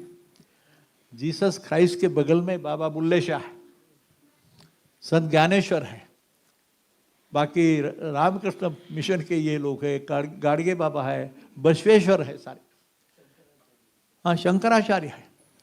तो क्या बात करते भाई, पूछा कि आपका धर्म क्या कहता है, बताओ हमको कैसे जीना और कैसे नहीं जीना सिखाता है। तो कुरान की बात हो, पुराण की बात हो, तो विश्व तीर्थ हिंदू परिषद के, विश्व हिंदू परिषद के संस्थापक बड़ी प्यार थी। उस दिन मोदी साहब के साथ मीटिंग था उनका, दोपहर 1:30 बजे, तो भी हरिद्वार से निकलकर सुबह 8 बजे पहुंचे कैंपस पर। और उस दिन वो बोले आज कुरान और पुराण एक हो गया। वाह, वेद क्या है, कुरान का चिंतन तो करो। मैं दर्शे कुरान होता ना वैसा पठान, ये पठान बोलेगा आपको कि आपने ज्ञानेश्वरी होती है, गाथा होती है, रामायण लगाते हैं, सारे धर्म ग्रंथ का प्रवचन होता है 7 दिन। इस्लाम में क्यों प्रवचन नहीं होता ऐसा? इस्लाम तो कुरान वाले पढ़ते हैं। मैंने पूछा तो ये पठान मेरा दोस्त है, खड़े रहो भाई देखने दो। ये शहाबुद्दीन पठान बड़ा गरीबी से आया, रोटी नहीं थी खाने को भी, वाइस चांसलर बना, डायरेक्टर बना, शाम को पत्थर की घड़ाई करके बेचना उसको एक खड़े को, और दिन 8 आना कुछ आता था उसकी ज्वार लाने का, पिसाई करके लाने का, और रात 8:30-9 बजे के तो रोटी मिलती थी। ये ICCR का वाइस प्रेसिडेंट बन गया, गवर्नमेंट ऑफ इंडिया का, लेकिन बड़ा नेक और सीधा, great scientist, but at the same time the very unique analysis which we are discussing here. और जिसमें मैं इतना अभी कहूँगा इतना ही कि बड़ी लंबी छोटी छोटी बातें हैं, ये बन जाता है भाई, ये इवॉल्व हुआ है, ये बनाया नहीं। आप जाके देखो तो सही, अमेरिकन पीपल के सॉल्ट लेक सिटी में मेरा भाषण हुआ था, I don't know what number it was, but Chicago में जो पार्लियामेंट हुआ विवेकानंद का, उसके बाद में उस सीरीज का पार्लियामेंट था, and I was one of the key note speakers. आप विश्वास नहीं करेंगे, हाँ अभी 1000-2000 लोग होंगे। The total audience was 10,000 people, pin drop silence, and some or the other I was given only 10 minutes। तो ऐसे था, तो 10 मिनट में इतना प्रभाव हो गया कि सारे लोग 2-2.5 मिनट तालियां तालियां। मैं अभी पूछा कि तालियां क्यों नहीं बजाते भाई आप, इनकरेज करो, अपना भाई खड़ा है, ये बोलेंगे मैं बोलूँगा। तो वहाँ पे मैंने अनुभव किया, और एक स्टेडियम वहाँ थिएटर बनाया है, ये छोड़ो 20,000 सीट्स है उसमें, और नो सपोर्ट। ये जो कम्युनिटी है क्या, सॉल्ट लेक मॉर्मन कम्युनिटी के लोग हैं, ये सारे मेरिडियन ग्रुप उनका है। मैं क्यों बता रहा हूँ कि दुनिया में इतने बड़े लोग कई काम करते हैं, लेकिन धागा एक है, सूत्र एक है, जीवन की दिशा एक है, लेकिन अनपढ़ हो गए, स्वार्थी हो गए। और मैंने जब बोला कि स्पिरिचुअली ओरिएंटेड साइंटिफिक लेबोरेटरी है ये प्रयोगशाला, ये प्रयोगशाला जीवन की दिशा देने के लिए। और अभी कोरोना के बैकग्राउंड पे जो हुआ है, उसके बाद थोड़ी अकल आ गई हमको कि लोग मानने लगे कि कोई तो है भाई गड़बड़, ईश्वर नाम की चीज़ है, कोई भगवान कहता है, कोई और कुछ कहता है, नाम अलग है। मेरा नाम विश्वनाथ है, आपका नाम क्या है? विज्ञानानंद। ये अपने माँ बाप ने दिया भाई, मुझे और कुछ कहते तो क्या फर्क होता है? क्या आपका नाम क्या है बोलो? प्रियंकर। ये सारे नाम, शिवराज पाटिल बेटे, आरिफ भाई बेटा है, ये तो नाम अपने माँ बाप ने दिया है भाई। और भी कुछ मिलता तो इसमें बदलाव नहीं आता। तो ये बातें छोटी छोटी, इतना सुंदर चिंतन है, आपको मैं बताऊं। ज्ञानेश्वरी हो, गाथा हो, पुराण हो, कुरान हो, इसके पीछे जो फिलॉसफी है, इसके पीछे जो साइंटिफिक बेस है उसका, वो अल्टीमेट रियलिटी का है। चैतन्य स्वरूप ऐसा शब्द है उसके लिए, चिद विलास ऐसा शब्द है। अभी काशी बनारस में आपका भाषण छप गया, अभी इतना सुंदर है, सुनने लायक है। आज के मेहमान सारे लोग इतने बड़े हैं आप, लेकिन ये मेरा भाई आरिफ मोहम्मद खान जो गवर्नर साहब है, लेकिन मानते नहीं, घमंड नहीं गवर्नरशिप की। ये नम्रता बोलते, नम्र झाला भूता त्याने कोंडिले अनंता, विनम्रता, घमंड आती है तो मजा नहीं, कितना भी पैसा हो, कितनी बड़ी बिल्डिंग हो, जो भी हो, यही सीखने का ये प्रयास है भाई साहब। और मैं यही बोलता हूँ कि मेरी आपको अपील है कि ये संस्था का ये जरा देखो, देखना, उसके बाद समझना, और उसके बाद अनुभूति का विषय होता है। एक्सपीरियंस द ट्रुथ, उसके सिवा पता नहीं लगता।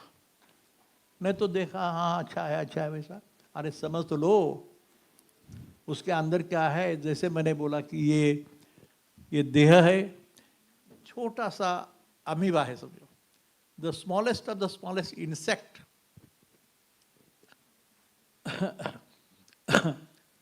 द इंसेक्ट, उसको भी बॉडी तो है, देह है, ब्रेन भी है, बुद्धि है, लेकिन दूसरी तरफ आत्मा और मन है। अपनी एजुकेशन में आत्मा और मन की सोच नहीं रही, ऐसी बात है। That is modern education. वहाँ गलती हुई और आत्मा का स्वरूप, मन की केमिस्ट्री समझने का यह प्रयास है जो अपने ये अध्यात्म शास्त्र से माध्यम से जाता है। अध्यात्म शास्त्र की वैज्ञानिक प्रयोगशाला ये डोम है। धन्यवाद। Thank you so much. जोरदार तालियों से हम करार साहब को अभिवादन करते हैं। Thank you so much. The passion, the fires, एकम सत विप्रा बहुधा वदंती। The truth is one, but the all the learned people call it by very different names. और यही वहाँ पर जो डोम में जो सर ने बनाया है, no architect, no crane, no machines, and just single-handedly with the very small village people in 11-12 years continuous. So thank you so much sir for this. हमारे महामहिम जो है गवर्नर ऑफ केरला, उनकी 6 बजे फ्लाइट है, ऐसा मुझे उनके ऑफिस से पता चला है। इसके कारण we are going to have the constraint of the time. So I will request all the now spiritual leaders who will be participating in the panel discussion on spiritualization of politics. So हम उनसे विनती करेंगे कि we will speak very briefly for 3 to 4 minutes about their vision, about their idea, how this concept of politics can be spiritualized for the greater good of the society. उससे पूर्व हम स्वागत करते हैं फॉर्मर लोकसभा स्पीकर माननीय श्री चेरराज पाटिल जी का। एक जोरदार तालियों के साथ अब उनका स्वागत करेंगे। हम स्वागत करते हैं सोमनाथ भारती जी का। थैंक यू सो मच जी। और स्वागत करते हैं सभी हमारे जो विधायक हैं उनका। सबसे पहले मैं निमंत्रित करता हूँ, बड़े संक्षिप्त में अपने विचार इस पर रखना है, स्वामी नरसिम्हानंद जी को, जो कि सेक्रेटरी है रामकृष्ण मिशन सेवाश्रम कोझिकोड केरला से। अब वहीं से everything is on. Thank you.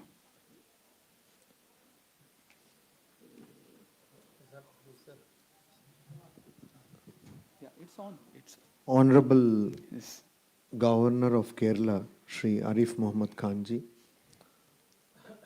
the founder of MIT University, Dr. Vishwanath Karad ji, Swami Vigyananand ji, Swami Yogi Amarnath ji, Dr. Sampadanand Mishra ji, Haji Sayyid Salman Chishti ji, Rabbi Ezekiel Isaac Malekar ji, Acharya Vivek Muni ji, Dr. Pathan ji, Sanjay Upadhyay ji, Priyankar Upadhyay ji, Shri Vaj Patil ji, all the other legislators present here. Spiritualization of politics, some would say they might not go together, but in the tradition of India, Swami Vivekananda said, up India and conquer the world with your spirituality. Bharatvarsh की जो परंपरा है वो आध्यात्मिक परंपरा है। स्वामी विवेकानंद जब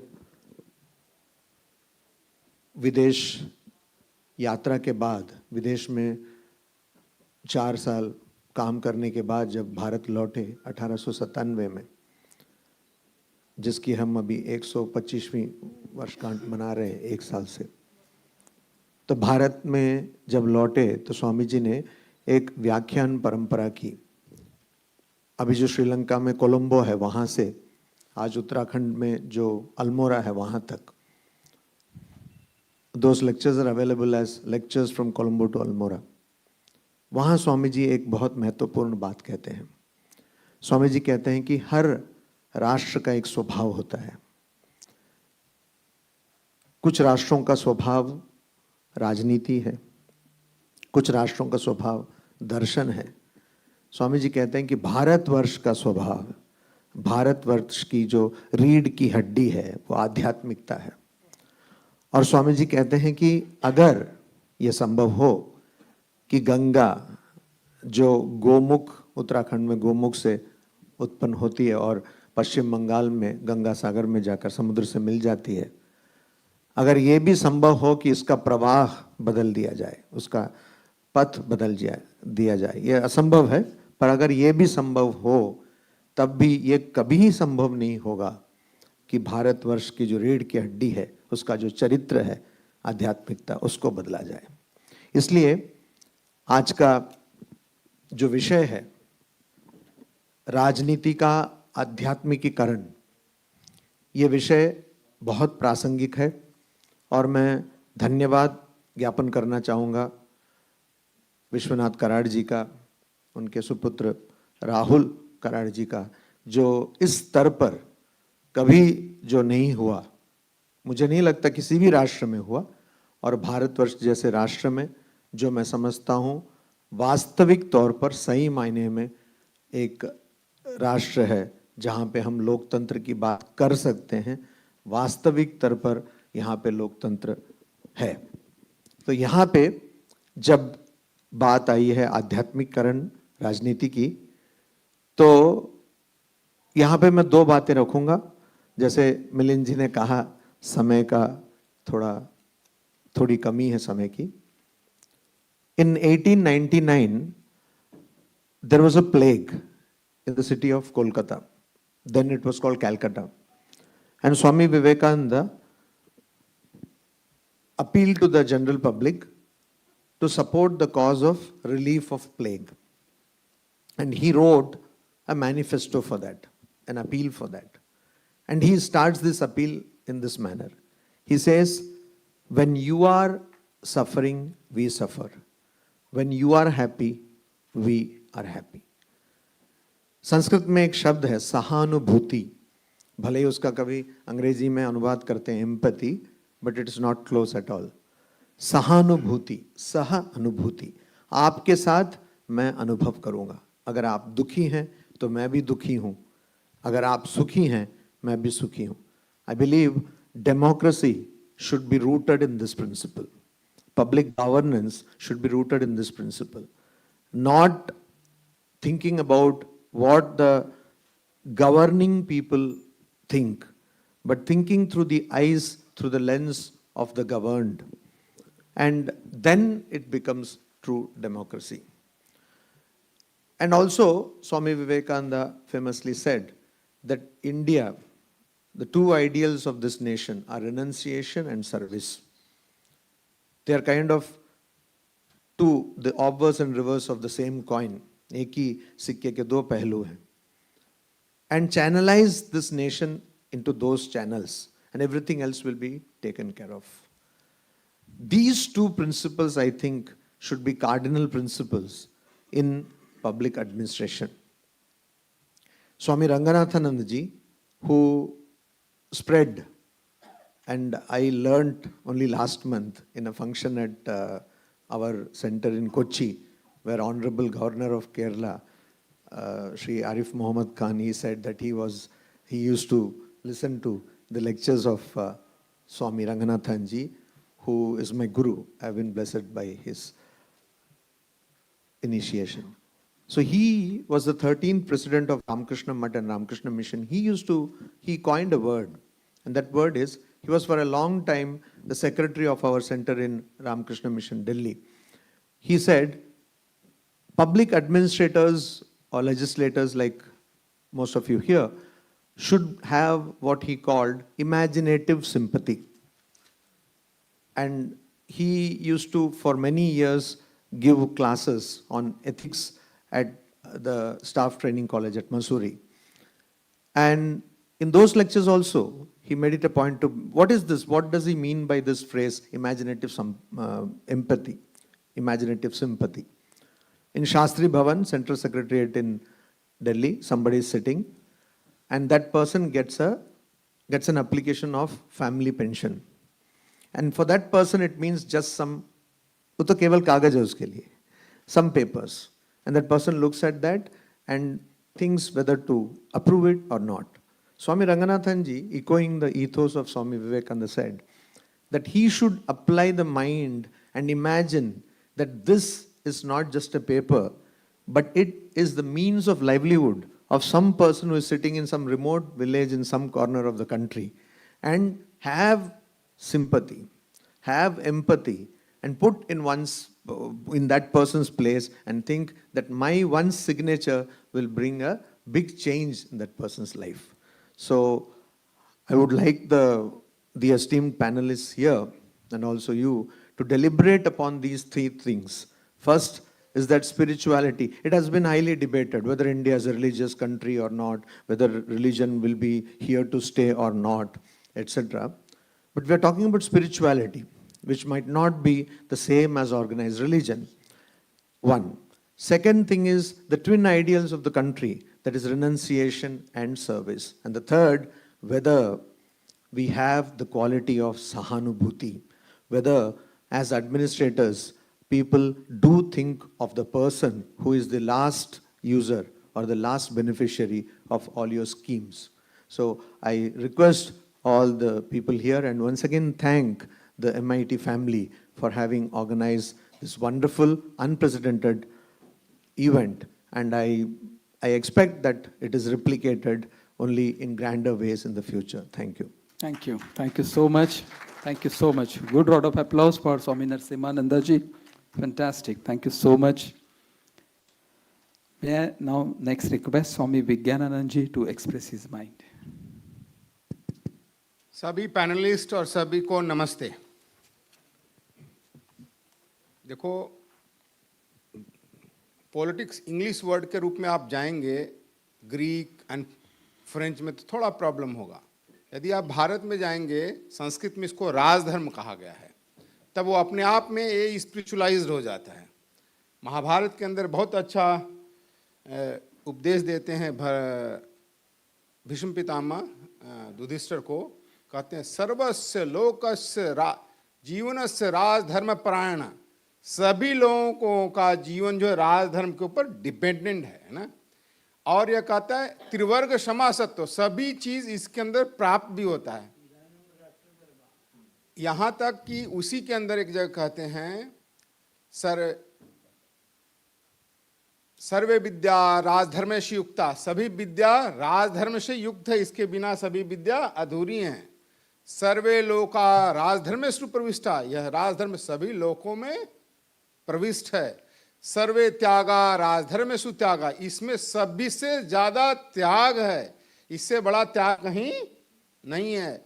फिर उसके आगे यहाँ सभी में दीक्षा, सब सर्वे दीक्षा, सबसे ज्यादा संकल्प जो हम आप समाज को भला करने के लिए करते इसके अंदर ही है।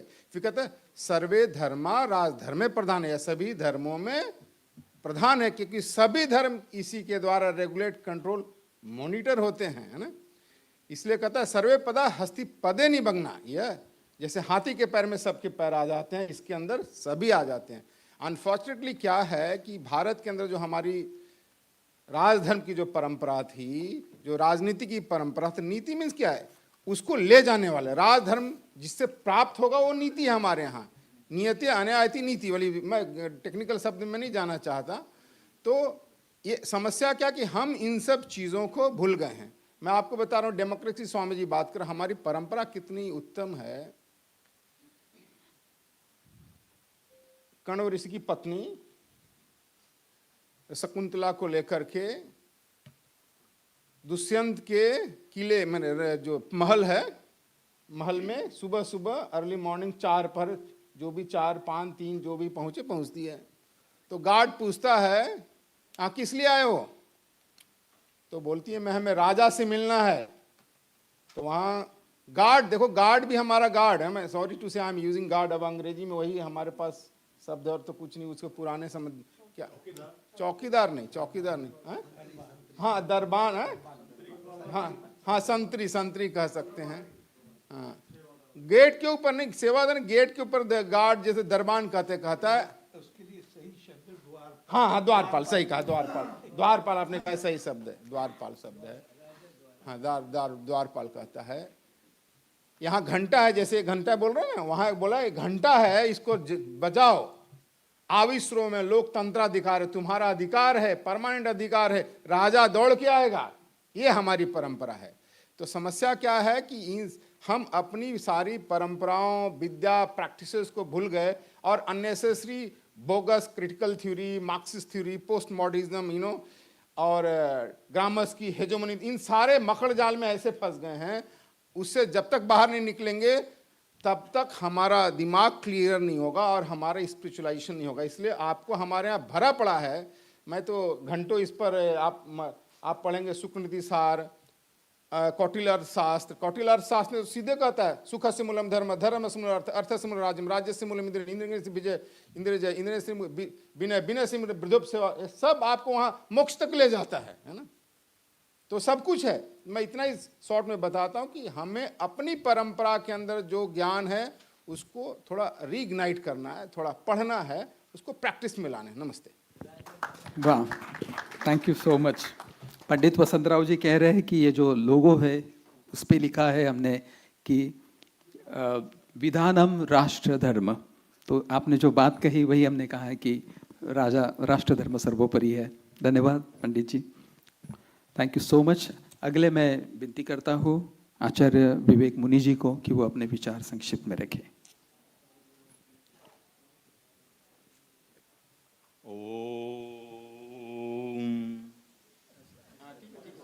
शुरू है।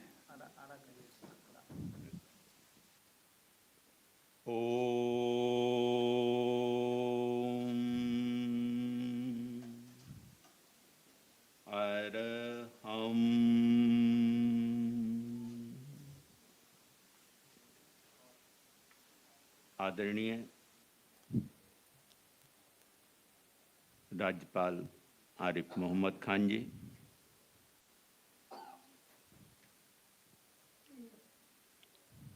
सभी धर्मों के धर्माचार्यगण,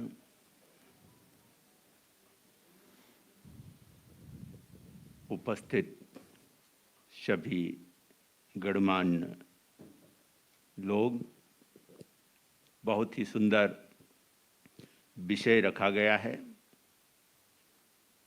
राजनीति का अध्यात्मीकरण।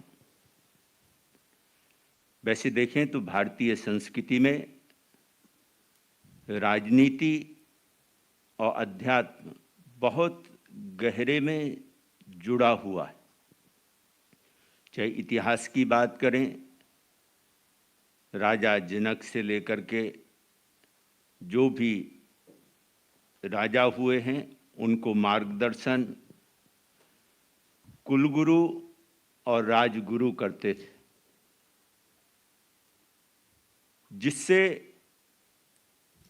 क्योंकि गुरु जो होते हैं या धर्म अध्यात्म की जो शिक्षा है वो पूरी मानवता के लिए, पूरे प्राणी मात्र की भलाई के लिए, कल्याण के लिए, और राज सत्ता पर, राजनीति पर जो भी पार्टियां या जो भी राजा होता है उसकी जिम्मेवारी होती है, उसका कर्तव्य होता है कि प्रजा की जो आवश्यकताएं हैं, जो जरूरतें हैं, वो पूरी हों बिना भेदभाव के। क्योंकि धर्म और अध्यात्म हमें भेदभावों से मुक्त करता है और अपनी तरह ही सभी जीवात्माओं को, सभी लोगों को देखने की दृष्टि और नजर देता है। और यही जो सोच है, यह जो विचार है, यह जो भावना है, यह जो नेता लोग हैं, जो नेतृत्व करते हैं जनता का, जनता के प्रतिनिधि हैं, उनको विशेष रूप से ये एहसास होना चाहिए, ये पता होना चाहिए और ये अंदर से एक दिली भावना होनी चाहिए कि मुझे भेदभावों से ऊपर उठ करके जो मानव की जरूरत है उसे पूरा करना है। जरूरत क्या है अगर देखें तो 6 जरूरतें हर मानव की हैं। रोटी, कपड़ा, मकान, शिक्षा, आरोग्य और आजीविका। ये 6 सभी की जरूरतें हैं। इसके बिना कोई भी जीव, कोई भी मनुष्य रह नहीं सकता। तो ये हमें जो भी शासन में, सत्ता में हैं राजनीतिज्ञ लोग, उनको ये सुविधाएं देनी होती। लेकिन अध्यात्म हमें क्या देता है?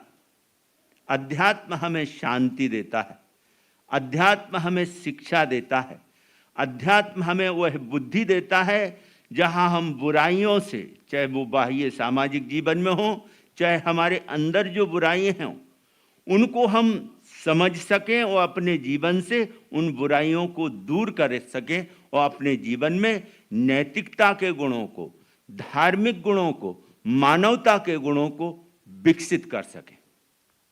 लेकिन ये जिम्मेवारी केवल राजनीतिज्ञों की है या केवल धर्माचार्यों की? अगर देखें तो ये जिम्मेवारी प्रत्येक नागरिक की बनती है, क्योंकि हर नागरिक इस राष्ट्र का नागरिक है वो, और उसकी ये जिम्मेवारी है कि वो किसी भी उच्च पद पर जा सकता है। वो राष्ट्रपति भी बन सकता है, प्रधानमंत्री भी बन सकता है। तो ये संस्कार शिक्षा के द्वारा बचपन से उसके जीवन में आने चाहिए। वो बचपन में कब आ सकते हैं? क्योंकि पहले तो माता पिता उसके होते हैं, वही गुरु होते हैं, वही शिक्षक होते हैं। पहले संस्कार उसे वहाँ घर से मिलते हैं जहाँ से वो माता पिता की, परिवार के लोगों की उंगली पकड़ करके चलता है। तो हमें वो माहौल उस परिवारों में बनाना होगा।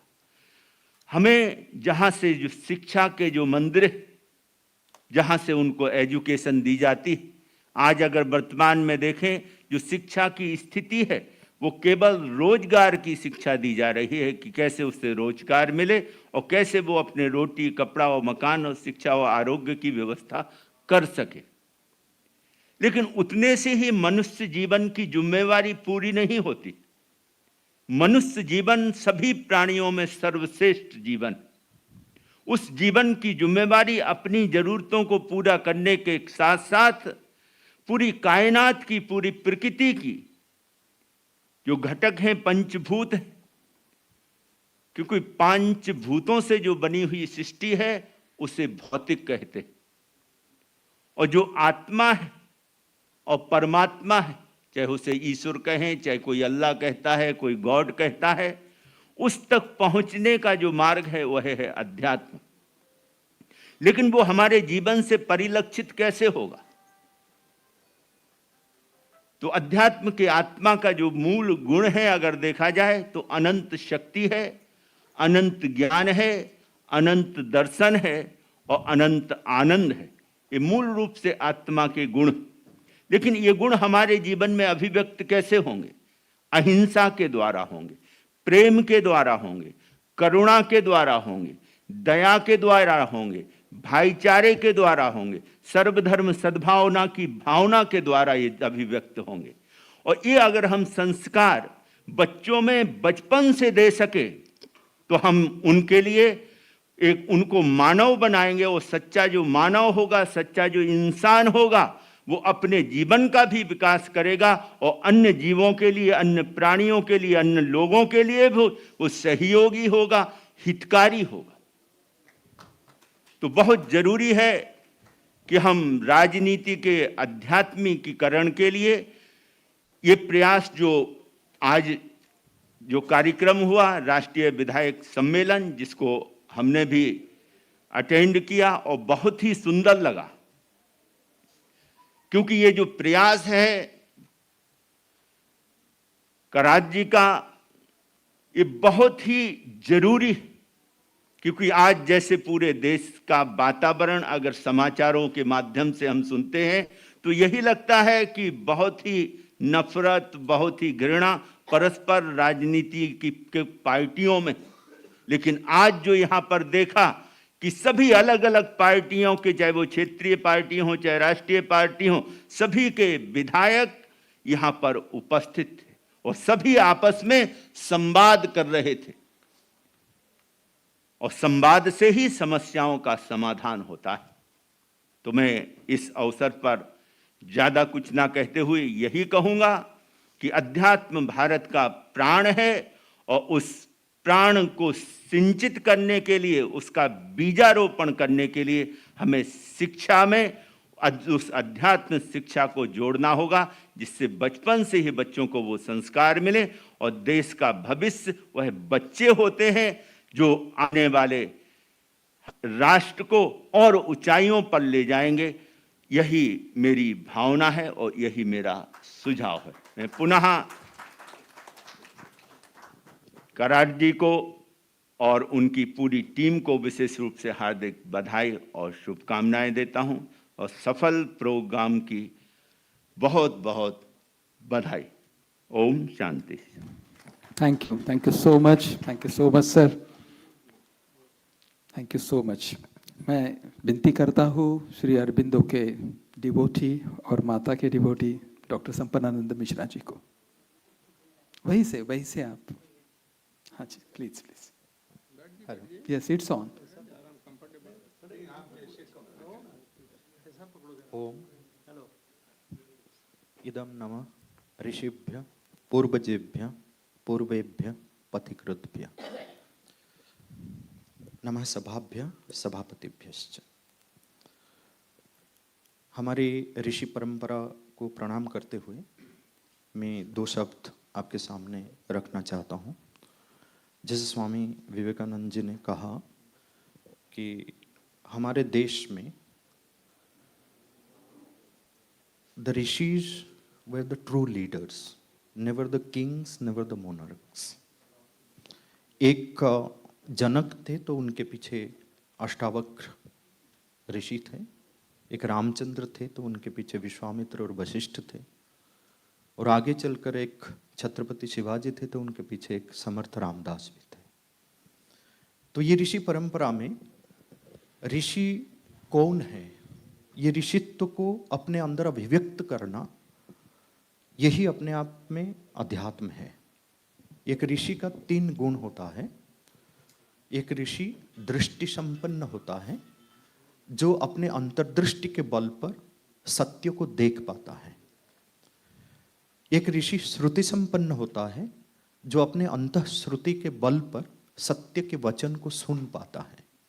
और एक ऋषि विवेक संपन्न होता है, जो सत्य और असत्य, अंधकार और प्रकाश के भेद को जानकर प्रकाश, सत्य और धर्म की प्रतिष्ठापना करने के लिए दृढ़ संकल्पबद्ध होता है, और उसके अंदर वह सामर्थ्य होता है कि वो धर्म की प्रतिष्ठा करे। और आज जब अध्यात्म और धर्म का बहुत ज़्यादा राजनीतिकरण हो रहा है, उसी समय हम चर्चा कर रहे हैं राजनीति का अध्यात्मीकरण। और ये एक कालखंड में हम जी रहे हैं जहाँ इस राजनीति का आध्यात्मिकरण की बहुत आवश्यकता है। और समस्या कहाँ है? श्री अरविंद ने कहा है कि the problem of existence is the problem of harmony, समरसता का अभाव। और ये समरसता का अभाव तब होता है जब चेतना में एक छोटापन आ जाता है। ये चेतना के छोटापन को अर्जुन ने फूट फूट कर रो रहा था, और भगवान श्री कृष्ण के सामने वो रखा कि कार्पण्य दोषोपहत स्वभाव, मेरा संपूर्ण स्वभाव जो है कार्पण्य दोष से प्रतिहत हुआ है। यह कार्पण्य दोष से मुक्त होना हम सबका कर्तव्य है। और अध्यात्म में इसी को बहुत बल दिया गया है कि इस कार्पण्य दोष से, एक कृपणता का भाव से, जो चेतना की जो संकुचित भावना है, एक जो नैरोनेस ऑफ कॉन्शियसनेस है, उसी में ये जो भेदभाव जिसकी बात कर रहे थे मुनिवर, तो ये भेदभाव की भावना, ये नैरोनेस ऑफ कॉन्शियसनेस में आता है। अयम निजः परो वेति, जो आज सुबह चर्चा हो रही थी कि गणना लघु चेतसाम, इस लघु चेतना से ऊपर उठकर जब हम विशाल चेतना को अपने अंदर प्रतिष्ठापित करेंगे, तब जाके वसुधैव कुटुंबकम का भाव अपने आप स्वाभाविक रूप से हमारे अंदर ये भाव आएगा। पर बहुत ज़्यादा हम बात करते हैं वसुधैव कुटुंबकम की, पर उदार चरित्रता की बात हम कभी करते नहीं।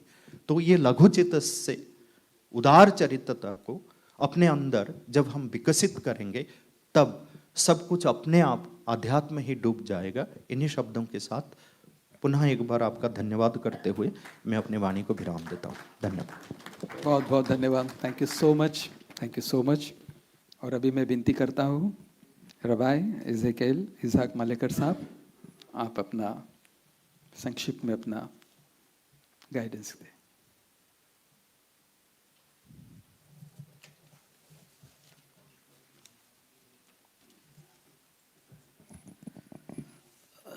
Namaste, Shalom. Though I am the representing here as a priest of the Jewish community, the microscopic community of India, and now I have seen that everyone is reciting prayers from their religion, but here I'm not going to recite any Jewish prayers, क्योंकि ये सर्वधर्म की बात कर रही है। उसके बाद हम आध्यात्मिकता का बात कर रहे हैं, तो मैं प्रार्थना करूँगा मुनि जी,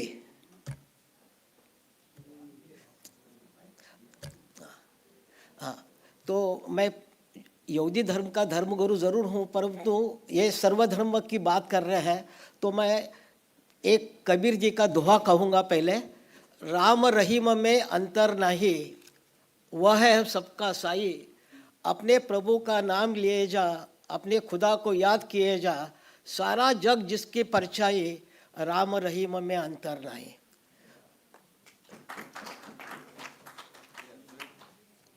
अपने जीवन को संगीत बना ले, हर गम को गीत बना ले, काहे को आँखियाँ भर आई, राम रहीम में अंतर नहीं। दूर खड़ा तू किसके डर से, मांग ले कुछ दाता के घर से, सबने मन की मुरादें पाई, राम रहीम में अंतर नहीं। आज का जो विषय है that spiritualisation of politics, but I would like to say there is no need to have the spiritualized politics, because politics, spirituality is already there. We are not only practicing that spirituality, because if you'll see the history, India is a multi-religious country, and there are more than 9 religious leaders representative living in India in harmony, without coming into conflict with each other. Jews have been living in India for the last 2,000 years, and India is the only country in the world. The Jews have never faced anti-Semitism and persecution. So do you mean to say there was no spirituality? We are not only practicing it. Spirituality already there. But how to practice that spirituality? Earlier, Dr. Karar Saab, you must have seen our Radhakishan ji said, of course, first she said initially that intellectuals should not take part in the politics. Then later on he said that world order needs spiritual, this thing, renewal. Then comes Gopal Krishna Gokhale and Justice Ranade. They try to spiritualize politics by self-surrender, total devotion, dedication to the service of the humanity. जैसे ऋग्वेदा में कहा गया है कि आपके 3 ऋण है, कि देव ऋण, ऋषि ऋण, पितृ ऋण, और उसके ऊपर का ऋण है वो है आपका मानवता का ऋण। महात्मा गांधी ने यही कहा है, what is hateful and hurtful to you. Bible में कहा है, किसी ने राबा हिलेर से पूछा कि what is Torah, and rabbi Hillel says what is hateful and hurtful to you, do not do to others. जो कार्य करने से, जो शब्दों का उच्चार करने से, क्योंकि हमारा मुख एक ब्रह्मांड है और ये शब्द है, ये ब्रह्मास्त्र है। जब तक आपके मुख में शब्द होते हैं आप उसके मालिक है, जब शब्दों का उच्चार हो जाता है तो शब्द आपके मालिक होने जाते। तो किसी को कार्य करने से, किसी का बुरा शब्द इस्तेमाल करने से, यही हमारा जो स्पिरिचुअलिटी है। और महात्मा गांधी जी ने कहा था कि what is obtained through hatred and violence cannot be retained forever, but whatever is obtained through love and non-violence can be retained forever.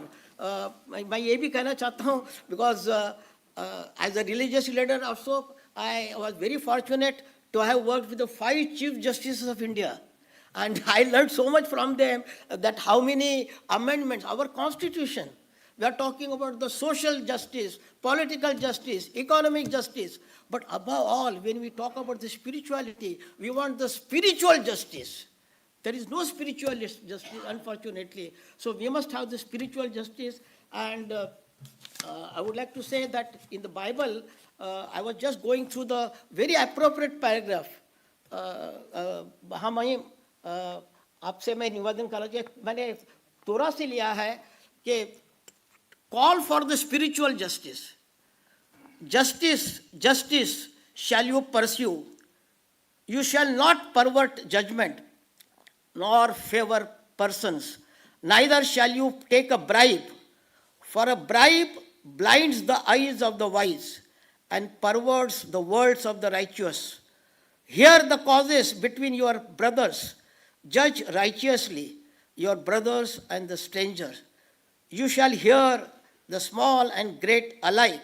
You shall not be afraid of the face of any man, for the judgment is God's. Robe not the weak because he is weak, neither crush the poor in thy midst. Seek justice, relieve the oppressed, protect the fatherless, defend the cause of the widow. Seek good and not evil, that you may live. Hate evil and love what is good. Let justice well up the water and righteousness as a mighty stream. And secondly, I would like to say, we always talk about the Constitution and our fundamental rights. That what is our fundamental right? Freedom of what Dr. APJ Abdul Kalam used to say, his vision for the India. He says, why we talk about the freedom? Freedom of speech, freedom of religion, freedom of equality. He says, why not we say freedom from? If we have the spiritualization of politics, we will have the freedom from disease, freedom from illiteracy, freedom from,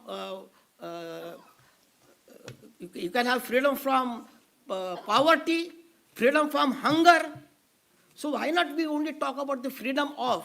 Because freedom of is only the negative, this thing, our freedom. But if you talk the freedom from, so we want freedom from illiteracy, we want freedom from hunger, we want freedom from poverty, freedom from illiteracy, unemployment, and most important, freedom from corruption. Shalom and namaste. बहुत बहुत धन्यवाद. Thank you so much. Next, I would like to request Haji Saeed Salman Chishti ji. He is the chairman of the Chishti Foundation, Ajmer, Rajasthan. So kindly express your views. Thank you, sir.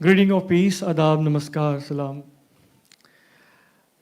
We extend our gratitude and respect to the founder and the visionary man, Janab Shri Vishwanathan Karat Sahab, who laid this foundation of MIT World Peace University, and also with the august presence of Honorable Governor Shri Arif Mohammad Khan Sahab, along with all our spiritual elders, leaders, as well as eminent lawmakers, ministers, former ministers.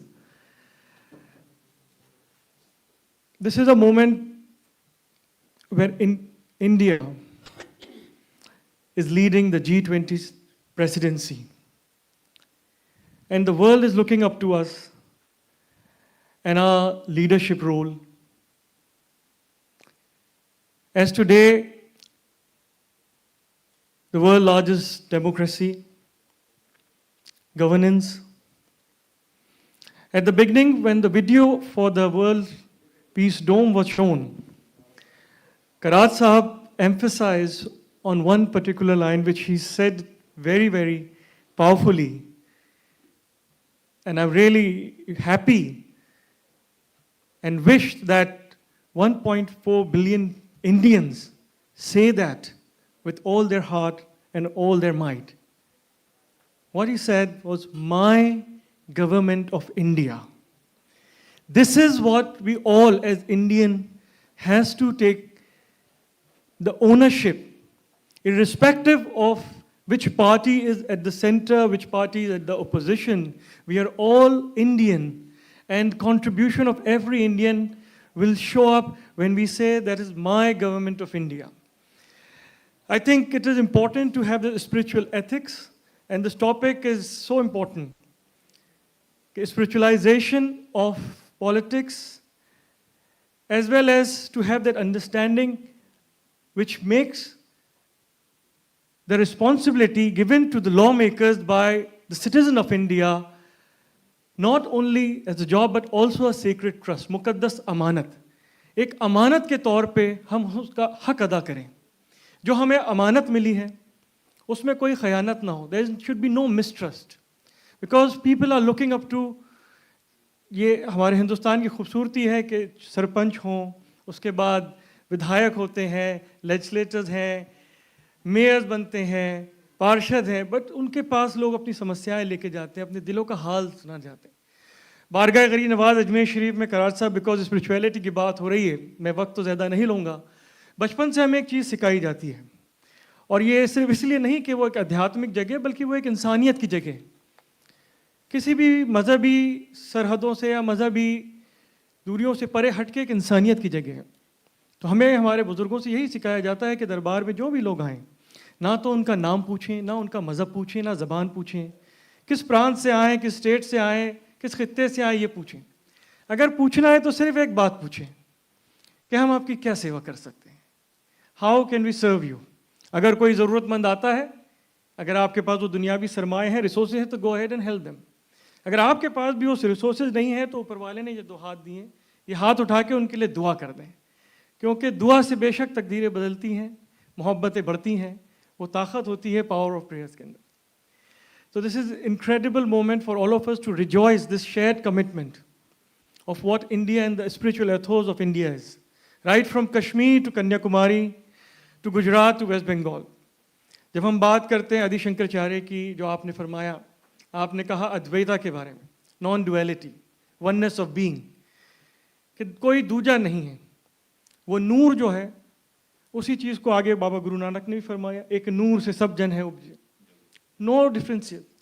हज़रत ख्वाजा गरीब नवाज ने भी अद्वैता का अगर तर्जुमा करते हैं तो वहदतुल वजूद, वननेस ऑफ बीइंग. तो इसी तरह दरबार अजमेर शरीफ का जो लंगर है, आज भी 800 साल से, 8 सदियों से प्योर वेजिटेरियन लंगर है, क्योंकि वो दरबार ऐसा है कि ख्यालों का ख्याल रखा जाता है.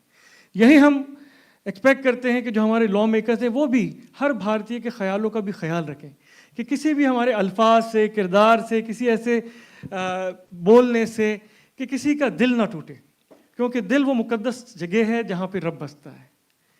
तो मेरे ख्याल से आज जो सुबह बात की गई ओपनिंग सेशन के अंदर, इनॉग्रल सेशन में, कि पॉलिटिक्स और पॉलिटिशियंस के बारे में आज जो एक धारणा बन जाती है कि भाई देखें वो ट्रस्टवर्दी नहीं रहते हैं, लोग ऐसी बात करते हैं. लेकिन कहीं ना कहीं मैं इस बात को नकारते हुए कहता हूँ कि जिन पे लोगों ने विश्वास करा, जिनको मतदान दिया, अगर हम उन्हीं पे कहेंगे कि भाई इन पे विश्वास नहीं किया जा सकता, तो कहीं ना कहीं हमारी भी कमियां हैं. हमें अपने आप पे विश्वास नहीं है तो हमारे जो लीडर्स हैं उन पे विश्वास नहीं करते. आज जो अध्यात्म की बात कर रहा है बारगाह गरीब नवाज में, जो भी हमारे ऑनरेबल प्राइम मिनिस्टर्स होते हैं, जैसे श्री नरेंद्र मोदी जी हमारे प्राइम मिनिस्टर हैं, चीफ मिनिस्टर्स हैं, जब साल में उर्स होते हैं तो वो अपनी चादर मुबारक का एक तोहफा भेजते हैं और साथ साथ एक पैगाम भेजते हैं, क्योंकि जो धार्मिक स्थल है वहाँ पे लाखों लोग जमा होते हैं, और वो पैगाम जब आवाम में जाता है, या जितने भी धार्मिक गुरु यहाँ पे बैठे हैं, अपने जो सत्संग होते हैं, जो बयान होते हैं, that translate into the masses, and that is the importance of governance, that it should stand to the masses. और जिस तरह अभी हमारे ऑनरेबल स्पीकर साहब ओम बिरला जी ने कहा कि जो अंतिम आदमी जो खड़ा है उस तक ये पैगाम पहुँचे, उस तक इसका फ़ायदा पहुँचे. हम दुआ यही करते हैं कि जो विजन है करात साहब का, to bring back spiritual ethics into governance which celebrate the unity and diversity that is India, omnipresence of religion and languages, culture, and that is where the world is looking up to us. आज पूरी दुनिया के जो leaders Hindustan आते हैं, भारत देश आते हैं और इस सभ्यता को देखते हैं, उन्हें खुद अपने मुल्क में जाके लगता होगा कि हम सिर्फ एक दिशा में चल रहे हैं, लेकिन भारत वो देश है जिसमें चारों दिशाओं से वो नूर आता है, और इसी नूर के तरह पूरी दुनिया में जो रोशनी होती है उसके लिए हम आगे बढ़ें. अंत में ये बात कह के मैं अपनी बात ख़त्म करूँगा कि जो गरीनाथ की बारगाह में कहा जाता है हमारे देश भारत के लिए कि तेरा दयार है दारुस सलाम या ख्वाजा, कि ये जो खित्ता है हिंद का, ये अमन का खित्ता है। This is the land of peace. तजल्लिया है नई सुबह शाम या ख्वाजा, कि यहाँ पे डिवाइन शावर्स, जो तेज बरसता है, नूर बरसता है यहाँ पे सुबह शाम, न फिक्र में न गमे जाम तेरे मस्त। जो उस तेज में मस्त होते हैं, जो अध्यात्म में रहते हैं, उनको कोई फिक्र नहीं होती है, ना कोई गम होता है, और तेरी एक निगाह से चलता है काम या Khwaja. That the divine glance that we have from our spiritual elders, that is giving us the spiritual strength. So baza haranche hasti baza, sadbar gar tauba shikasti baza. Idarga ima na umidi nis, idarga ima umidast. Come, whoever you are, come. Even if you have broken your vows of repentance 100 times, come. Our doors, that's the door of India. Our doors are not the doors of despair, are doors of hope, and hope. And truly, we all together open this door of hope to the world always. Thank you, Karat Sahab. Thank you, sir. बहुत आदाब. And आप सबको बहुत सलाम. शुक्रिया. Thank you. Thank you so much. एक जोरदार तालियों से हम चिश्ती साहब का स्वागत करेंगे। Thank you so much. Such A inspiration, such a passion for mother India. Thank you so much. और अंत में मैं कहूँगा कि स्वामी योगी अमरनाथ जी, जो कि एक रिनोन्ड स्कॉलर है, साधक है, और ज़ीरो मेडिटेशन को वो काफ़ी तरह से यंग जनरेशन तक पहुँचा रहे हैं। सो स्वामी योगी अमरनाथ जी।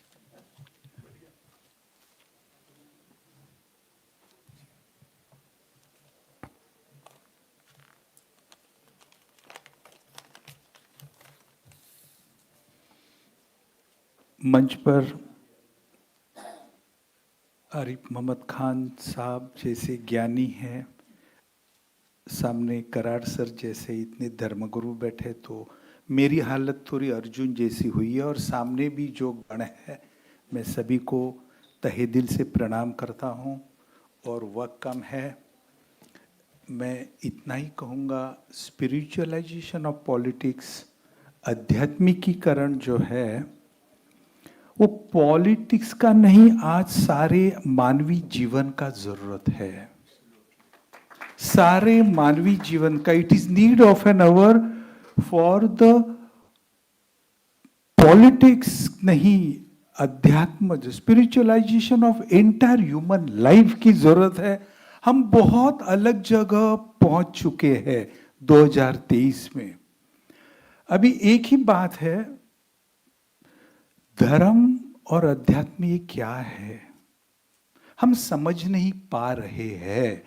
हमारी धर्म की धारणाएं गलत है।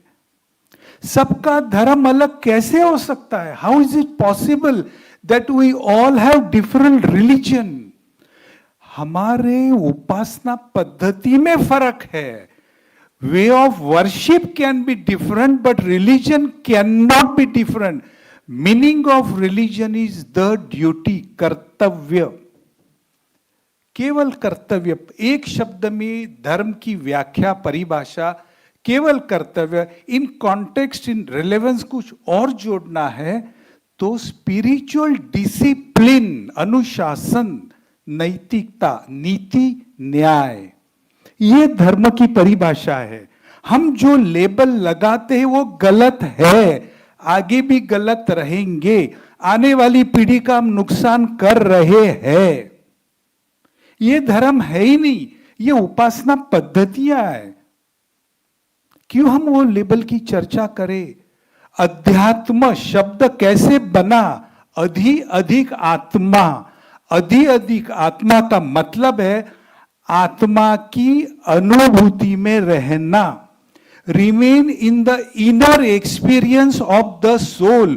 हम सोचते हैं शरीर का, उसके बाद मन का, माइंड, उसके बाद इंटेलेक्ट, बुद्धि, लेकिन उसके आगे हम सोचते ही नहीं। उसके आगे है आत्मा, रूह, स्पिरिट, द सोल। हम उससे बहुत परे गए हैं। शब्द, ये सारा आयोजन MIT यूनिवर्सिटी ने किया है। यूनिवर्सिटी शब्द आया कहां से? कहां से आया? यूनिवर्स। यूनिवर्सिटी का काम क्या है? केवल क्वालिफाइड रोबो बनाना? नहीं। यूनिवर्सिटी का काम है यूनिवर्सल बीइंग बनाना, क्रिएट यूनिवर्सल बीइंग्स। आज बन रहे qualified robots. What is exam? Exam is an event, career is the journey. आप यहां लेजिस्लेटर्स बैठे हैं, I respect all of you. Election क्या है? इलेक्शन एक इवेंट है। Political career is a journey. Think of the journey kindly, not get engrossed in the event. हमारी परिभाषाएं, परसेप्शंस गलत है, इसीलिए ये मैसेकेयर, ब्लडशेड रिलीजन के नाम पे हो रहा है। अध्यात्म वो बात नहीं है। लोग पूछते हैं ये धर्म जो है राजनीति में नहीं आना चाहिए। मैं कहता हूं झूठ है। राजनीति में सबसे पहले धर्म आना चाहिए, क्योंकि धर्म की व्याख्या है द ड्यूटी, कर्तव्य। इसलिए आज हम कर्तव्य भूल रहे हैं। धर्म की परिभाषा है न्याय, जस्टिस, नीति, एथिक्स एंड मॉरल्स। फिर हमें करप्शन पे बात करने की जरूरत ही नहीं रहेगी। प्रेम, लव, करुणा, कंपैशन, फॉरगिवनेस, क्षमा, ये धर्म है, ये अध्यात्म है। अभी आप कहेंगे हमें डे टू डे लाइफ में क्या करना, कैसे करना? आप तो ये जो बोलते हैं ये तो बुकिश हो गया सारा। मैं आपको कल 3 लाइन में 3 उदाहरण दूंगा। एक बार फॉरेन से जर्नलिस्ट आए थे, prime minister, ex prime minister Lal Bahadur Shastri ji का इंटरव्यू लेने। उनके जैकेट पे 2 पेन थे, तो जर्नलिस्ट ने कैजुअली पूछा, normally 1 pen is kept, why are you keeping 2 pens? He was so humble, so polite. He said, 1 pen is for my official work given by Government of India. Another pen is my personal pen. When I write postcard to my beloved mother, I use it. This is called spirituality. It should reflect in your day-to-day life. There is no one need not be expressionist, exhibitionist. बहुत सारा धर्म का आडंबर बनाता है, वो spiritual होता है, ऐसी परिभाषा नहीं है। महात्मा गांधी जी गिन के बादाम खाते थे। उनके सेक्रेटरी थे महादेव भाई देसाई। उन्होंने सोचा उम्र हो रही है, 2-4 बादाम ज्यादा खिलाना जरूरी है। उन्होंने 4 बादाम ज्यादा डाले। Mahatma ji was very particular. उन्होंने गिने, पूछा ये 4 बादाम ज्यादा क्यों है? He was little annoyed. Why 4 almonds more? Mahadev भाई politely said, 4 बादाम ज्यादा से क्या फर्क पड़ेगा? At once he said, wait. And he said, कल से मुझे 4 बादाम कम दो, give me less almonds from tomorrow. 4 बादाम ज्यादा से फर्क नहीं पड़ता, तो 4 बादाम कम से क्या फर्क पड़ेगा? दिस इज कॉल्ड अपरिग्रह। इफ somebody discusses on अष्टांग योग, अपरिग्रह, you'll say हम डे टू डे लाइफ में कैसे लाएंगे? लाल बहादुर शास्त्री ने जो किया, it is called inner purity. आज जो बहुत जरूरत है सारे मानवीय जीवन में, इट इज कॉल्ड साधन शुचिता। I will give a small example. King had his own personal garden. He was fond of Alfonso mangoes. आज आप बॉम्बे में, महाराष्ट्र में तो बहुत होते हैं mango, Alfonso. King was fond of Alfonso mangoes. His senior advisor went to just check the mango garden. एक आम करीब था, पका हुआ था, रीपन, वेरी गोल्डन येलो। तो उनका मन हुआ, उन्होंने जस्ट लिया हाथ में, just plucked 1 ripen mango. At once he realized, oh, I made a mistake. Oh, it's not mistake, it's a crime. He was rolling with tears. He came to his home, started crying. His wife said, what happened? Why are you crying? He said, give me my sword. But what happened? Why are you so panicky? He said, I want to cut my right hand. Of course, she got panicked. She called king. He was senior advisor to the king. King's mother came. All of them came, but what's wrong with you? Why you want to cut your hand? He said, I made a crime. What happened? He said, I plucked a mango. Okay, you have not eaten, you have plucked, you are saying sorry, it's fine. But what you're committing, yourself is a big punishment. Even king said it's a big punishment. He said, no. For me, it's a crime. The status was king has given me. I should not have touched that mango. So I deserve to cut my right hand and I must take that punishment. So king said, please don't do it. King's mother said, you please go to palace. I will convince him. She was a Rajmata. She convinced him, you are here for our protection. Kindly don't do it. He said, you are Rajmata. You are above king. I obey you. But I'll do one thing throughout my life. I will not put my right hand in the sleeve of my royal robe. Name of the king was Chhatrapati Shivaji Maharaj and the senior advisor was Dadoji Kondev. This is because of spirituality in day-to-day life.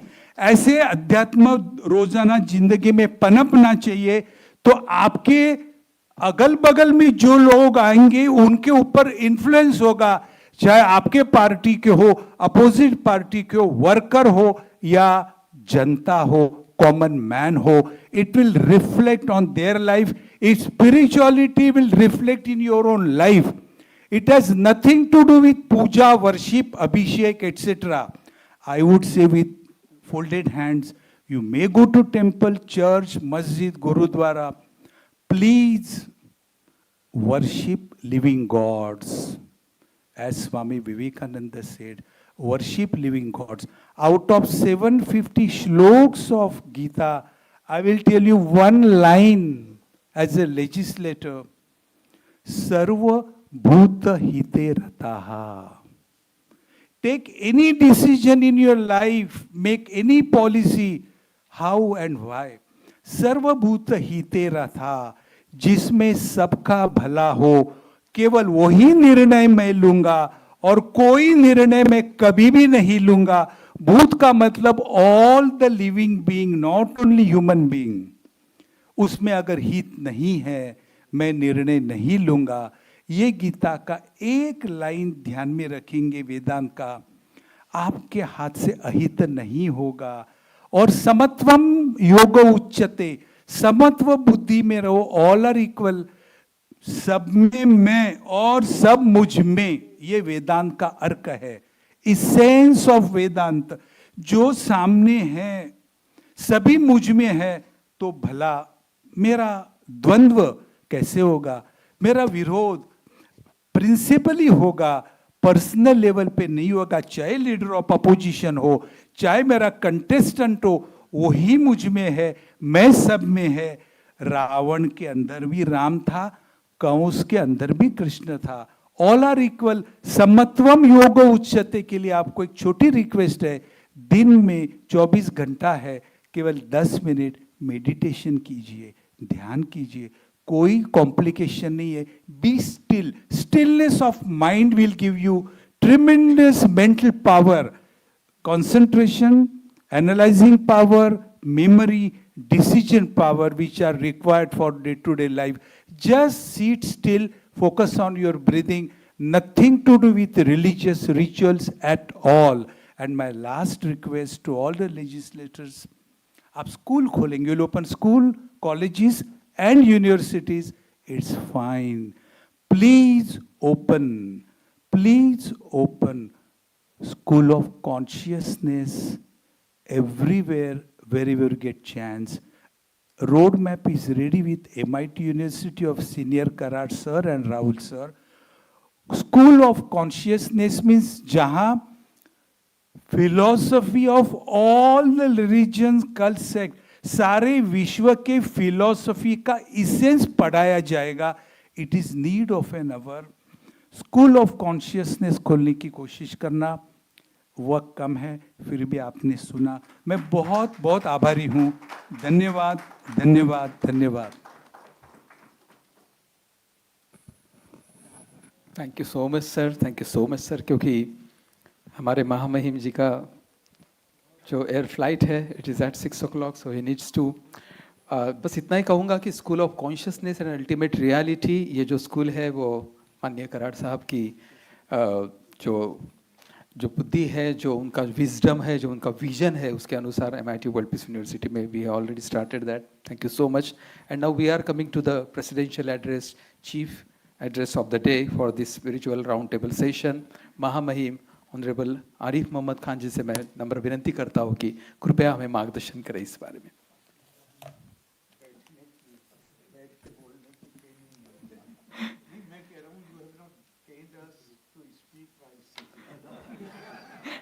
Okay, एक जोरदार तालियों से हम स्वागत करेंगे. Please. Thank you very much. आदरणीय professor Vishwanath Karad ji, बहुत ही सम्मानित पूर्व वक्ता. Before that I would like to ask, is there anybody, any esteemed member of this audience who finds it difficult to follow Hindi? No, maybe. If there is somebody, then I shall speak in English. And if everybody follows, then I shall speak Hindi. Thank you very much.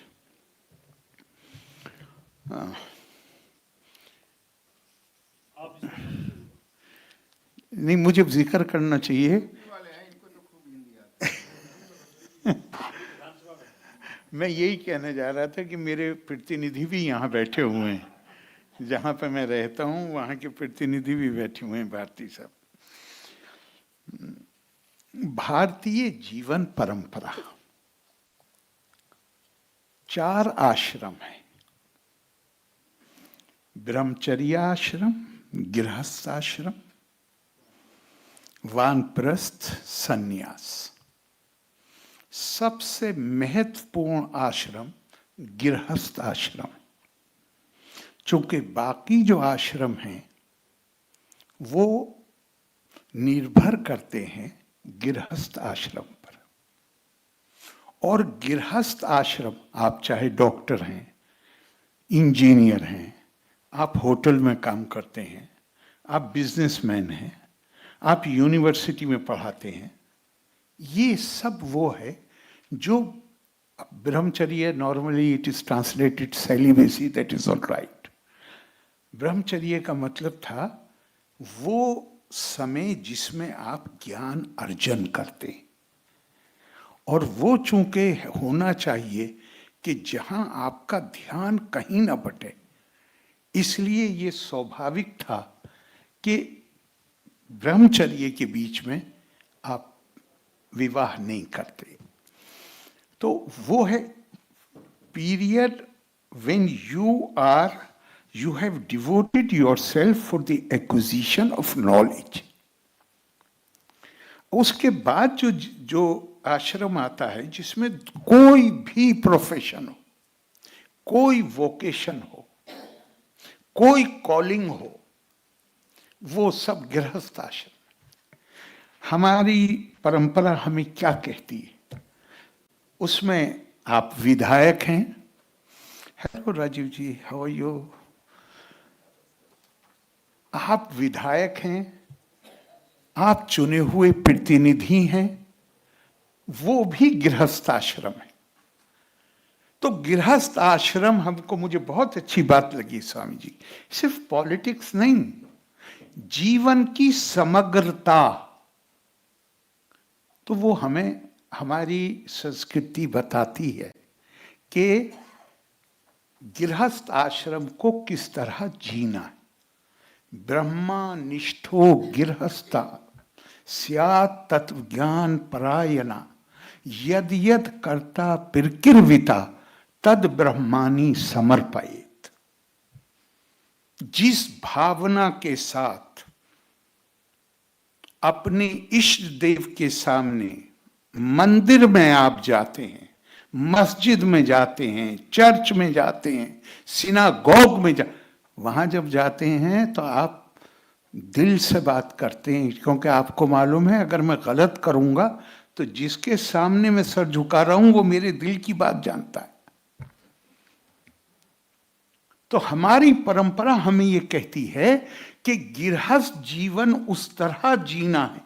एक तो तत्व ज्ञान, सारी तपा स्वाध्याय निरितम, ever devoted to the pursuit of knowledge. तत्व ज्ञान, गृहस्थ में रहते हुए भी चीजों का ज्ञान हासिल करने का प्रयास लगातार जारी रहना चाहिए। और काम कैसे करना चाहिए? काम ऐसे करना चाहिए जैसे मैं I am making an offering to my deity. अपने इष्ट देव के लिए जिस तरह मैं कुछ ऑफरिंग करूं, वो उस भावना के साथ अपने कर्तव्यों का निर्वाह। राजनीति उससे अछूती कैसे हो सकती है? राजनीति भी तो गृहस्थ आश्रम का हिस्सा है। लेकिन हमने बहुत सारे शब्दों के अर्थ बदल दिए। यहां कई मुझसे पहले बोलने वालों ने इस तरफ इशारा किया, धर्म का मतलब रिलीजन नहीं होता।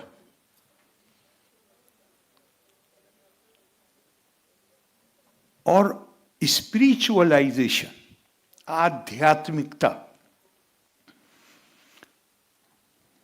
बिल्कुल मैं 100% सहमत हूं जो स्वामी जी ने कहा। हर व्यक्ति की तरह हर समाज, हद ये है कि मानिए जिला है, राज्य है, देश है,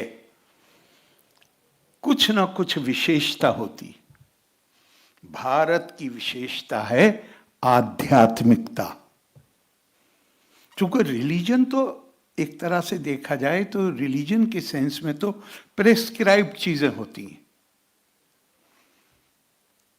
यहां तो कह दिया एकम सद विपरा बहुधा वदंती, नाम इंपॉर्टेंट नहीं है।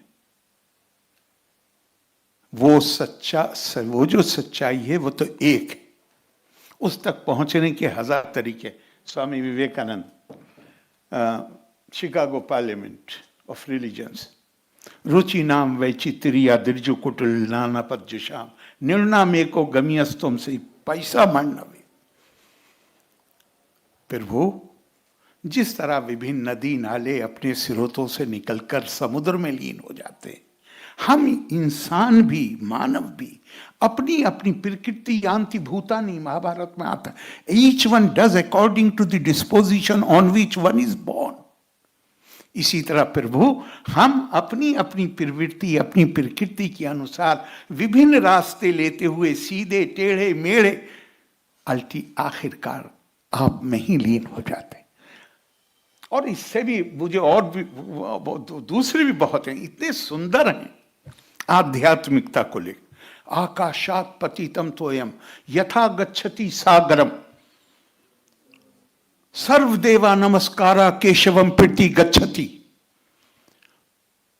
तुम कोई भी किसी भी नाम से उसकी इबादत कर लो, उसकी उपासना कर लो, आखिरकार वो उस एक को पहुंच जाता है जिसको ना नाम दिया जा सकता, ना उसको फॉर्म दी जा सकती।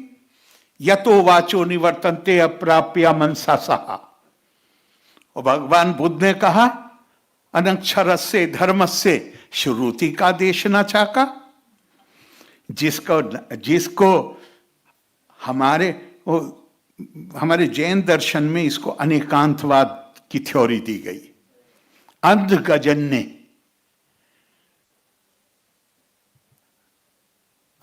ने एक 6 अंधे आदमियों के बीच में एक हाथी हाथ लग गया। वो उनका हाथी क्या है? जिसके हाथ में उसकी ट्रंक आया, सूंड आई, उसने कहा हाथी ये है। जिसके हाथ में टांग आई उसने कहा हाथी ये है। जिसके हाथ में उसकी टेल आई उसने कहा हाथी ये। हमारी वो उसकी व्यापकता, हमारी समझ सीमित है। जो समझ हो गए, जो जहन में घिर गया वो ला इंतहा क्यों कर हुआ। अगर मेरी समझ में वो पूरा का पूरा आ गया तो वो तो इन्फिनिट है, फिर वो इन्फिनिट कहां रहा? जो समझ, जो जहन में घिर गया वो ला इंतहा क्यों कर हुआ, और जो समझ में आ गया वो खुदा क्यों कर हुआ? संभव नहीं है। और अगर संभव नहीं है तो दुनिया में संस्कृतियां परिभाषित हुई हैं, या तो खाल का रंग या भाषा। जो लोग देखिए, मानव अकेले नहीं रह सकता, उसे समाज चाहिए, समाज की एकता चाहिए, एकता की ताकत चाहिए। पहले उस ताकत की जरूरत थी अपनी सुरक्षा के लिए, आज उस ताकत की जरूरत है अपने विकास और प्रगति के लिए। अकेले नहीं रह सकते। अब ये जो हम समाज बनाते हैं और हम जो एकता चाहते हैं, उस एकता का आधार क्या हो? तो दुनिया में क्या आधार बना? दुनिया में आधार बना हमारी तुम्हारी खाल का रंग एक है। हम गोरे हैं या हम काले हैं या हम पीले हैं, हमें इकट्ठा होना चाहिए। वो हमारा आधार है एकता का। हम एक भाषा बोलते हैं, हमारी पूजा उपासना पद्धति एक है, हमारे बहुत सारे मतलब ऐसे जो मत हैं वो एक है। भारत के जो ऋषि और मुनि थे, we can call them thought leaders of India, उन्होंने इन सारे आधारों को निरस्त कर दिया। उन्होंने कहा नहीं, ये सब एक्सक्लूसिव है। अगर स्किन का कलर, त्वचा का रंग आधार है तो फिर दूसरे रंग के लोग तो बाहर रह जाएंगे। अगर भाषा आधार है तो भारत में तो हर 16 किलोमीटर के बाद भाषा नहीं तो बोली बदल जाती है। कितनी राष्ट्रीय भाषाएं? कितनी? 26। और उपासना पद्धति अगर आधार है तो यहां तो भैया एक घर में 2 भाई हैं तो एक हनुमान जी के मंदिर जाता है, और वो तो छोड़ दीजिए कि कितने दुनिया में पाया जाने वाला हर उपासना पद्धति भारत में मौजूद है। लेकिन मैं कहता हूं खास तौर से जो पुराना से इस्लाम 1450 साल, Christianity little over 2000 years, Judaism उससे और पहले, लेकिन आप उसके पीछे चले जाइए तो भारत के थॉट लीडर्स ऋषि मुनि कह रहे हैं, भारतेषु स्त्रिया पुरुषो नाना वर्णा प्रकृतिते नाना देव अर्चने युक्ता नाना कर्माणि कुर्वते। भारत में अलग अलग नस्लों के लोग रहते हैं। भारत की स्त्रियां और पुरुष, they belong to different racial stocks.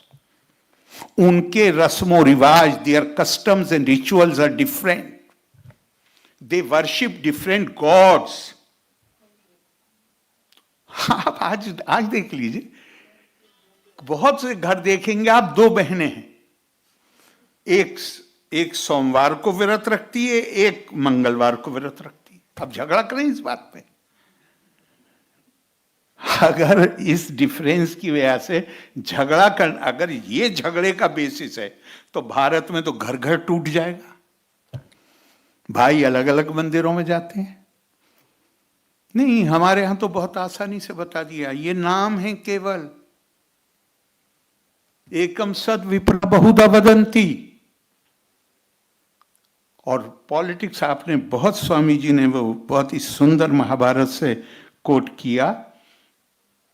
उससे असल में हमारा राजनीति के बारे में जो हमारा परसेप्शन है, वो परसेप्शन, वो कल्पना भारतीय कल्पना नहीं है। पार्लियामेंट में हम खड़े होते हैं, अगर रूलिंग पार्टी में हैं या चाहे अपोजिशन में हैं, और हम किसी विषय पे ये चाहते हैं कि इस पे निष्पक्ष होकर लोक हित में, उसके लिए भी सही जो शब्द है वो है लोक संग्रह, उसमें हम डिसीजन लें। तो क्या कहते हैं हम एक दूसरे से? राजनीति से ऊपर उठ के सोचिए, जैसे राजनीति कोई गंदी चीज। राजनीति करने वाले ये भाषा बोलते हैं, राजनीति से ऊपर उठ के सोचिए, क्योंकि हमारी सारी समस्या ये है, हम अपनी सांस्कृतिक विरासत से परिचित नहीं। हमारे यहां जो राजनीति की कल्पना है वो है जो आपने बताया, सर्वे त्यागा राज धर्मेषु दृष्टा, सर्वे दीक्षा राज धर्मेषु युक्ता, सर्वे विद्या राज धर्मेषु चोक्ता, सर्वे लोका राज धर्मा प्रविष्टा। सार्वजनिक जीवन में आने की जो, जैसे मानिए आप कोई नौकरी करना चाहते हैं, आप आईएएस के इम्तिहान में बैठना चाहते हैं, कुछ बेसिक क्वालिफिकेशंस, उस बेसिक क्वालिफिकेशन को जब आप फुलफिल करेंगे तभी आप इम्तिहान में बैठ, है ऐसा या नहीं बैठ। हमारी परंपराओं ने बेसिक क्वालिफिकेशन उसके लिए निर्धारित की है, बुनियादी योग्यता। राजनीति में किसको आना चाहिए, पहली शर्त उन्होंने लगाई है, जिसके अंदर, जो इसके लिए तैयार हो कि समय आने पर बड़ी से बड़ी कुर्बानी, बड़े से बड़ा त्याग करने के लिए मैं तैयार रहूंगा। दूसरा, सर्वे दीक्षा, उसकी ऐसे संस्कार हों, ऐसी ट्रेनिंग हो,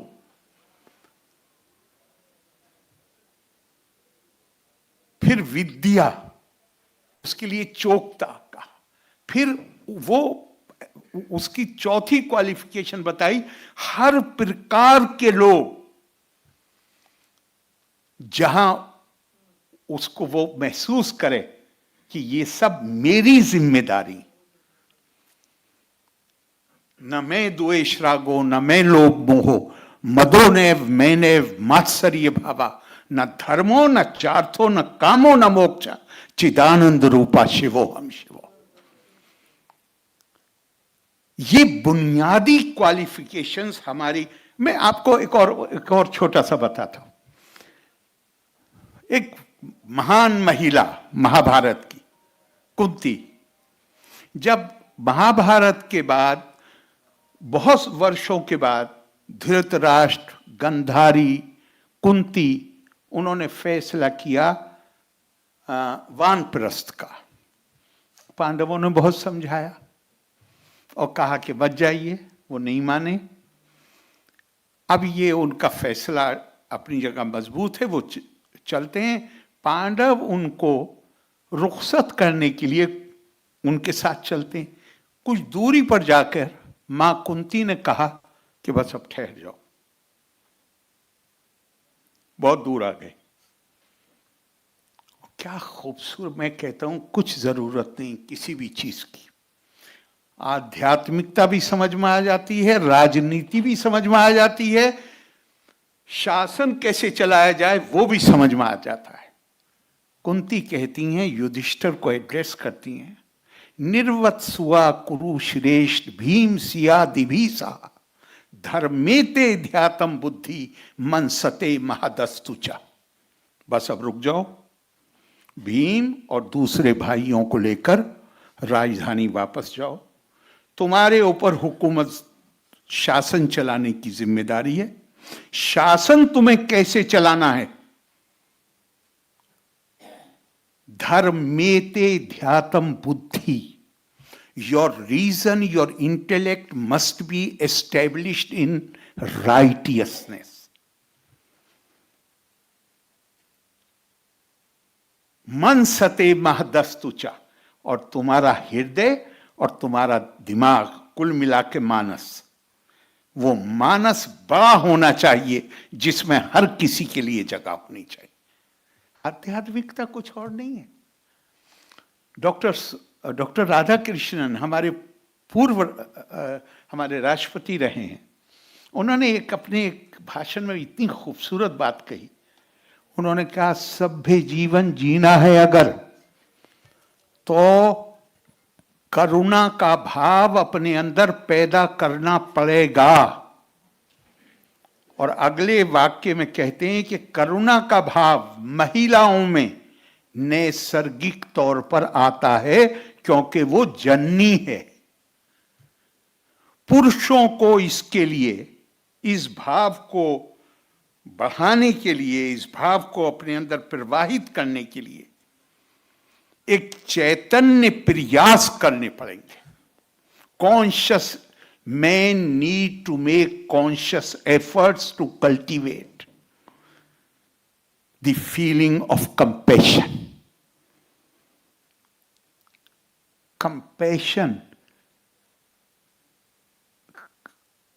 ये क्यों जरूरी है? ये जरूरी इसलिए है कि जब आपसे जब ये कहा जा रहा है कि आपको गृहस्थ आश्रम किस तरह जीना है, आपको अपनी एकता कैसे कायम करनी है, आपको अपनी एकता कैसे कायम करनी है, तो फिर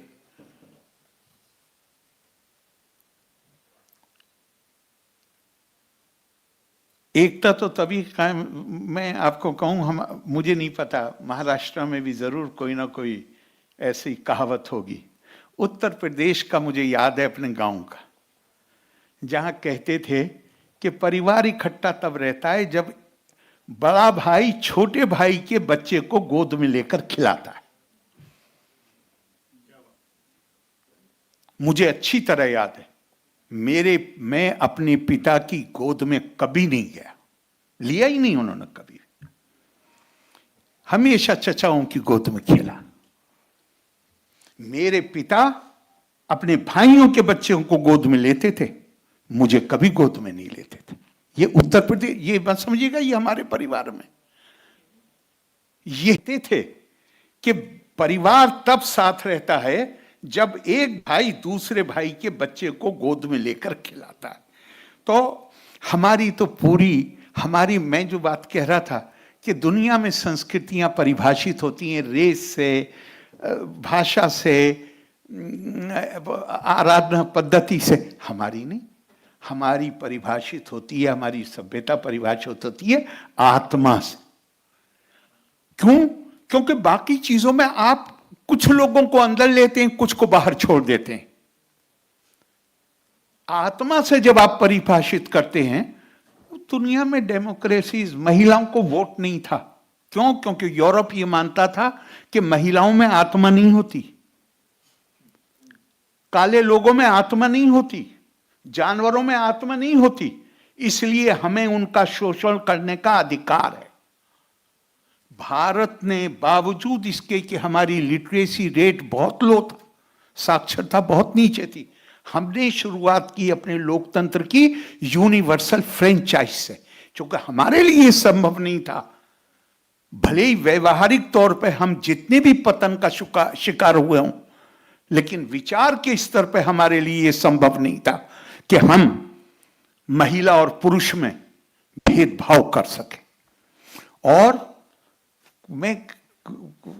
मुझे इशारा हो रहा है कि वो मुझे जल्दी से भागना है एयरपोर्ट, मेरा दिल चाह रहा था, ये विषय ऐसा है, मेरे मन का विषय है, मैं इस पर बहुत मैं आपको एक मिसाल बताता हूं, बल्कि दो बताता हूं आपको, बस उसमें खत्म करूंगा। आध्यात्मिकता, भगवान राम को अगले दिन सुबह वन के लिए प्रवास करना है, अगले दिन सुबह। शाम को छोटे भाई लक्ष्मण अपने, जो भी उनका स्वभाव था, थोड़ा गर्म स्वभाव था, शाम को उन्होंने अपना संतुलन एक तरह से खो दिया और भगवान राम के सामने अपने पिता के लिए वो शब्द प्रयोग किए जो बेटे को कभी करने नहीं चाहिए।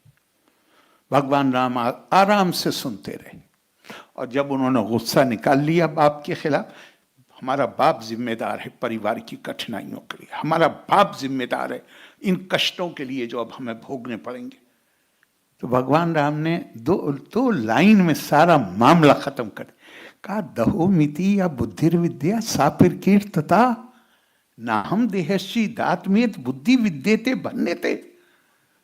तुम्हारी समस्या ये है कि तुम ये समझते हो कि तुम ये शरीर हो। कष्ट तो शरीर को होता है, खुशी शरीर को होती है, परेशानी शरीर को होती है। और जो ये सोचते हैं कि मैं ये शरीर हूं, वो अविद्या का शिकार हैं। और जिनके पास विद्या है वो ये जानते हैं कि मेरा ये शरीर तो रोजाना नहीं, हर पल बदल रहा है। जो चीज हर पल बदल रही है वो मैं कैसे हूं? मैं ये शरीर नहीं हूं, मैं चैतन्य आत्मा हूं। और चैतन्य आत्मा कोई उसको न जायते मिरियते व कदाचित नायम भूतवा भविता वा न भूया अजो नित्यम शाश्वतोयम पुराणो न हन्यते हन्यमाने शरीर। उस वो तो ना पैदा होती है, ना मरती है, ना आग जला सकती है, ना पानी उसको भिगो सकता। मैं चैतन्य आत्मा हूं। आध्यात्मिकता ये एहसास करना कि मैं चैतन्य आत्मा हूं। इसका मतलब क्या? अहम ब्रह्मास्मि तत्त्वमसि। वो चैतन्य, मैं आत्मा केवल मेरे अंदर नहीं है। आत्मा के रूप में परमात्मा जो मेरे अंदर है वो आपके अंदर। आज से 50 साल पहले किसी को समझने में परेशानी हो सकती थी, आज नहीं होनी चाहिए। आज हर किसी के पास स्मार्टफोन, बगैर तार के if we are connected with each other. तो भारतीय परंपरा आपको यही तो बता रही है कि आप spiritually you are connected with each other. What goes around comes around. अगर मैं आपसे कहता हूं, अगर हम अपनी विरासत को जान जाएं, हम भारतीय सांस्कृतिक मूल्यों को जान जाएं, और मैं ये जान जाऊं कि मेरे अंदर वो आत्माएं जो आपके अंदर है, क्या कभी पॉसिबल है कि मैं आपके पैर पे अपना पैर रखूंगा? संभव नहीं, संभव नहीं है। कि फिर चूंकि मैं ये जानता हूं कि अगर मैंने आपको कष्ट दिया तो ये कष्ट पलट के मेरे ऊपर आएगा। और राजनीति, उसके बारे में एक बात और कहते हुए, मेरा दिल बहुत था पर मेरे पास समय नहीं है, मैं बोलना चाहता था। राजनीति में कहता हूं आपको रोजाना, देखिए एक बात ध्यान रखिएगा, हमारे यहाँ एक बात कही गई है, स्वधर्मा कर्मा विमुखा कृष्णा कृष्णेति वादिना ते हरेर द्वेषिना मूढ़ो धर्मार्थ जन्मा हरे। जो लोग, अब आपने कहा कर्तव्य, धर्म का मतलब कर्तव्य, जो अपने कर्तव्यों को अदा नहीं करते उससे विमुख रहते हैं और कृष्णा कृष्णा कृष्णा कृष्णा नाम जपते हैं, तो हमारी परंपरा हमें बता रही है कि अपना कर्तव्य किए बगैर केवल मुंह से नाम लेते रहना, ऐसे लोग हरि से के दुश्मन हैं और वो मूढ़ हैं। क्योंकि हरि तो खुद जन्म लेते हैं राइटियसनेस को एस्टेब्लिश करने के लिए, धर्म की स्थापना के लिए हरि खुद जन्म लेते हैं। तो हमारे अब ये पॉलिटिक्स के ऊपर ये एक आखिरी बात कहते हुए मैं विराम दूंगा इसको। ये भगवान राम का किसके साथ, मुझे याद नहीं आ रहा कि किसके साथ उनका ये डायलॉग है, पर वो उससे कहते हैं, स्नेहम दयाम, ग्रेट ह्यूमन एट्रीब्यूट्स, स्नेहम दयाम चा सौख्यम चा यदीवा जानकी मपी आराधनाए लोकस्य मुंचतो नास्ति मैं व्यथा। जिनसे स्नेह करता हूं, जिनके ऊपर मुझे दया करनी चाहिए, जिनसे मुझे सुख प्राप्त होता है, और उसमें जनक पुत्री सीता जो मेरी पत्नी है वो भी सम्मिलित हैं। लोगों की सेवा, और उसके लिए शब्द क्या प्रयोग करते हैं? आराधना। जब आप लोक संग्रह के लिए, जब आप जन सेवा का काम करते हैं, तो उसका दर्जा इबादत से कम नहीं, उसका दर्जा भगवान की आराधना से कम नहीं है। कहते हैं आराधनाए लोकस्य मुंचतो नास्ति मैं व्यथा। मुझे इनमें से जनता की सेवा करने के लिए, लोक की आराधना करने के लिए, अगर इनमें से किसी का भी मुझे त्याग करना पड़े, इन सब का त्याग करना पड़े, उससे मुझे इतना सभी कष्ट नहीं होगा। ये भारत की कल्पना है, आध्यात्मिकता की भी और सार्वजनिक जीवन की भी। इसी को राम राज्य बोलते हैं। जहां मेरी प्रायोरिटी क्या है? मेरी प्रायोरिटी ये है, मेरी प्राथमिकता ये है कि जिन्होंने मेरे अंदर विश्वास व्यक्त किया है, उनके हित के लिए, लोक संग्रह के लिए मैं किसी भी हद तक जाऊंगा। आपने इतनी देर मुझे सुना, मैं शायद आपको और परेशान करता। अगर मुझे एयरपोर्ट नहीं भागना होता तो मैं आपको और परेशान करता, क्योंकि ये विषय मुझे बहुत प्रिय है। बहुत बहुत आपका धन्यवाद। लोका समस्ता सुखिनो भवन्तु। जय हिंद।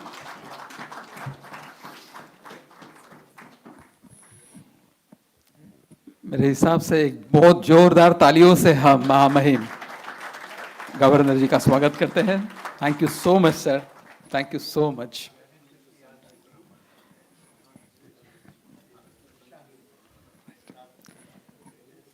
क्योंकि he is getting late for his air flight, तो इसलिए we will just quickly coming to the end of this programme.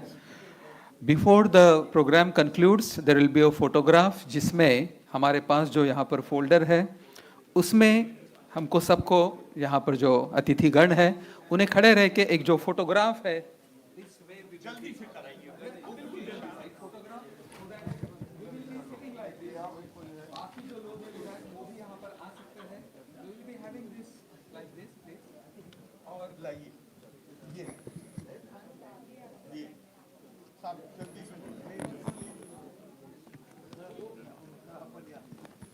जो भी यहाँ पर जो विधायक जी मौजूद है, वो सभी लोग, पद्म भूषण राजीव जी, अगर आप भी इसमें शामिल हो तो आप भी आ सकते हैं और एक ग्रुप फोटोग्राफ तुरंत यहाँ पर हम सब लगे।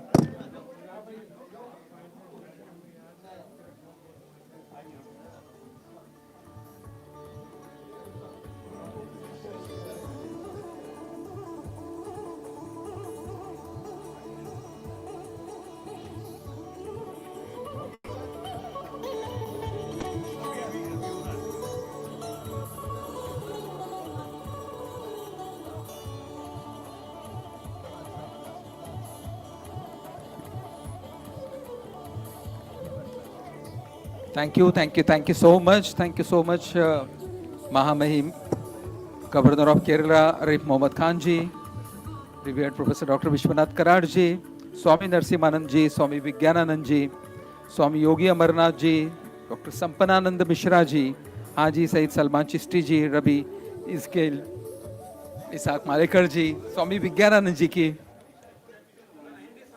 आचार्य विवेक मुनि जी, doctor SN. Pathan, Sanjay Upadhyay ji, doctor Priyankar Upadhyay जी, आदरणीय शिवराज पाटिल जी, सोमनाथ भारती जी, पंडित वसंत गाडगिल जी, पद्म भूषण राजीव सेठी जी और सभी विधायकों का बहुत बहुत धन्यवाद, शुक्रिया। Thank you.